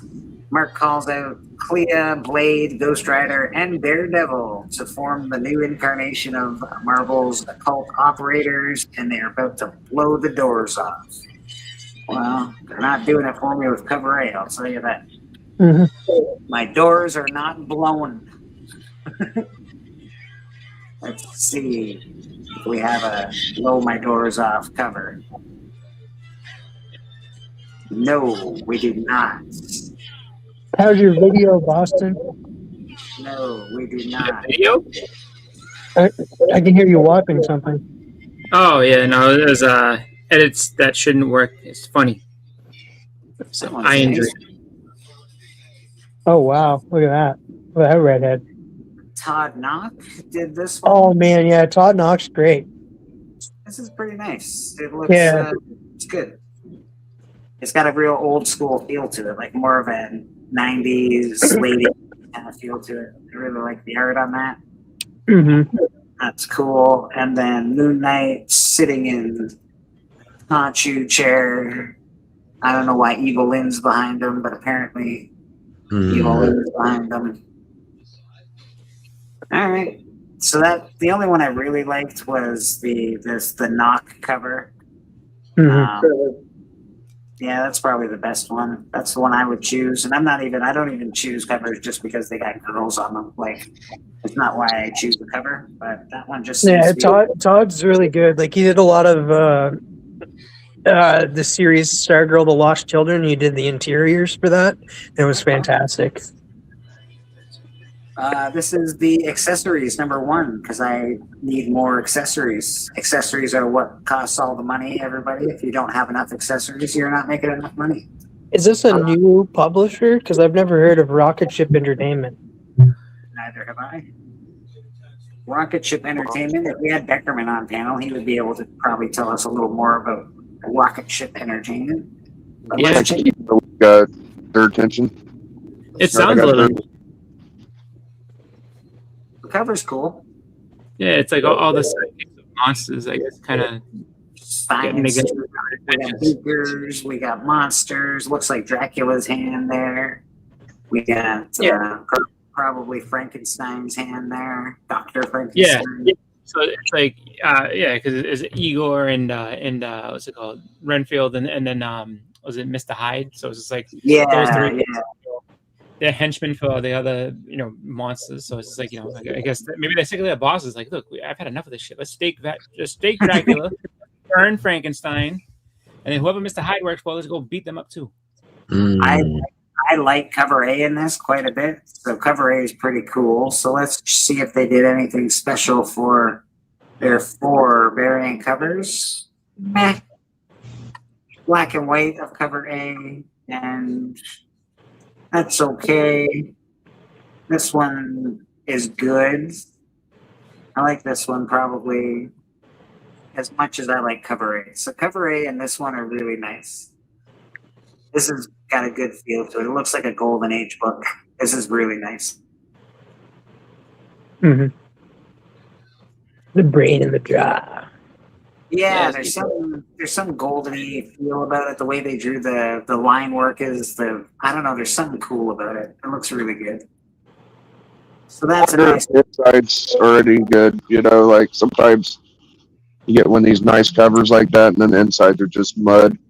Yeah. Especially from like a wishy-washy company and shit. I don't know. We'll see. Yeah, that's curious as well. So this is the accessories. Cover A is very nice. And yeah, that should be the art inside from the cover A. That would be great. It would be cool if it was. Can you like skim through the description, see if there's any recognizable writers and whatnot?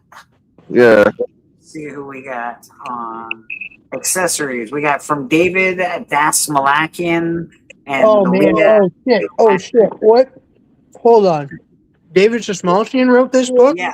You should all buy this book. David Dasmalchian's the guy that played Polka Dot Man. He's the guy that played in Late Night with the Devil. Like he's an actor, but like he's a comic lover too. So maybe this is his company. Yeah, maybe it is. Like I highly recommend this book now. Apparently in the book it's about Igor Renfield and Mrs. Hyde, longtime horror sidekicks who rebel against their infamous masters, escape into the world, and form an unlikely alliance while being hunted by villagers, monster hunters, and their vengeful former employers. Yeah, and you know what happens? And this wouldn't happen if they just gave him a dental plan. So I do love cover A. It's really cool, and let's see what it just looks like. It says it's a variant, so it's not like it's just a variant. I'm sorry. I'm curious who who actually draws the series. I guess like the Polka Dot Man is. It just goes down. Like so, artist is Patra Pizzalonga. Yeah. Okay. Piazza Lunga. Yeah. Yeah. Cover artist is Matthew Seaborn on this particular, the cool cover that I really like. Like that cover there is awesome. So go back to the A cover and see if that artist is the same artist that does the interiors. Yeah, sure. I would imagine it's the same artist that does the interiors. Maybe. So. But yeah, David Dasmalchian, fantastic character. He was also in the new One Piece show. He plays number 3. Yeah, well, let me just see what that is. I think if you click on view series instead of the variant. Oh, right. Yeah, no, it's just I love number 3 that he played in One Piece. One Piece is great. It doesn't tell me. Sorry. I'm guessing it's the same then. Yeah, if you're not showing you. It's the same book. It's just got a different cover. Well, it says cool, the cover artist for that one is a guy named Lucas Kettner. So was it? So it's a different one. So Patrick Piazza Lunga, that's how you say his name. His art may look different than what the cover shows. So, I wish Beckerman was here for this book. Beckerman said he liked this book. So, Chachu or Chachu? No, it's Chachu. Chachu. Before you left, I thought a Looks Canadian. like Look, Give me some of that Layla chachi. leaves her life in Canada for California to reconnect with her estranged uncle, a semi-retired private investigator, and together they embark on a road trip to find his missing wife while confronting their own coming-of-age struggles. Her uncle's coming of age? That's weird. Regrets, fractured family ties, and a neo-noir mystery. There you go. It looks Canadian like girl. Chew style art, though. That's what I'm wondering. It looks like it has something to do with Chew. Does have cool art. Oh, you know what? That could be it. Maybe they connected the Chew. They call it that just to throw everybody off. Yeah, detective too. Yep. Oh, like the Chew story. Right. I'm not really digging any of the covers too much. They're okay. That one's neat. The person that does the art inside is the same as cover one. All right, so cover A is the art that you would expect, I guess, to see on the inside. Yeah, I don't really dig too many of these covers. It sounds like it's written for television, which is fine, but it just sounds like it's going to be on I don't know, HBO Max any minute. So we'll see it when it comes on TV, I guess, because I don't think I'll be picking that up.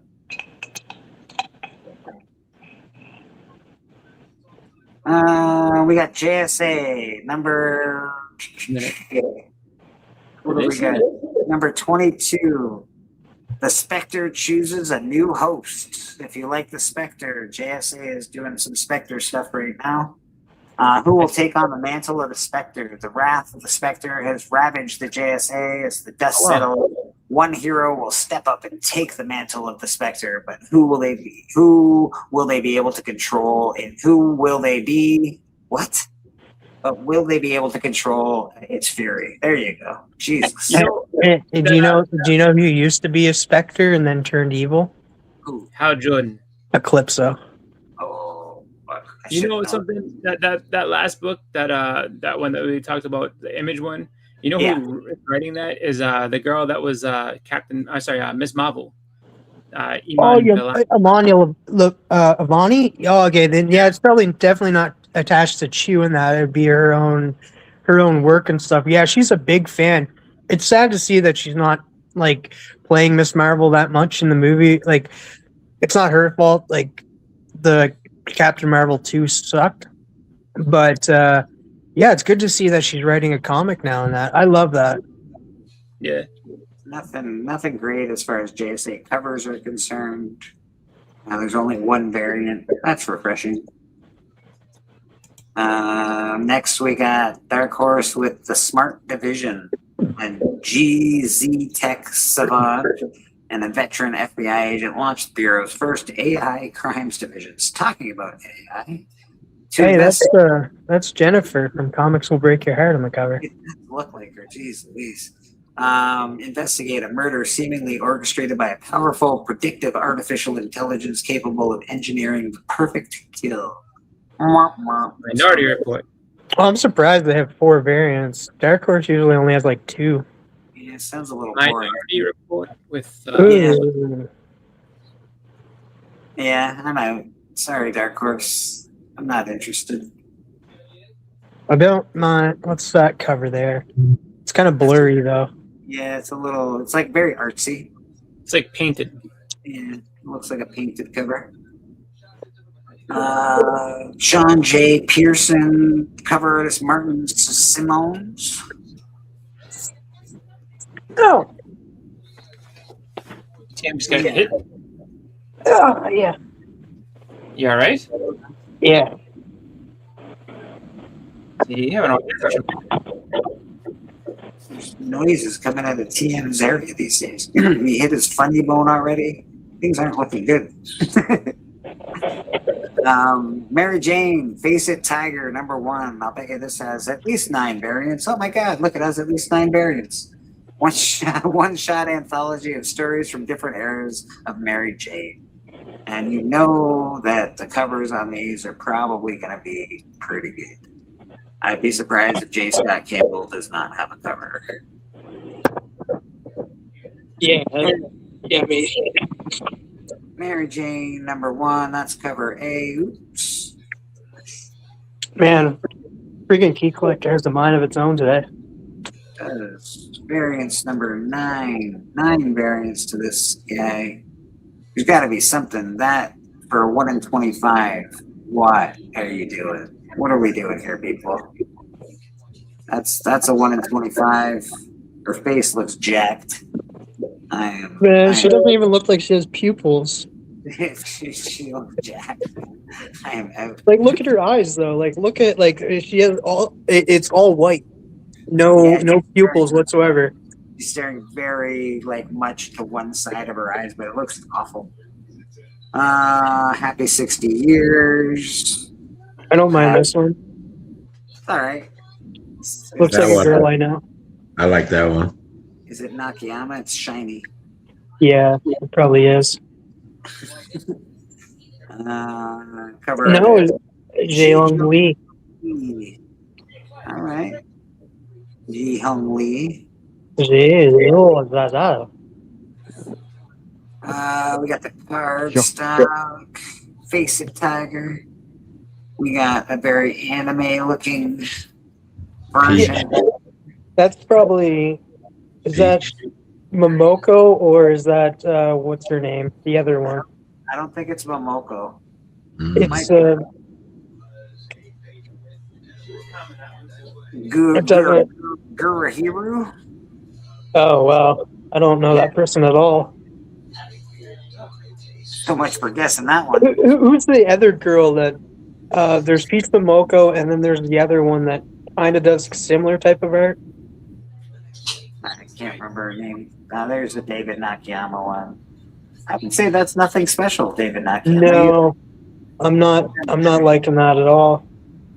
It's fine. It's just he's done so much better stuff. We got the Happy 60. We got the 50. I like the art in this because it's comic booky, but her face looks jacked. Oh yeah, so that one you can only get off of his web store. Yeah, well, he can keep it. I I like this one. Though. This one's... I do like it, and you know why I like it? The curls. Like, look at those curls. Like, I don't know why. I'm like in a curl mood lately and stuff. Everything. Yom. Oh, right. Yom. All right. Yom. You I got me. love those curls, man. Keep the curls coming, guys. She looks more like Wonder Woman with all those muscles, but I just want to know her workout plan. That's all I want to know. Yeah. Because never had abs like that. I'm just Jesus Christ. yeah, she looks pretty ripped for Mary Jane. But I'll take it. It's fine. Mary Jane can have a workout plan. I'll freaking stop eating right now if I can get like that. Huh? Fort Psycho. All right, this is up my alley. Let's see what Fort Psycho is talking about. This is all still new books. This is after a disastrous mission to stop the terrorist group responsible for sinking Singapore into the Pacific Ocean. A disgraced team of elite covert operatives is imprisoned inside their former island headquarters, now known as Fort Psycho, where buried secrets, betrayals, and the truth behind the catastrophic operation begin to surface. Only one cover. So this is the only variant. Or this might be the only variant that's a key. So there's probably other covers, but this is a key variant for some reason. Let's see why, who drew it, what do we got? Kyle Starks. Oh, Kyle Starks was great. Okay. So there are other covers for this book, like lots. There's 1, 2, 3, 4, Okay. 5, 6, 7, 8, 9, 10, 11, 12. That's a lot. I'm going to show this one because it's a can of sardines. That's pretty awesome. I don't know about that one. There's like another cover. It's like an older cover. I forget what book it's for, but like it literally just has a Campbell's soup on the cover, and I'm like, nah, that's stupid. Fish have feelings, man. This is a good cover. This is nice. Black and white. Yeah, there's a lot of detail in that. We got Louis LaRosa. on that one. That's a good cover. That's nice. All right, so that's Fort Psycho. That's pretty cool, Fort Psycho. Thank you for your contribution to today's Keys of the Week. Yeah. Yeah, Marvel Token, First Strike #1. The anthology series, within the game just came out. Video game. I think it came out yesterday. This is the book I was talking about. It has 2 first appearances in this book. 2 first appearances of characters that are only in the game. There's supposed to be 20 characters in the game with more to come. No cover that I'd write home about, but if you are a gamer and you like gamer comics, I do know that comic book covers and comic book video game comics sell a lot. They sell a little bit of Marvel versus Capcom kind of feel. Okay. This is gonna definitely sell out like so fast, in my opinion. Like, I'm not a big Power Rangers guy. It's just the fact of what this is about. So it's like the last. He's the last Power Ranger in this. That might be like a cool sort of apocalyptic Power Ranger story, I guess. And it's the reason why I think this will pop off is due to the fact that, like, the guy Jason. Oh man, I'm mad that I can't think of his name. But the guy that plays Tommy Oliver, like, he passed a while back and stuff. Like, so this is definitely gonna fly off the racks. I think this is a really nice looking cover. They're gonna have some good covers. I just think this is a great looking cover. It's just got a lot going on, you know. This is a good cover. I like that. We've got pretty typical Power Ranger stuff. There's like a painted cover. Yeah, 1 of 100. Wow. I don't know why Robin Hood is on the cover. Look, it's Robin Hood. I like that. That's pretty nice. Typical Power Ranger stuff. We got a blank green one for Rev. And then we've got a virgin, or no, maybe just the foil of cover A. Cover A is pretty cool. Another white blank and a green blank. Oh, they're really going all out on this one. Couple of cool covers. Nothing crazy. Cover A is really good. I would just get that one. Or the one that I showed you earlier. We got X-Men of Apocalypse Omega #1. Time put them back here because I don't hear people. Everybody all right? Yes. No. X-Men Apocalypse Omega #1. Deaths everywhere. Where am I? Yes. Finale of X-Men of Apocalypse. Secret reveal, betrayals, deaths, and a shock ending. It will have X-Men fans talking for years. Years, I tell you. Such a shock ending. They only gave it 3 variants.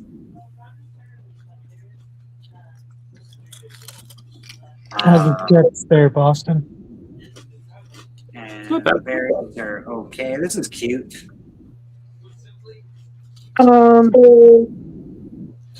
It's cute. It's got all the X's. If it's foil, it would be really cool if like all these were green foil. That would be pretty cool. What else we got? Anything good? Oh, we got a. That's cool. I do like that one.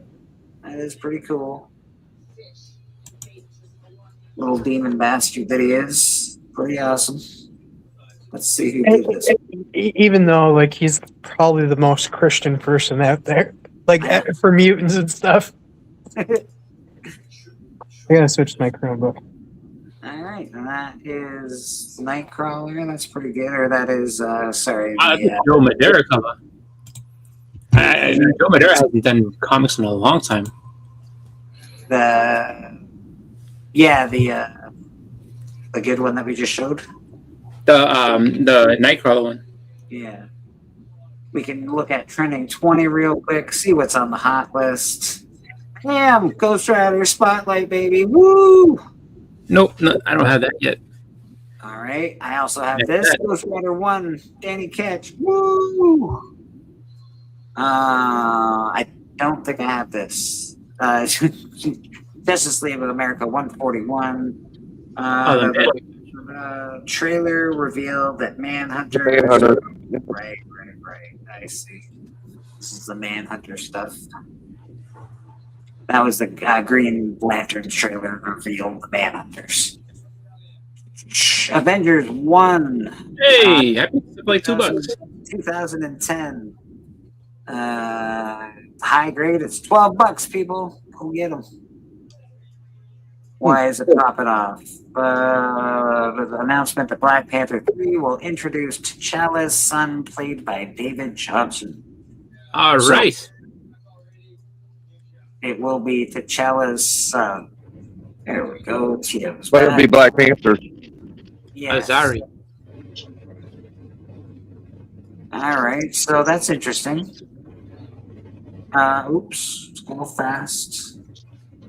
Avengers #1, that's the one we just did. Avengers 6, first full appearance of the next Avengers. Turin, Henry Pym Jr., Francis Martin, James Rogers, all the son of T'Challa, and Storm from an alternate reality. Marvel Age 87, the Ghost Rider cover. This is the 5-page preview of Ghost Rider #1 from 1990, where you get your Danny Ketch. Yeah. Ghost Rider 28, first appearance of Midnight Suns and all that, and first appearance of Caretaker and Lilith and Meat Market, and so that's back on there. Uncanny X-Force #1 from 2010. First appearance of Kid Apocalypse. Interesting. AKA Evan Sabanur. Kid Apocalypse. That's interesting. Terminal #1. Terminal fucking hit the top 20? What the fuck? Yeah. Yeah. Last week, premiere issue going on sale, and promotional copies signed by the creators will be able to Comic-Con. It's a specific copy, okay. Yeah. The Ashcan had jumped up because they're selling the book. Yeah. Ghost Rider #1's popped off. First solo title of Ghost Rider. I still have to get this book. I would love to have that one. We got Ben 10 #1. I think TM's been talking about this for quite a while, actually. Dynamic begins publishing Ben 10, preceded by an Ashcan. Pretty sure this is definitely future spec. It just is. Avengers Annual #10. First appearance of Rogue. First cover appearance of Mystique. People hate it or love it. I do not hate it. I think it's a cool cover. Yeah, it's trending because of all these rumors. That Rogue is cast. They're going to be doing big things with mutants going forward after Secret Wars. Going on with all the mutants after Avengers. Secret Wars is teased by Kevin Feige at San Diego Comic-Con. Amazing Spider-Man 546. This is the one that is called A Brand New Day, even though it has nothing to do with the series or the movie. It's just simply the title of the book. So people are buying it because people are super smart. Well, no, it's because what's it called? Mr. Negative appearance. Yeah, but he doesn't make her like. Yeah. He's not in it, yeah. Yeah, it's just that it literally is just the title of the book. It has nothing to do with the movie besides the title. Bleaker's right. Yeah. Raiders of the Lost Ark #1. First appearance of Indiana Jones in a standard comic book. First appearances in a Marvel magazine. I have it. It's awesome. And Yeah, yes, this is popping off because there's going to be a new Indiana Jones comic series coming. yeah, new I thought the comics. Indiana Jones with him on the cover was the first. I didn't know that one was it. That's interesting. That's the first comic book, like comic sized one. Yeah. Yeah. Hmm. And he is on but the one that I have, the one that The other one I'm talking about, is that like volume 2 or something? No, Well, no, that's no. just a series because this is Raiders of the Lost Ark. So this is just a movie special. Okay. The other one, actual solo title. Oh, I have to bust it out. Y'all know who did this cover right here? Who did this? What, the Iron Man 150? Yeah, y'all know? John Romita Jr. This is Rubina Jr. on the screen. Oh, I can't. My phone's small. Yeah, fucking JR, dude. Like, that's the best JR cover, right? Like, I know Hobgoblin, but shit. So he also gets, I think he also gets credit for doing Demon in a Bottle, which is weird. 'Cause I think that Bob Layton. No shit. Yeah. I thought that was even though that's Bob Layton or something, or Layton. Yeah, there you go. It's such a weird thing that he got the like artist credit on that, but Bob Layton definitely drew that. Damn. This is a great cover. Well, I guess this makes sense for it to be hot. It doesn't make sense that people don't often mention this cover when they talk about Doom covers. This is an amazing Doom cover. Like, Is this did we put this on the list? No, I put 11 on because he revealed his face. This is a different one. I put this on the list before, though, a while ago. They're both really good. But 11 on more recent. Yeah. I got it. This one, I don't think this one made our list this time. It should though. I got a Mexican version of that. Yeah, I got the regular one, but I got the Mexican version. I love it. Yeah. Absolute Batman Arkham #1. This is the whatchamacallit, the annual There you go. origin of Arkham, the Arkham of Absolute Universe, introduction of Deathstroke in full, cameo appearance of the Man Bat bio. So this is a pretty cool book. I read this book and I think it's all cover hype, dude. I know. Then the fucking story was not worth all this hype. Is that the one that won the award? Yes. No, it wasn't. No, the annual did, the one with the supremacists and shit. That's Arkham. Okay. Oh, okay. This is X-Men Annual 14, arguably first appearance of Gambit. Gambit's been shown in the movie trailers. He's coming. He's back. He's there. I would argue that would be the first appearance, considering he shows up in 10 panels. Yeah. You can argue it if you want. A lot of people do. We've argued it a bunch. Because if what is considered a cameo then? Because like a cameo is like one panel, but like if you're in a comic and you're on 10 panels and you're referred to as name multiple times by Storm, and you have dialogue in the book, does that not? It's not that it's not his first appearance, TM. It's that the 266 was supposed to come out first, and even in Annual 14, it says read 266 if you want the story read it previously in 266. So but what one came out? Like, even though if it was supposed to come out first, which one actually should be the first appearance? Because that's the No, thing. but there's another. Go ahead. I'll say it's referencing 266 in there, so it's just like, I mean, people can say all day. So this is one that they always put that in there just to just to start controversy, because you'll have people that either didn't get or can't afford 266, but see, this is the first appearance, so this should be a $200 book. Like, no, it's not. But whether it came out prior to, like, it was supposed to come out before 26 or after 266 and stuff. The fact of the matter that it came out before it, so that would be considered his first appearance, published work, and that, because that would be his first appearance. Because of a clerical error, because of a person making minimum wage made an error and sent those books out, we're gonna go by that, not but by what is when you read it. What's canon? Well, here's my thing. Let me say my one thing. All right.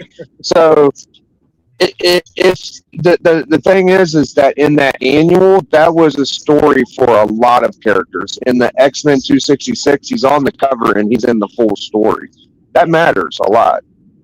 Him being on the cover. It literally says revert back to 266. Like, Yeah, but there's it already characters came out. that show up on a cover in that, and their first appearances aren't into. Like, I'll give you Nate Haywood. Nate Haywood is on the cover of Justice Society of America #1, but his first appearance isn't until 3. Well, Swordmaster and Agent of Atlas is on the Just cover because of they're on one. the cover doesn't mean that their first appearance is in the comic. No, I'm not saying that. It's on the main title and it's a full story though. It's not X-Men 266 ain't an annual that has 30 people in it. It's like him and Storm and fucking 5-6 other. That shouldn't matter. It's a story if he's in there and stuff. It's more focused on him, is my point. Yeah, that shouldn't matter either. And that a lot of characters, then we can go back and take out a lot of first appearances and stuff and be like, well, they weren't the main focus of this book. They're the main focus of this book, so we shouldn't call this one the first appearance. We should call this one because they had more to do in this issue. The market has dictated. We know what the money book is. The community dictated, the market's dictated. We're not going to go back on it now. But No, it's just like there's one. Was it like I mean, you can go back and forth with Ultimate Fallout 4 because you know that's Miles Morales. It's a 40 and World's Fair 1. Yeah, but he World's doesn't. Fair 1 and 40, Hawk 180, Hawk 181. GSX, X-Men 94. It's like, okay, where are we going? 180 makes sense to me because he's only on like one panel, and not in 10 panels. There's people that will argue with you vehemently that that's his first appearance, and I've seen it 100 times. So people, and all it really is people that are trying to sell that book for more money, saying no, this is the first appearance. Because I say it is. Shit, Todd McFarlane said Venom is first appearance is $299. So what are we talking about? Yeah, but he's on. Right. And he says 300, and he said 298. And he's the creator. Look at the first Lex Luthor. Like they fucking say that Action 23 Action 23, 24 is the first whenever he was in Superman 3 or some shit. Yeah. You know, it's like, what can you do? You can't do shit. If they want to make it that way, that's how it goes. We got Absolute Batman on the list. It's been on there forever. There's a cartoon coming. And we've got Queen in Black. I assume it's only this variant because it's a blind bag and this is a hot variant, David Nakayama thing. Yeah, So- there's can you go back up to Absolute Batman? There's like, I forget, there's like a reason why it's on the list. There's Is it because something. of the cartoon? Is it the cartoon that's coming out? No, it's Absolute Batman won the best continuing series on the Eisner Awards, and Absolute Batman Annual took home the award for best single issue of the year. Yeah. So in addition to everything else, it's because they won those Eisner Awards. So it's an award-winning book at this point. So people are like, yeah, I gotta get that. So people are getting more. There's more eyes on it even now. Not that there's already not enough eyes on it. There's even more now. So, Yeah, and that's kind of cool though, just because they're always gonna have that to hold their hat on and everything like that. So it's just like when they come out like omnibuses and stuff like that. Like, they did a good thing with this series to the point where they're gonna be able to sell this over and over and over again to people. That I like it, man. I think they did a great job with it. I think I'm not a huge the series is fine. It's not anything. Oh my god. And trying to grow with it, that it's really cool that I'll say that it's really awesome that like they have it in that way so that they can grow with that series and really get people interested in that whole Should have aggressively found one of those Shonen Jumps I got. That's crazy, aggressively. Good for you, man. he's always had it. He's had it for a while. He hasn't told me till now. I didn't know. Oh, he didn't know that it was worth money. Yeah, I mean, I didn't know he had it. He just now told me. Is what I mean. Yeah. Yeah. And P, how you doing? I like that though. I do think that I almost call it the Ultimate Universe, but yeah, that Absolute Universe, especially the Batman, like having room to grow and to expand is great. So that I'm glad it won, the awards and everything because that helps it grow and continue to be that just to force it, and it helps out comics too. It's like, oh, like, check out this really awesome, series that's, you should be reading if you like, It's just doing wonders for comic books. It's doing wonders for DC right now. It's you can't kick it because it's good. Like you can't kick it because people like it. It's helping the industry. Yeah, and, Yep. and if it continues the success it's going, because of its success, we're getting books like Vixen coming up. We're getting books like The Demon. We're getting books that we hadn't had from DC, and if it continues, then they might even look at they're even bringing back Jonah Hex.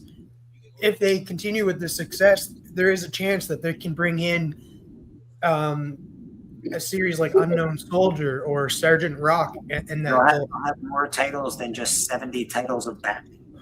Yep. It'll be nice for DC, to be fair, because they have some great characters that they just don't get to use because they're too niche. They're afraid that they won't sell well. exactly.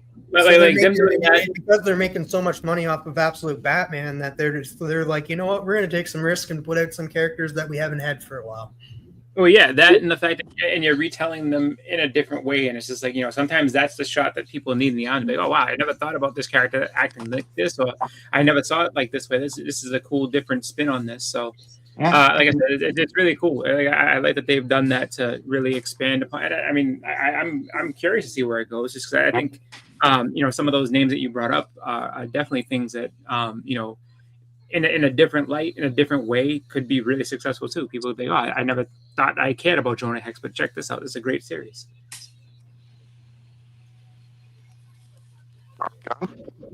I think it's great. I think when you get a chance to do something creatively because you've made enough money to take some risks, I'm all for it, man.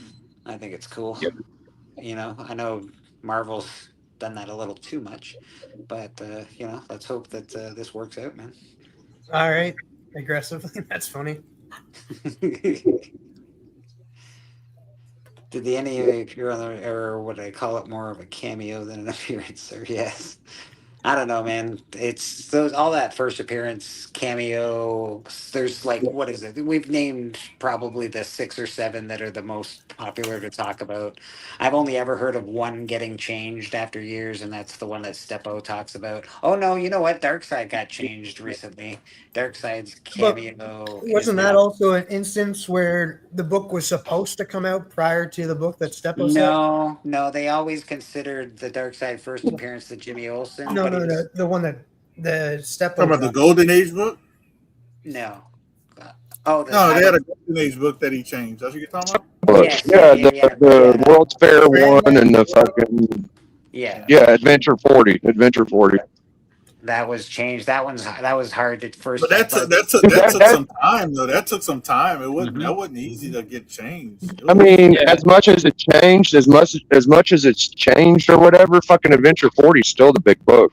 Yeah, I'm about to say, it's still the money book.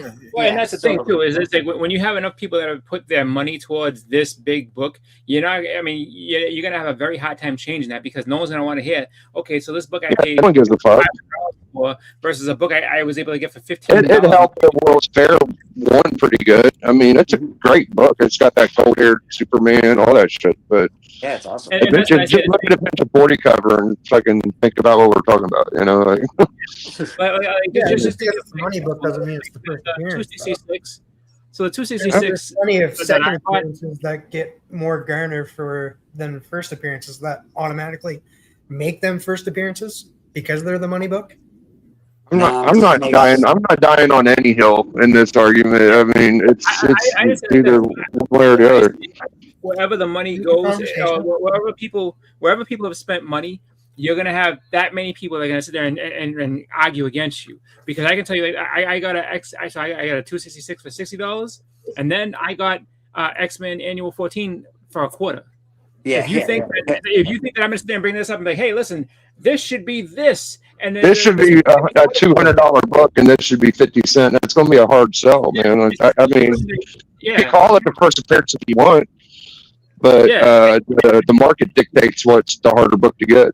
Something like that is like, you're gonna have to sit there. I mean, that's fine. The market can dictate that, but they can't dictate what's the first appearance. They can dictate how much a book is going for, but first appearance is a first appearance in that. Well, but in that same logic, though, the market's going to dictate the price on this book, and they're going to stand firm with, okay, if this book is more expensive, then this is the first appearance. I don't give a shit what anyone else says. Like this one, that shouldn't be it. What's inside the TM's story should be the first appearance, not what's the money book. TM's not arguing something that's not the truth. It's absolutely, it's I hear what you're saying. 100% the truth. So I'm not. I mean, there's a reason why there's cameos and first appearances too. It just doesn't, for some reason. And it doesn't matter for some don't take my things. tone as It's weird. don't take my tone as me yelling at you. I'm saying I'm basically acting out as though someone that was like, I'm acting it out as though someone was saying to say, like, that's the reaction you're gonna get from somebody who paid. I paid $350 for a 9.8. You're gonna tell me that shit's worth a fucking, that should be worth like $25 now because this, hell, like people will riot before they let that happen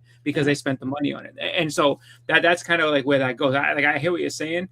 I just know that like when there's money behind it's like if all of a sudden we wake up and we're just like, you know what? The market says that Swamp Thing 1 is like, and this probably won't happen, but to give me an example, the market says Swamp Thing #1 is the highest book now. Now it's selling more than House of Secrets 92. There you go. And that does that automatically now make this the first appearance, Swamp Thing 1, or has it always been House of Secrets 92? Have we? That's different. That's That's not even. That's not the first. That you can argue that in a couple of different ways. I mean, There's bigger books and series that are more expensive than first appearances. Like let's take Marvel Spotlight 5 and Ghost Rider 1, right? It's a similar type thing. It's just one was a couple of stories that was in I kind of as a trial run to see how people would like it, and then they gave it its own series later on. But you'll never get people to go ahead and say, okay, this should be specifically this, because like even if for whatever reason, let's say Ghost Rider 1 overtakes it price wise, still you can use it. You can use that argue this for Ghost Rider, Chris. Ghost Rider 1 in his second appearance. His second appearance is worth less than Ghost Rider 1. Absolutely. Ghost Rider 1 is astronomically more than his second appearance. You can get it. You can find a second appearance for under $100.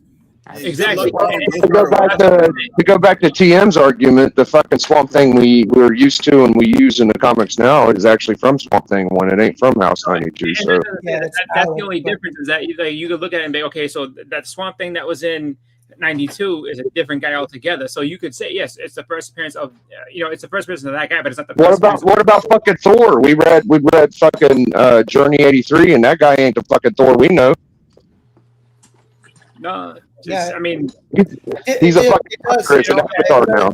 It does get retconned later on, but that's true. Like that is not like the Thor that we know, because this guy is a guy that like literally finds an artifact and like becomes Thor. Completely different, yeah.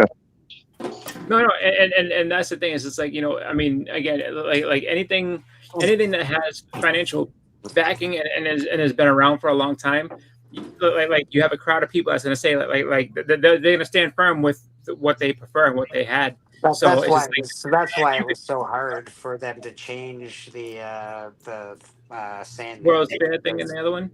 Yeah, it was so heavily because people spend a whole bunch of money, and it's just like because you're affecting people's bottom line at that point. Because it's like, dude, like I paid this much for this book. It's supposed That's why to that Action Comics, what is it, the Lex Luthor first appearance? Yeah, That's never gonna. Me and Biggie talked to them about that before, and it was like, dude, I don't care. You're talking about hundreds of thousands of dollars. And that's the thing. Like I don't really. I don't. Well, So to go back, Beckerman is an amazing human being. I think he's one of the best people I've ever met. And he's just great. And it's so sad that he disagrees with me. I don't understand why he wanted to disagree with such a great, wonderful that he's a good guy. Like people are like, oh, this is and I'm not saying anybody here, but like I'm talking about like in the Lex Luthor thing, like if it's a fact that the first appearance is in a book prior than the one that the people say, but people won't change that because of money, then that's not fact. That's just greed. No, it's not so much greed. You can collapse an entire market that way.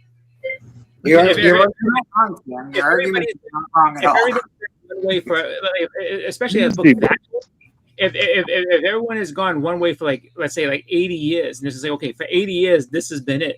and now you're going to go ahead and switch it, like, and say, like, this is it. Like you will absolutely, you can absolutely cripple that market and be like, well, now what do we do? We got to change everything.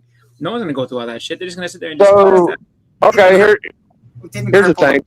That book, Go ahead. though, that was still really expensive. Like the first appearance of Sandman versus the number 40. 40 is still the most, like, more, like, it's expensive as all hell. Didn't change the value of the book. So if we would all decide tomorrow that fucking X-Men Annual 14 was the first Gambit, would we all be happy if the price didn't move? I mean, that'd be fine. If the price didn't move, yeah, go for it. We would just be like, oh, you know what? Second appearance is 266. This is the first, and it's just going to stay where it's at. Yeah, I mean, if it See, I think the guys that would be Annual 14 fans would think that it should flip flop. I think a lot of them would. I think they'd be like, that should be the big book then. they would definitely be banging the drum to make that a more expensive book. But the thing is, though, is just that, I mean, it's been the other way around for, was it almost 40 years? It's like, so you're not going to flip that. The only fucking time I've heard of this happening and working was with X-Men 94 and GSX. Yeah. X-Men 94 was bigger than GSX, and now it's not. That's the only time I've ever heard of this working. It also worked with the first Dark Side as well. It used to be the Jimmy Olsen book, and now it's the Forever People number. Yeah, but the Jimmy stayed more expensive, and it's still Jimmy's still more expensive. Yeah, that didn't change. The 94 and GSX changed. Jimmy's a I think what you're seeing. I think No, the book. I Jimmy just, went I, 34. I just want facts to be facts and stuff. Like if we come along and stuff, and like we don't deal in facts. like if we're reading a book and stuff, and then all of a sudden we come to find out that a certain character shows up the prior issue, like we should name that. I don't care if it goes up in price or not. Like who cares? And that like it's just facts that. Is this the first appearance of a character? Did this character show up prior to the book prior? Yeah. Well, also you can't ignore facts too. If you know for a fact that a mistake happened and something got shipped out when it wasn't supposed to, we can't ignore a fact. We got to keep all facts accountable. If Marvel meant for it to be that way, then we should respect that, I would think, right? Yeah, you gotta keep all the facts. I strongly believe in what Steppo says, and Steppo makes that argument that if it's first on the shelf, it's the first appearance. I get that there's a clerical error. I get that it was a this error and a that error, but it's not a bad argument to say that 14 is technically the first appearance of Gambit. And that's fine, but the other problem that you have with that is that, Sorry, so I had then, something. if Before I went jumped ahead- out, I was gonna say like not even that. Just go back to like the Steppo thing about the Sandman and stuff. It like just because the book doesn't go up in price and that doesn't mean it's not the first appearance. Yes, but then now you have people that are going to rally on that and say, because no one's going to keep them. If you cannot afford one, but you have the other one, so you have the less expensive book, you're going to bang that. You sit there and talk to anybody to get that book to go up. Because look, it's been confirmed it's the first appearance. I want that book to be more expensive. It should be more expensive. Make that book more expensive. It ain't like the people with the smaller book ain't going to say that shit. There's gonna be a lot of guys with a smaller book going around. I'm just gonna be like, you know what? You guys are stupid. I'm gonna go get this cheaper book, which is the actual first appearance, and I'm gonna have the first appearance of this character. And that's fine. So go get it, and then people have hoarded a whole bunch because I can get them for like $1.50, and then now they have like 150 of them. You think the person sitting there with a short box full of that book just because they get it every time they see it isn't gonna make noise and say this should be way more expensive, please, because they went ahead and confirmed that the annual is the real first appearance. Make it more expensive so I can cash out and make $10,000 on this book that I paid a grand total of $4 for to have. Yeah, but those people are just greedy. And that, like, I look at it more of like, hey, can I get this book for cheaper and stuff of a character I like and stuff? I have no plans on like selling it and stuff, but if I can get a book cheaper of a first appearance, I'm gonna grab it and stuff instead of spending. You should enjoy these arguments then. Yeah, you should be like, thank you guys. I'm gonna go get Hulk 180. I'm gonna go get Annual 14. Well, that I disagree with. Like, I think Hulk 180, because he only shows up in like one panel, is a cameo. But he named- shows up. he's He has named- dialogue. He shows up, and he has a name. See that's the thing. They've always said, like, oh, like he's named. He's got dialogue and dialogue, and it has a panel. That's an appearance in my opinion. But I can, that could be it as well. I can see why you would say cameo. It's a one panel appearance. I get it. And then you I'm get someone like so The 182, confused, man. it's a appearance, not a second appearance. It's just he's just in there. You're like, wait, what? Now you got me questioning my own origin. Yeah, I don't know when my first appearance was. Was it 9 months before I was born, or was it when I was born, or was it in that comic I'm in? I don't know. I'll tell you, dude. I'll tell you. 3 weeks prior to when you were born is your first. Everybody's appearance. ultrasound. Everybody's ultrasound is at least a cameo. But then if you have a name, like if your parents know what they're going to call you and they see you in the ultrasound, is that not your first appearance? Because Well, look at fucking Gwenpool's first cover appearance wasn't even in her first appearance, and it was before her first appearance. Mhm. So what do you do with that? yeah, What do you do with that? That's it. It's technically her first appearance in comics, though, right? She's right on the damn cover. No, that's first cover appearance. It's just like what I brought up All earlier. right. Nate Hay, like, because she's not in the comic at all, so it's like inside the comic in that. So first cover appearance in that. Red Thanks. Hulk. Because like if you're going that route, then like oh my god, Red Hulk is horrible. Red Hulk #1, not the first appearance of Red Hulk, even though he's on the It's on cover. the cover. Everyone Right. called it the first appearance of Red Hulk. It's technically yeah. not. So like if you want to go that route, then the first cover appear like then you'd have to be like, oh well, the first appearance in comic is also the cover appearance too. If you're going cover appearance, first appearance and stuff, right? This is an argument. I don't know. We can say there's no consistency anywhere because, like, the Red Hulk obviously points out the Gwenpool thing because Red Hulk is first appearance, like he said, it's not in issue 1, but he's on the cover, and then Gwenpool's on that cover, but they always say it's her first cover appearance. And you're like, hold on. You know what I mean? So there's no consistency. So it is the market dictates what it is. You move on. You pay the money if you want it. If you don't want it, move on. Get something else. Get the book that you think it is and celebrate it. Now it's even more because you can get a cover appearance of a character that hasn't shown up yet, just in a variant, like a spoiler variant. They're like, oh, here's the first cover, even though she's not going to show up for another four books or whatever. What about that? Is a Daredevil?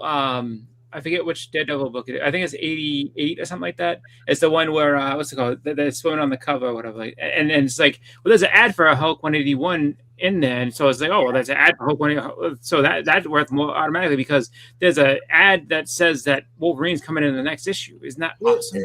There's a great example right there. There's that Thor book that Biggie brought up the other day on Collector Club and added it to the list. That Thor book, a lot of people, and I'm going to even say the person's name because he said it in the chat. Beyond Wednesday says that's the first appearance of Hulk. Is in that Thor book. Wolverine. Yeah. Yeah, Wolverine. Sorry, you're right. Yeah. So that, like, do we agree with that? First of all, Wolverine's in a Boom book anyway, so we all know that. Yeah, there's another thing. Well, that's not comic book. See, they had four different Hulk 181 ads. I don't know which one technically. Apparently that one was the first. Okay, well, that one does garner the most attention. I think that one is the biggest one, I would say, out of the four. So I don't know. A ton of prototype comics as well, like the prototype Black Panther, prototype Conan, prototype. They've got so many prototype comics that are those the first appearances technically? You know, who knows, man. What helps me sleep at night is fucking getting the one that's the hardest to get and calling it a fucking day. I don't care. That's it. That's what you do, and you say fuck it. You know, that's how I do it. It's like get the hardest one you can get. It doesn't automatically mean that it's the first appearance because there's tons of first appearances you can get for like $10 that not a lot of people realize and stuff. And like you guys are all spending tons of money on it, being like, well, this is the hot book and stuff, but then the first appearances are very cheap. And I'm sitting over here with a bunch of first appearances. Well, you guys are going to get the hot books, the ones that are going for the most. We'll have both more than likely, Tim. We'll have both more. Like if you're gonna get the big one, you'll probably get the small one too. I do have 266 and 14. I don't have either of the Wolverines, but as far as the Because there is books that are like people like are like, oh, these are the big books. Like House of Secrets 92 is a big book. It's a big book that I'm after and stuff. But then we go back to the same argument, being like, well, that's not Alec Holland. That's not the one we know. So should we make House of Secrets 92 not that first appearance? Make Swamp Thing 1 the first appearance. Like it's all about, like, the way that I look at it is like, when did the character show up? That's his first appearance. Like if it's a cameo, if it's not like that's how it should be. So apparently Wolverine's first appearance is in Boom 10. There you go. That's what I couldn't think about what food. Yeah, the prototype that was in there. That I mean, it's the same thing with somebody did this thing with the. It was what TM saying. It showed up the Venom suit. Like the Venom suit, somebody drew it. His Spider-Man in this suit and it's red, and that should be. And then Jim Shooter paid him money for that, and then went ahead and used it and changed it. Like, is that the first Venom suit? No, I mean, well, didn't fucking, well, who was it? Bob Kane or one of them? The original Batman was like orange and yellow and red and shit. Like, should we go after that shit? Well, that never got published.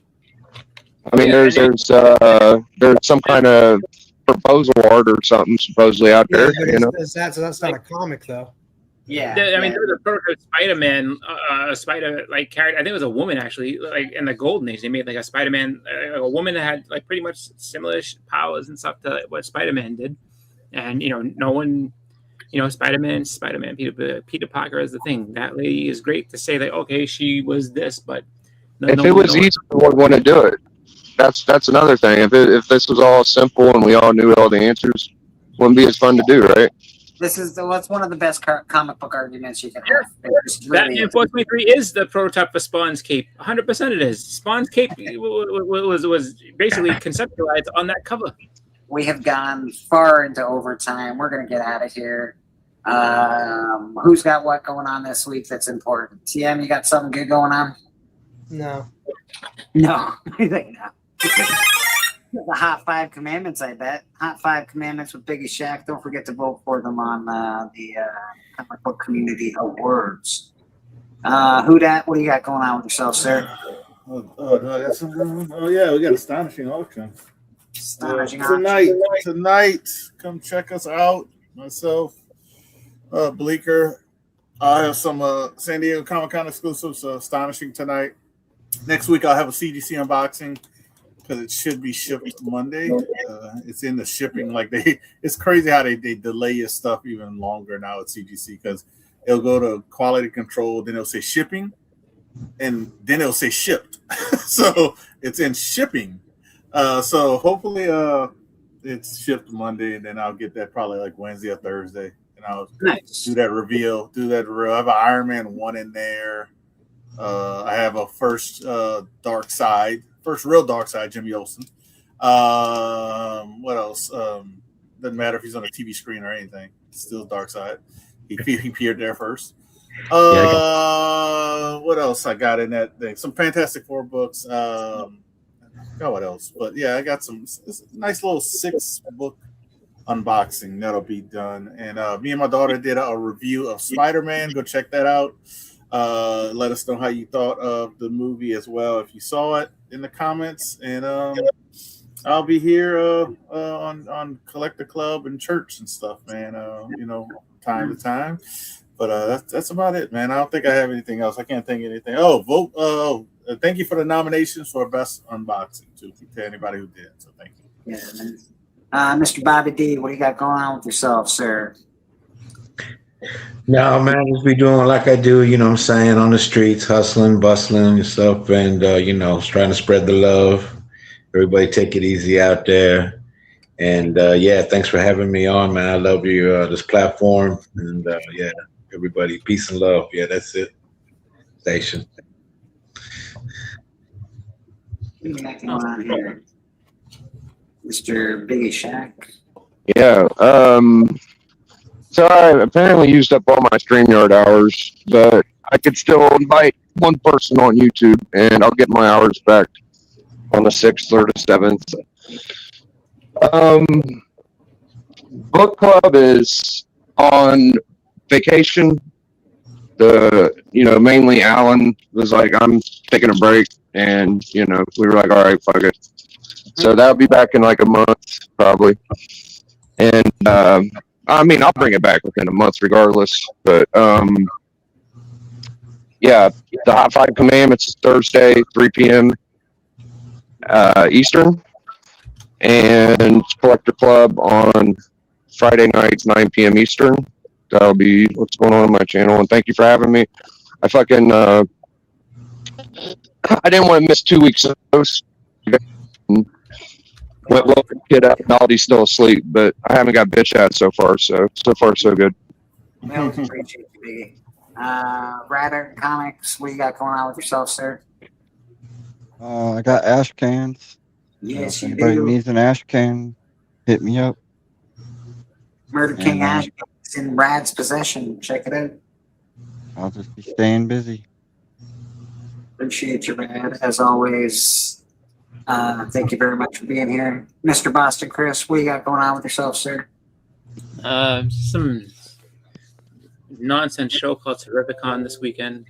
Nice. Go around there and I'll be going to Terrificon on Thursday. So hang out there for the weekend, pick up some good stuff, and I am gonna have to do a show this week, either a show or a video about stuff I'm gonna bring down, try to get signed, and stuff I hope to maybe pick up, see what I'm gonna be hunting, and I don't know, maybe I'll unbox something just because I have time to do it. So, but yeah, I'm looking forward to doing that. Looking forward to kind of getting out there and making a video or two before I go. So I'll probably have those coming up. Probably I would say Tuesday or Wednesday the latest.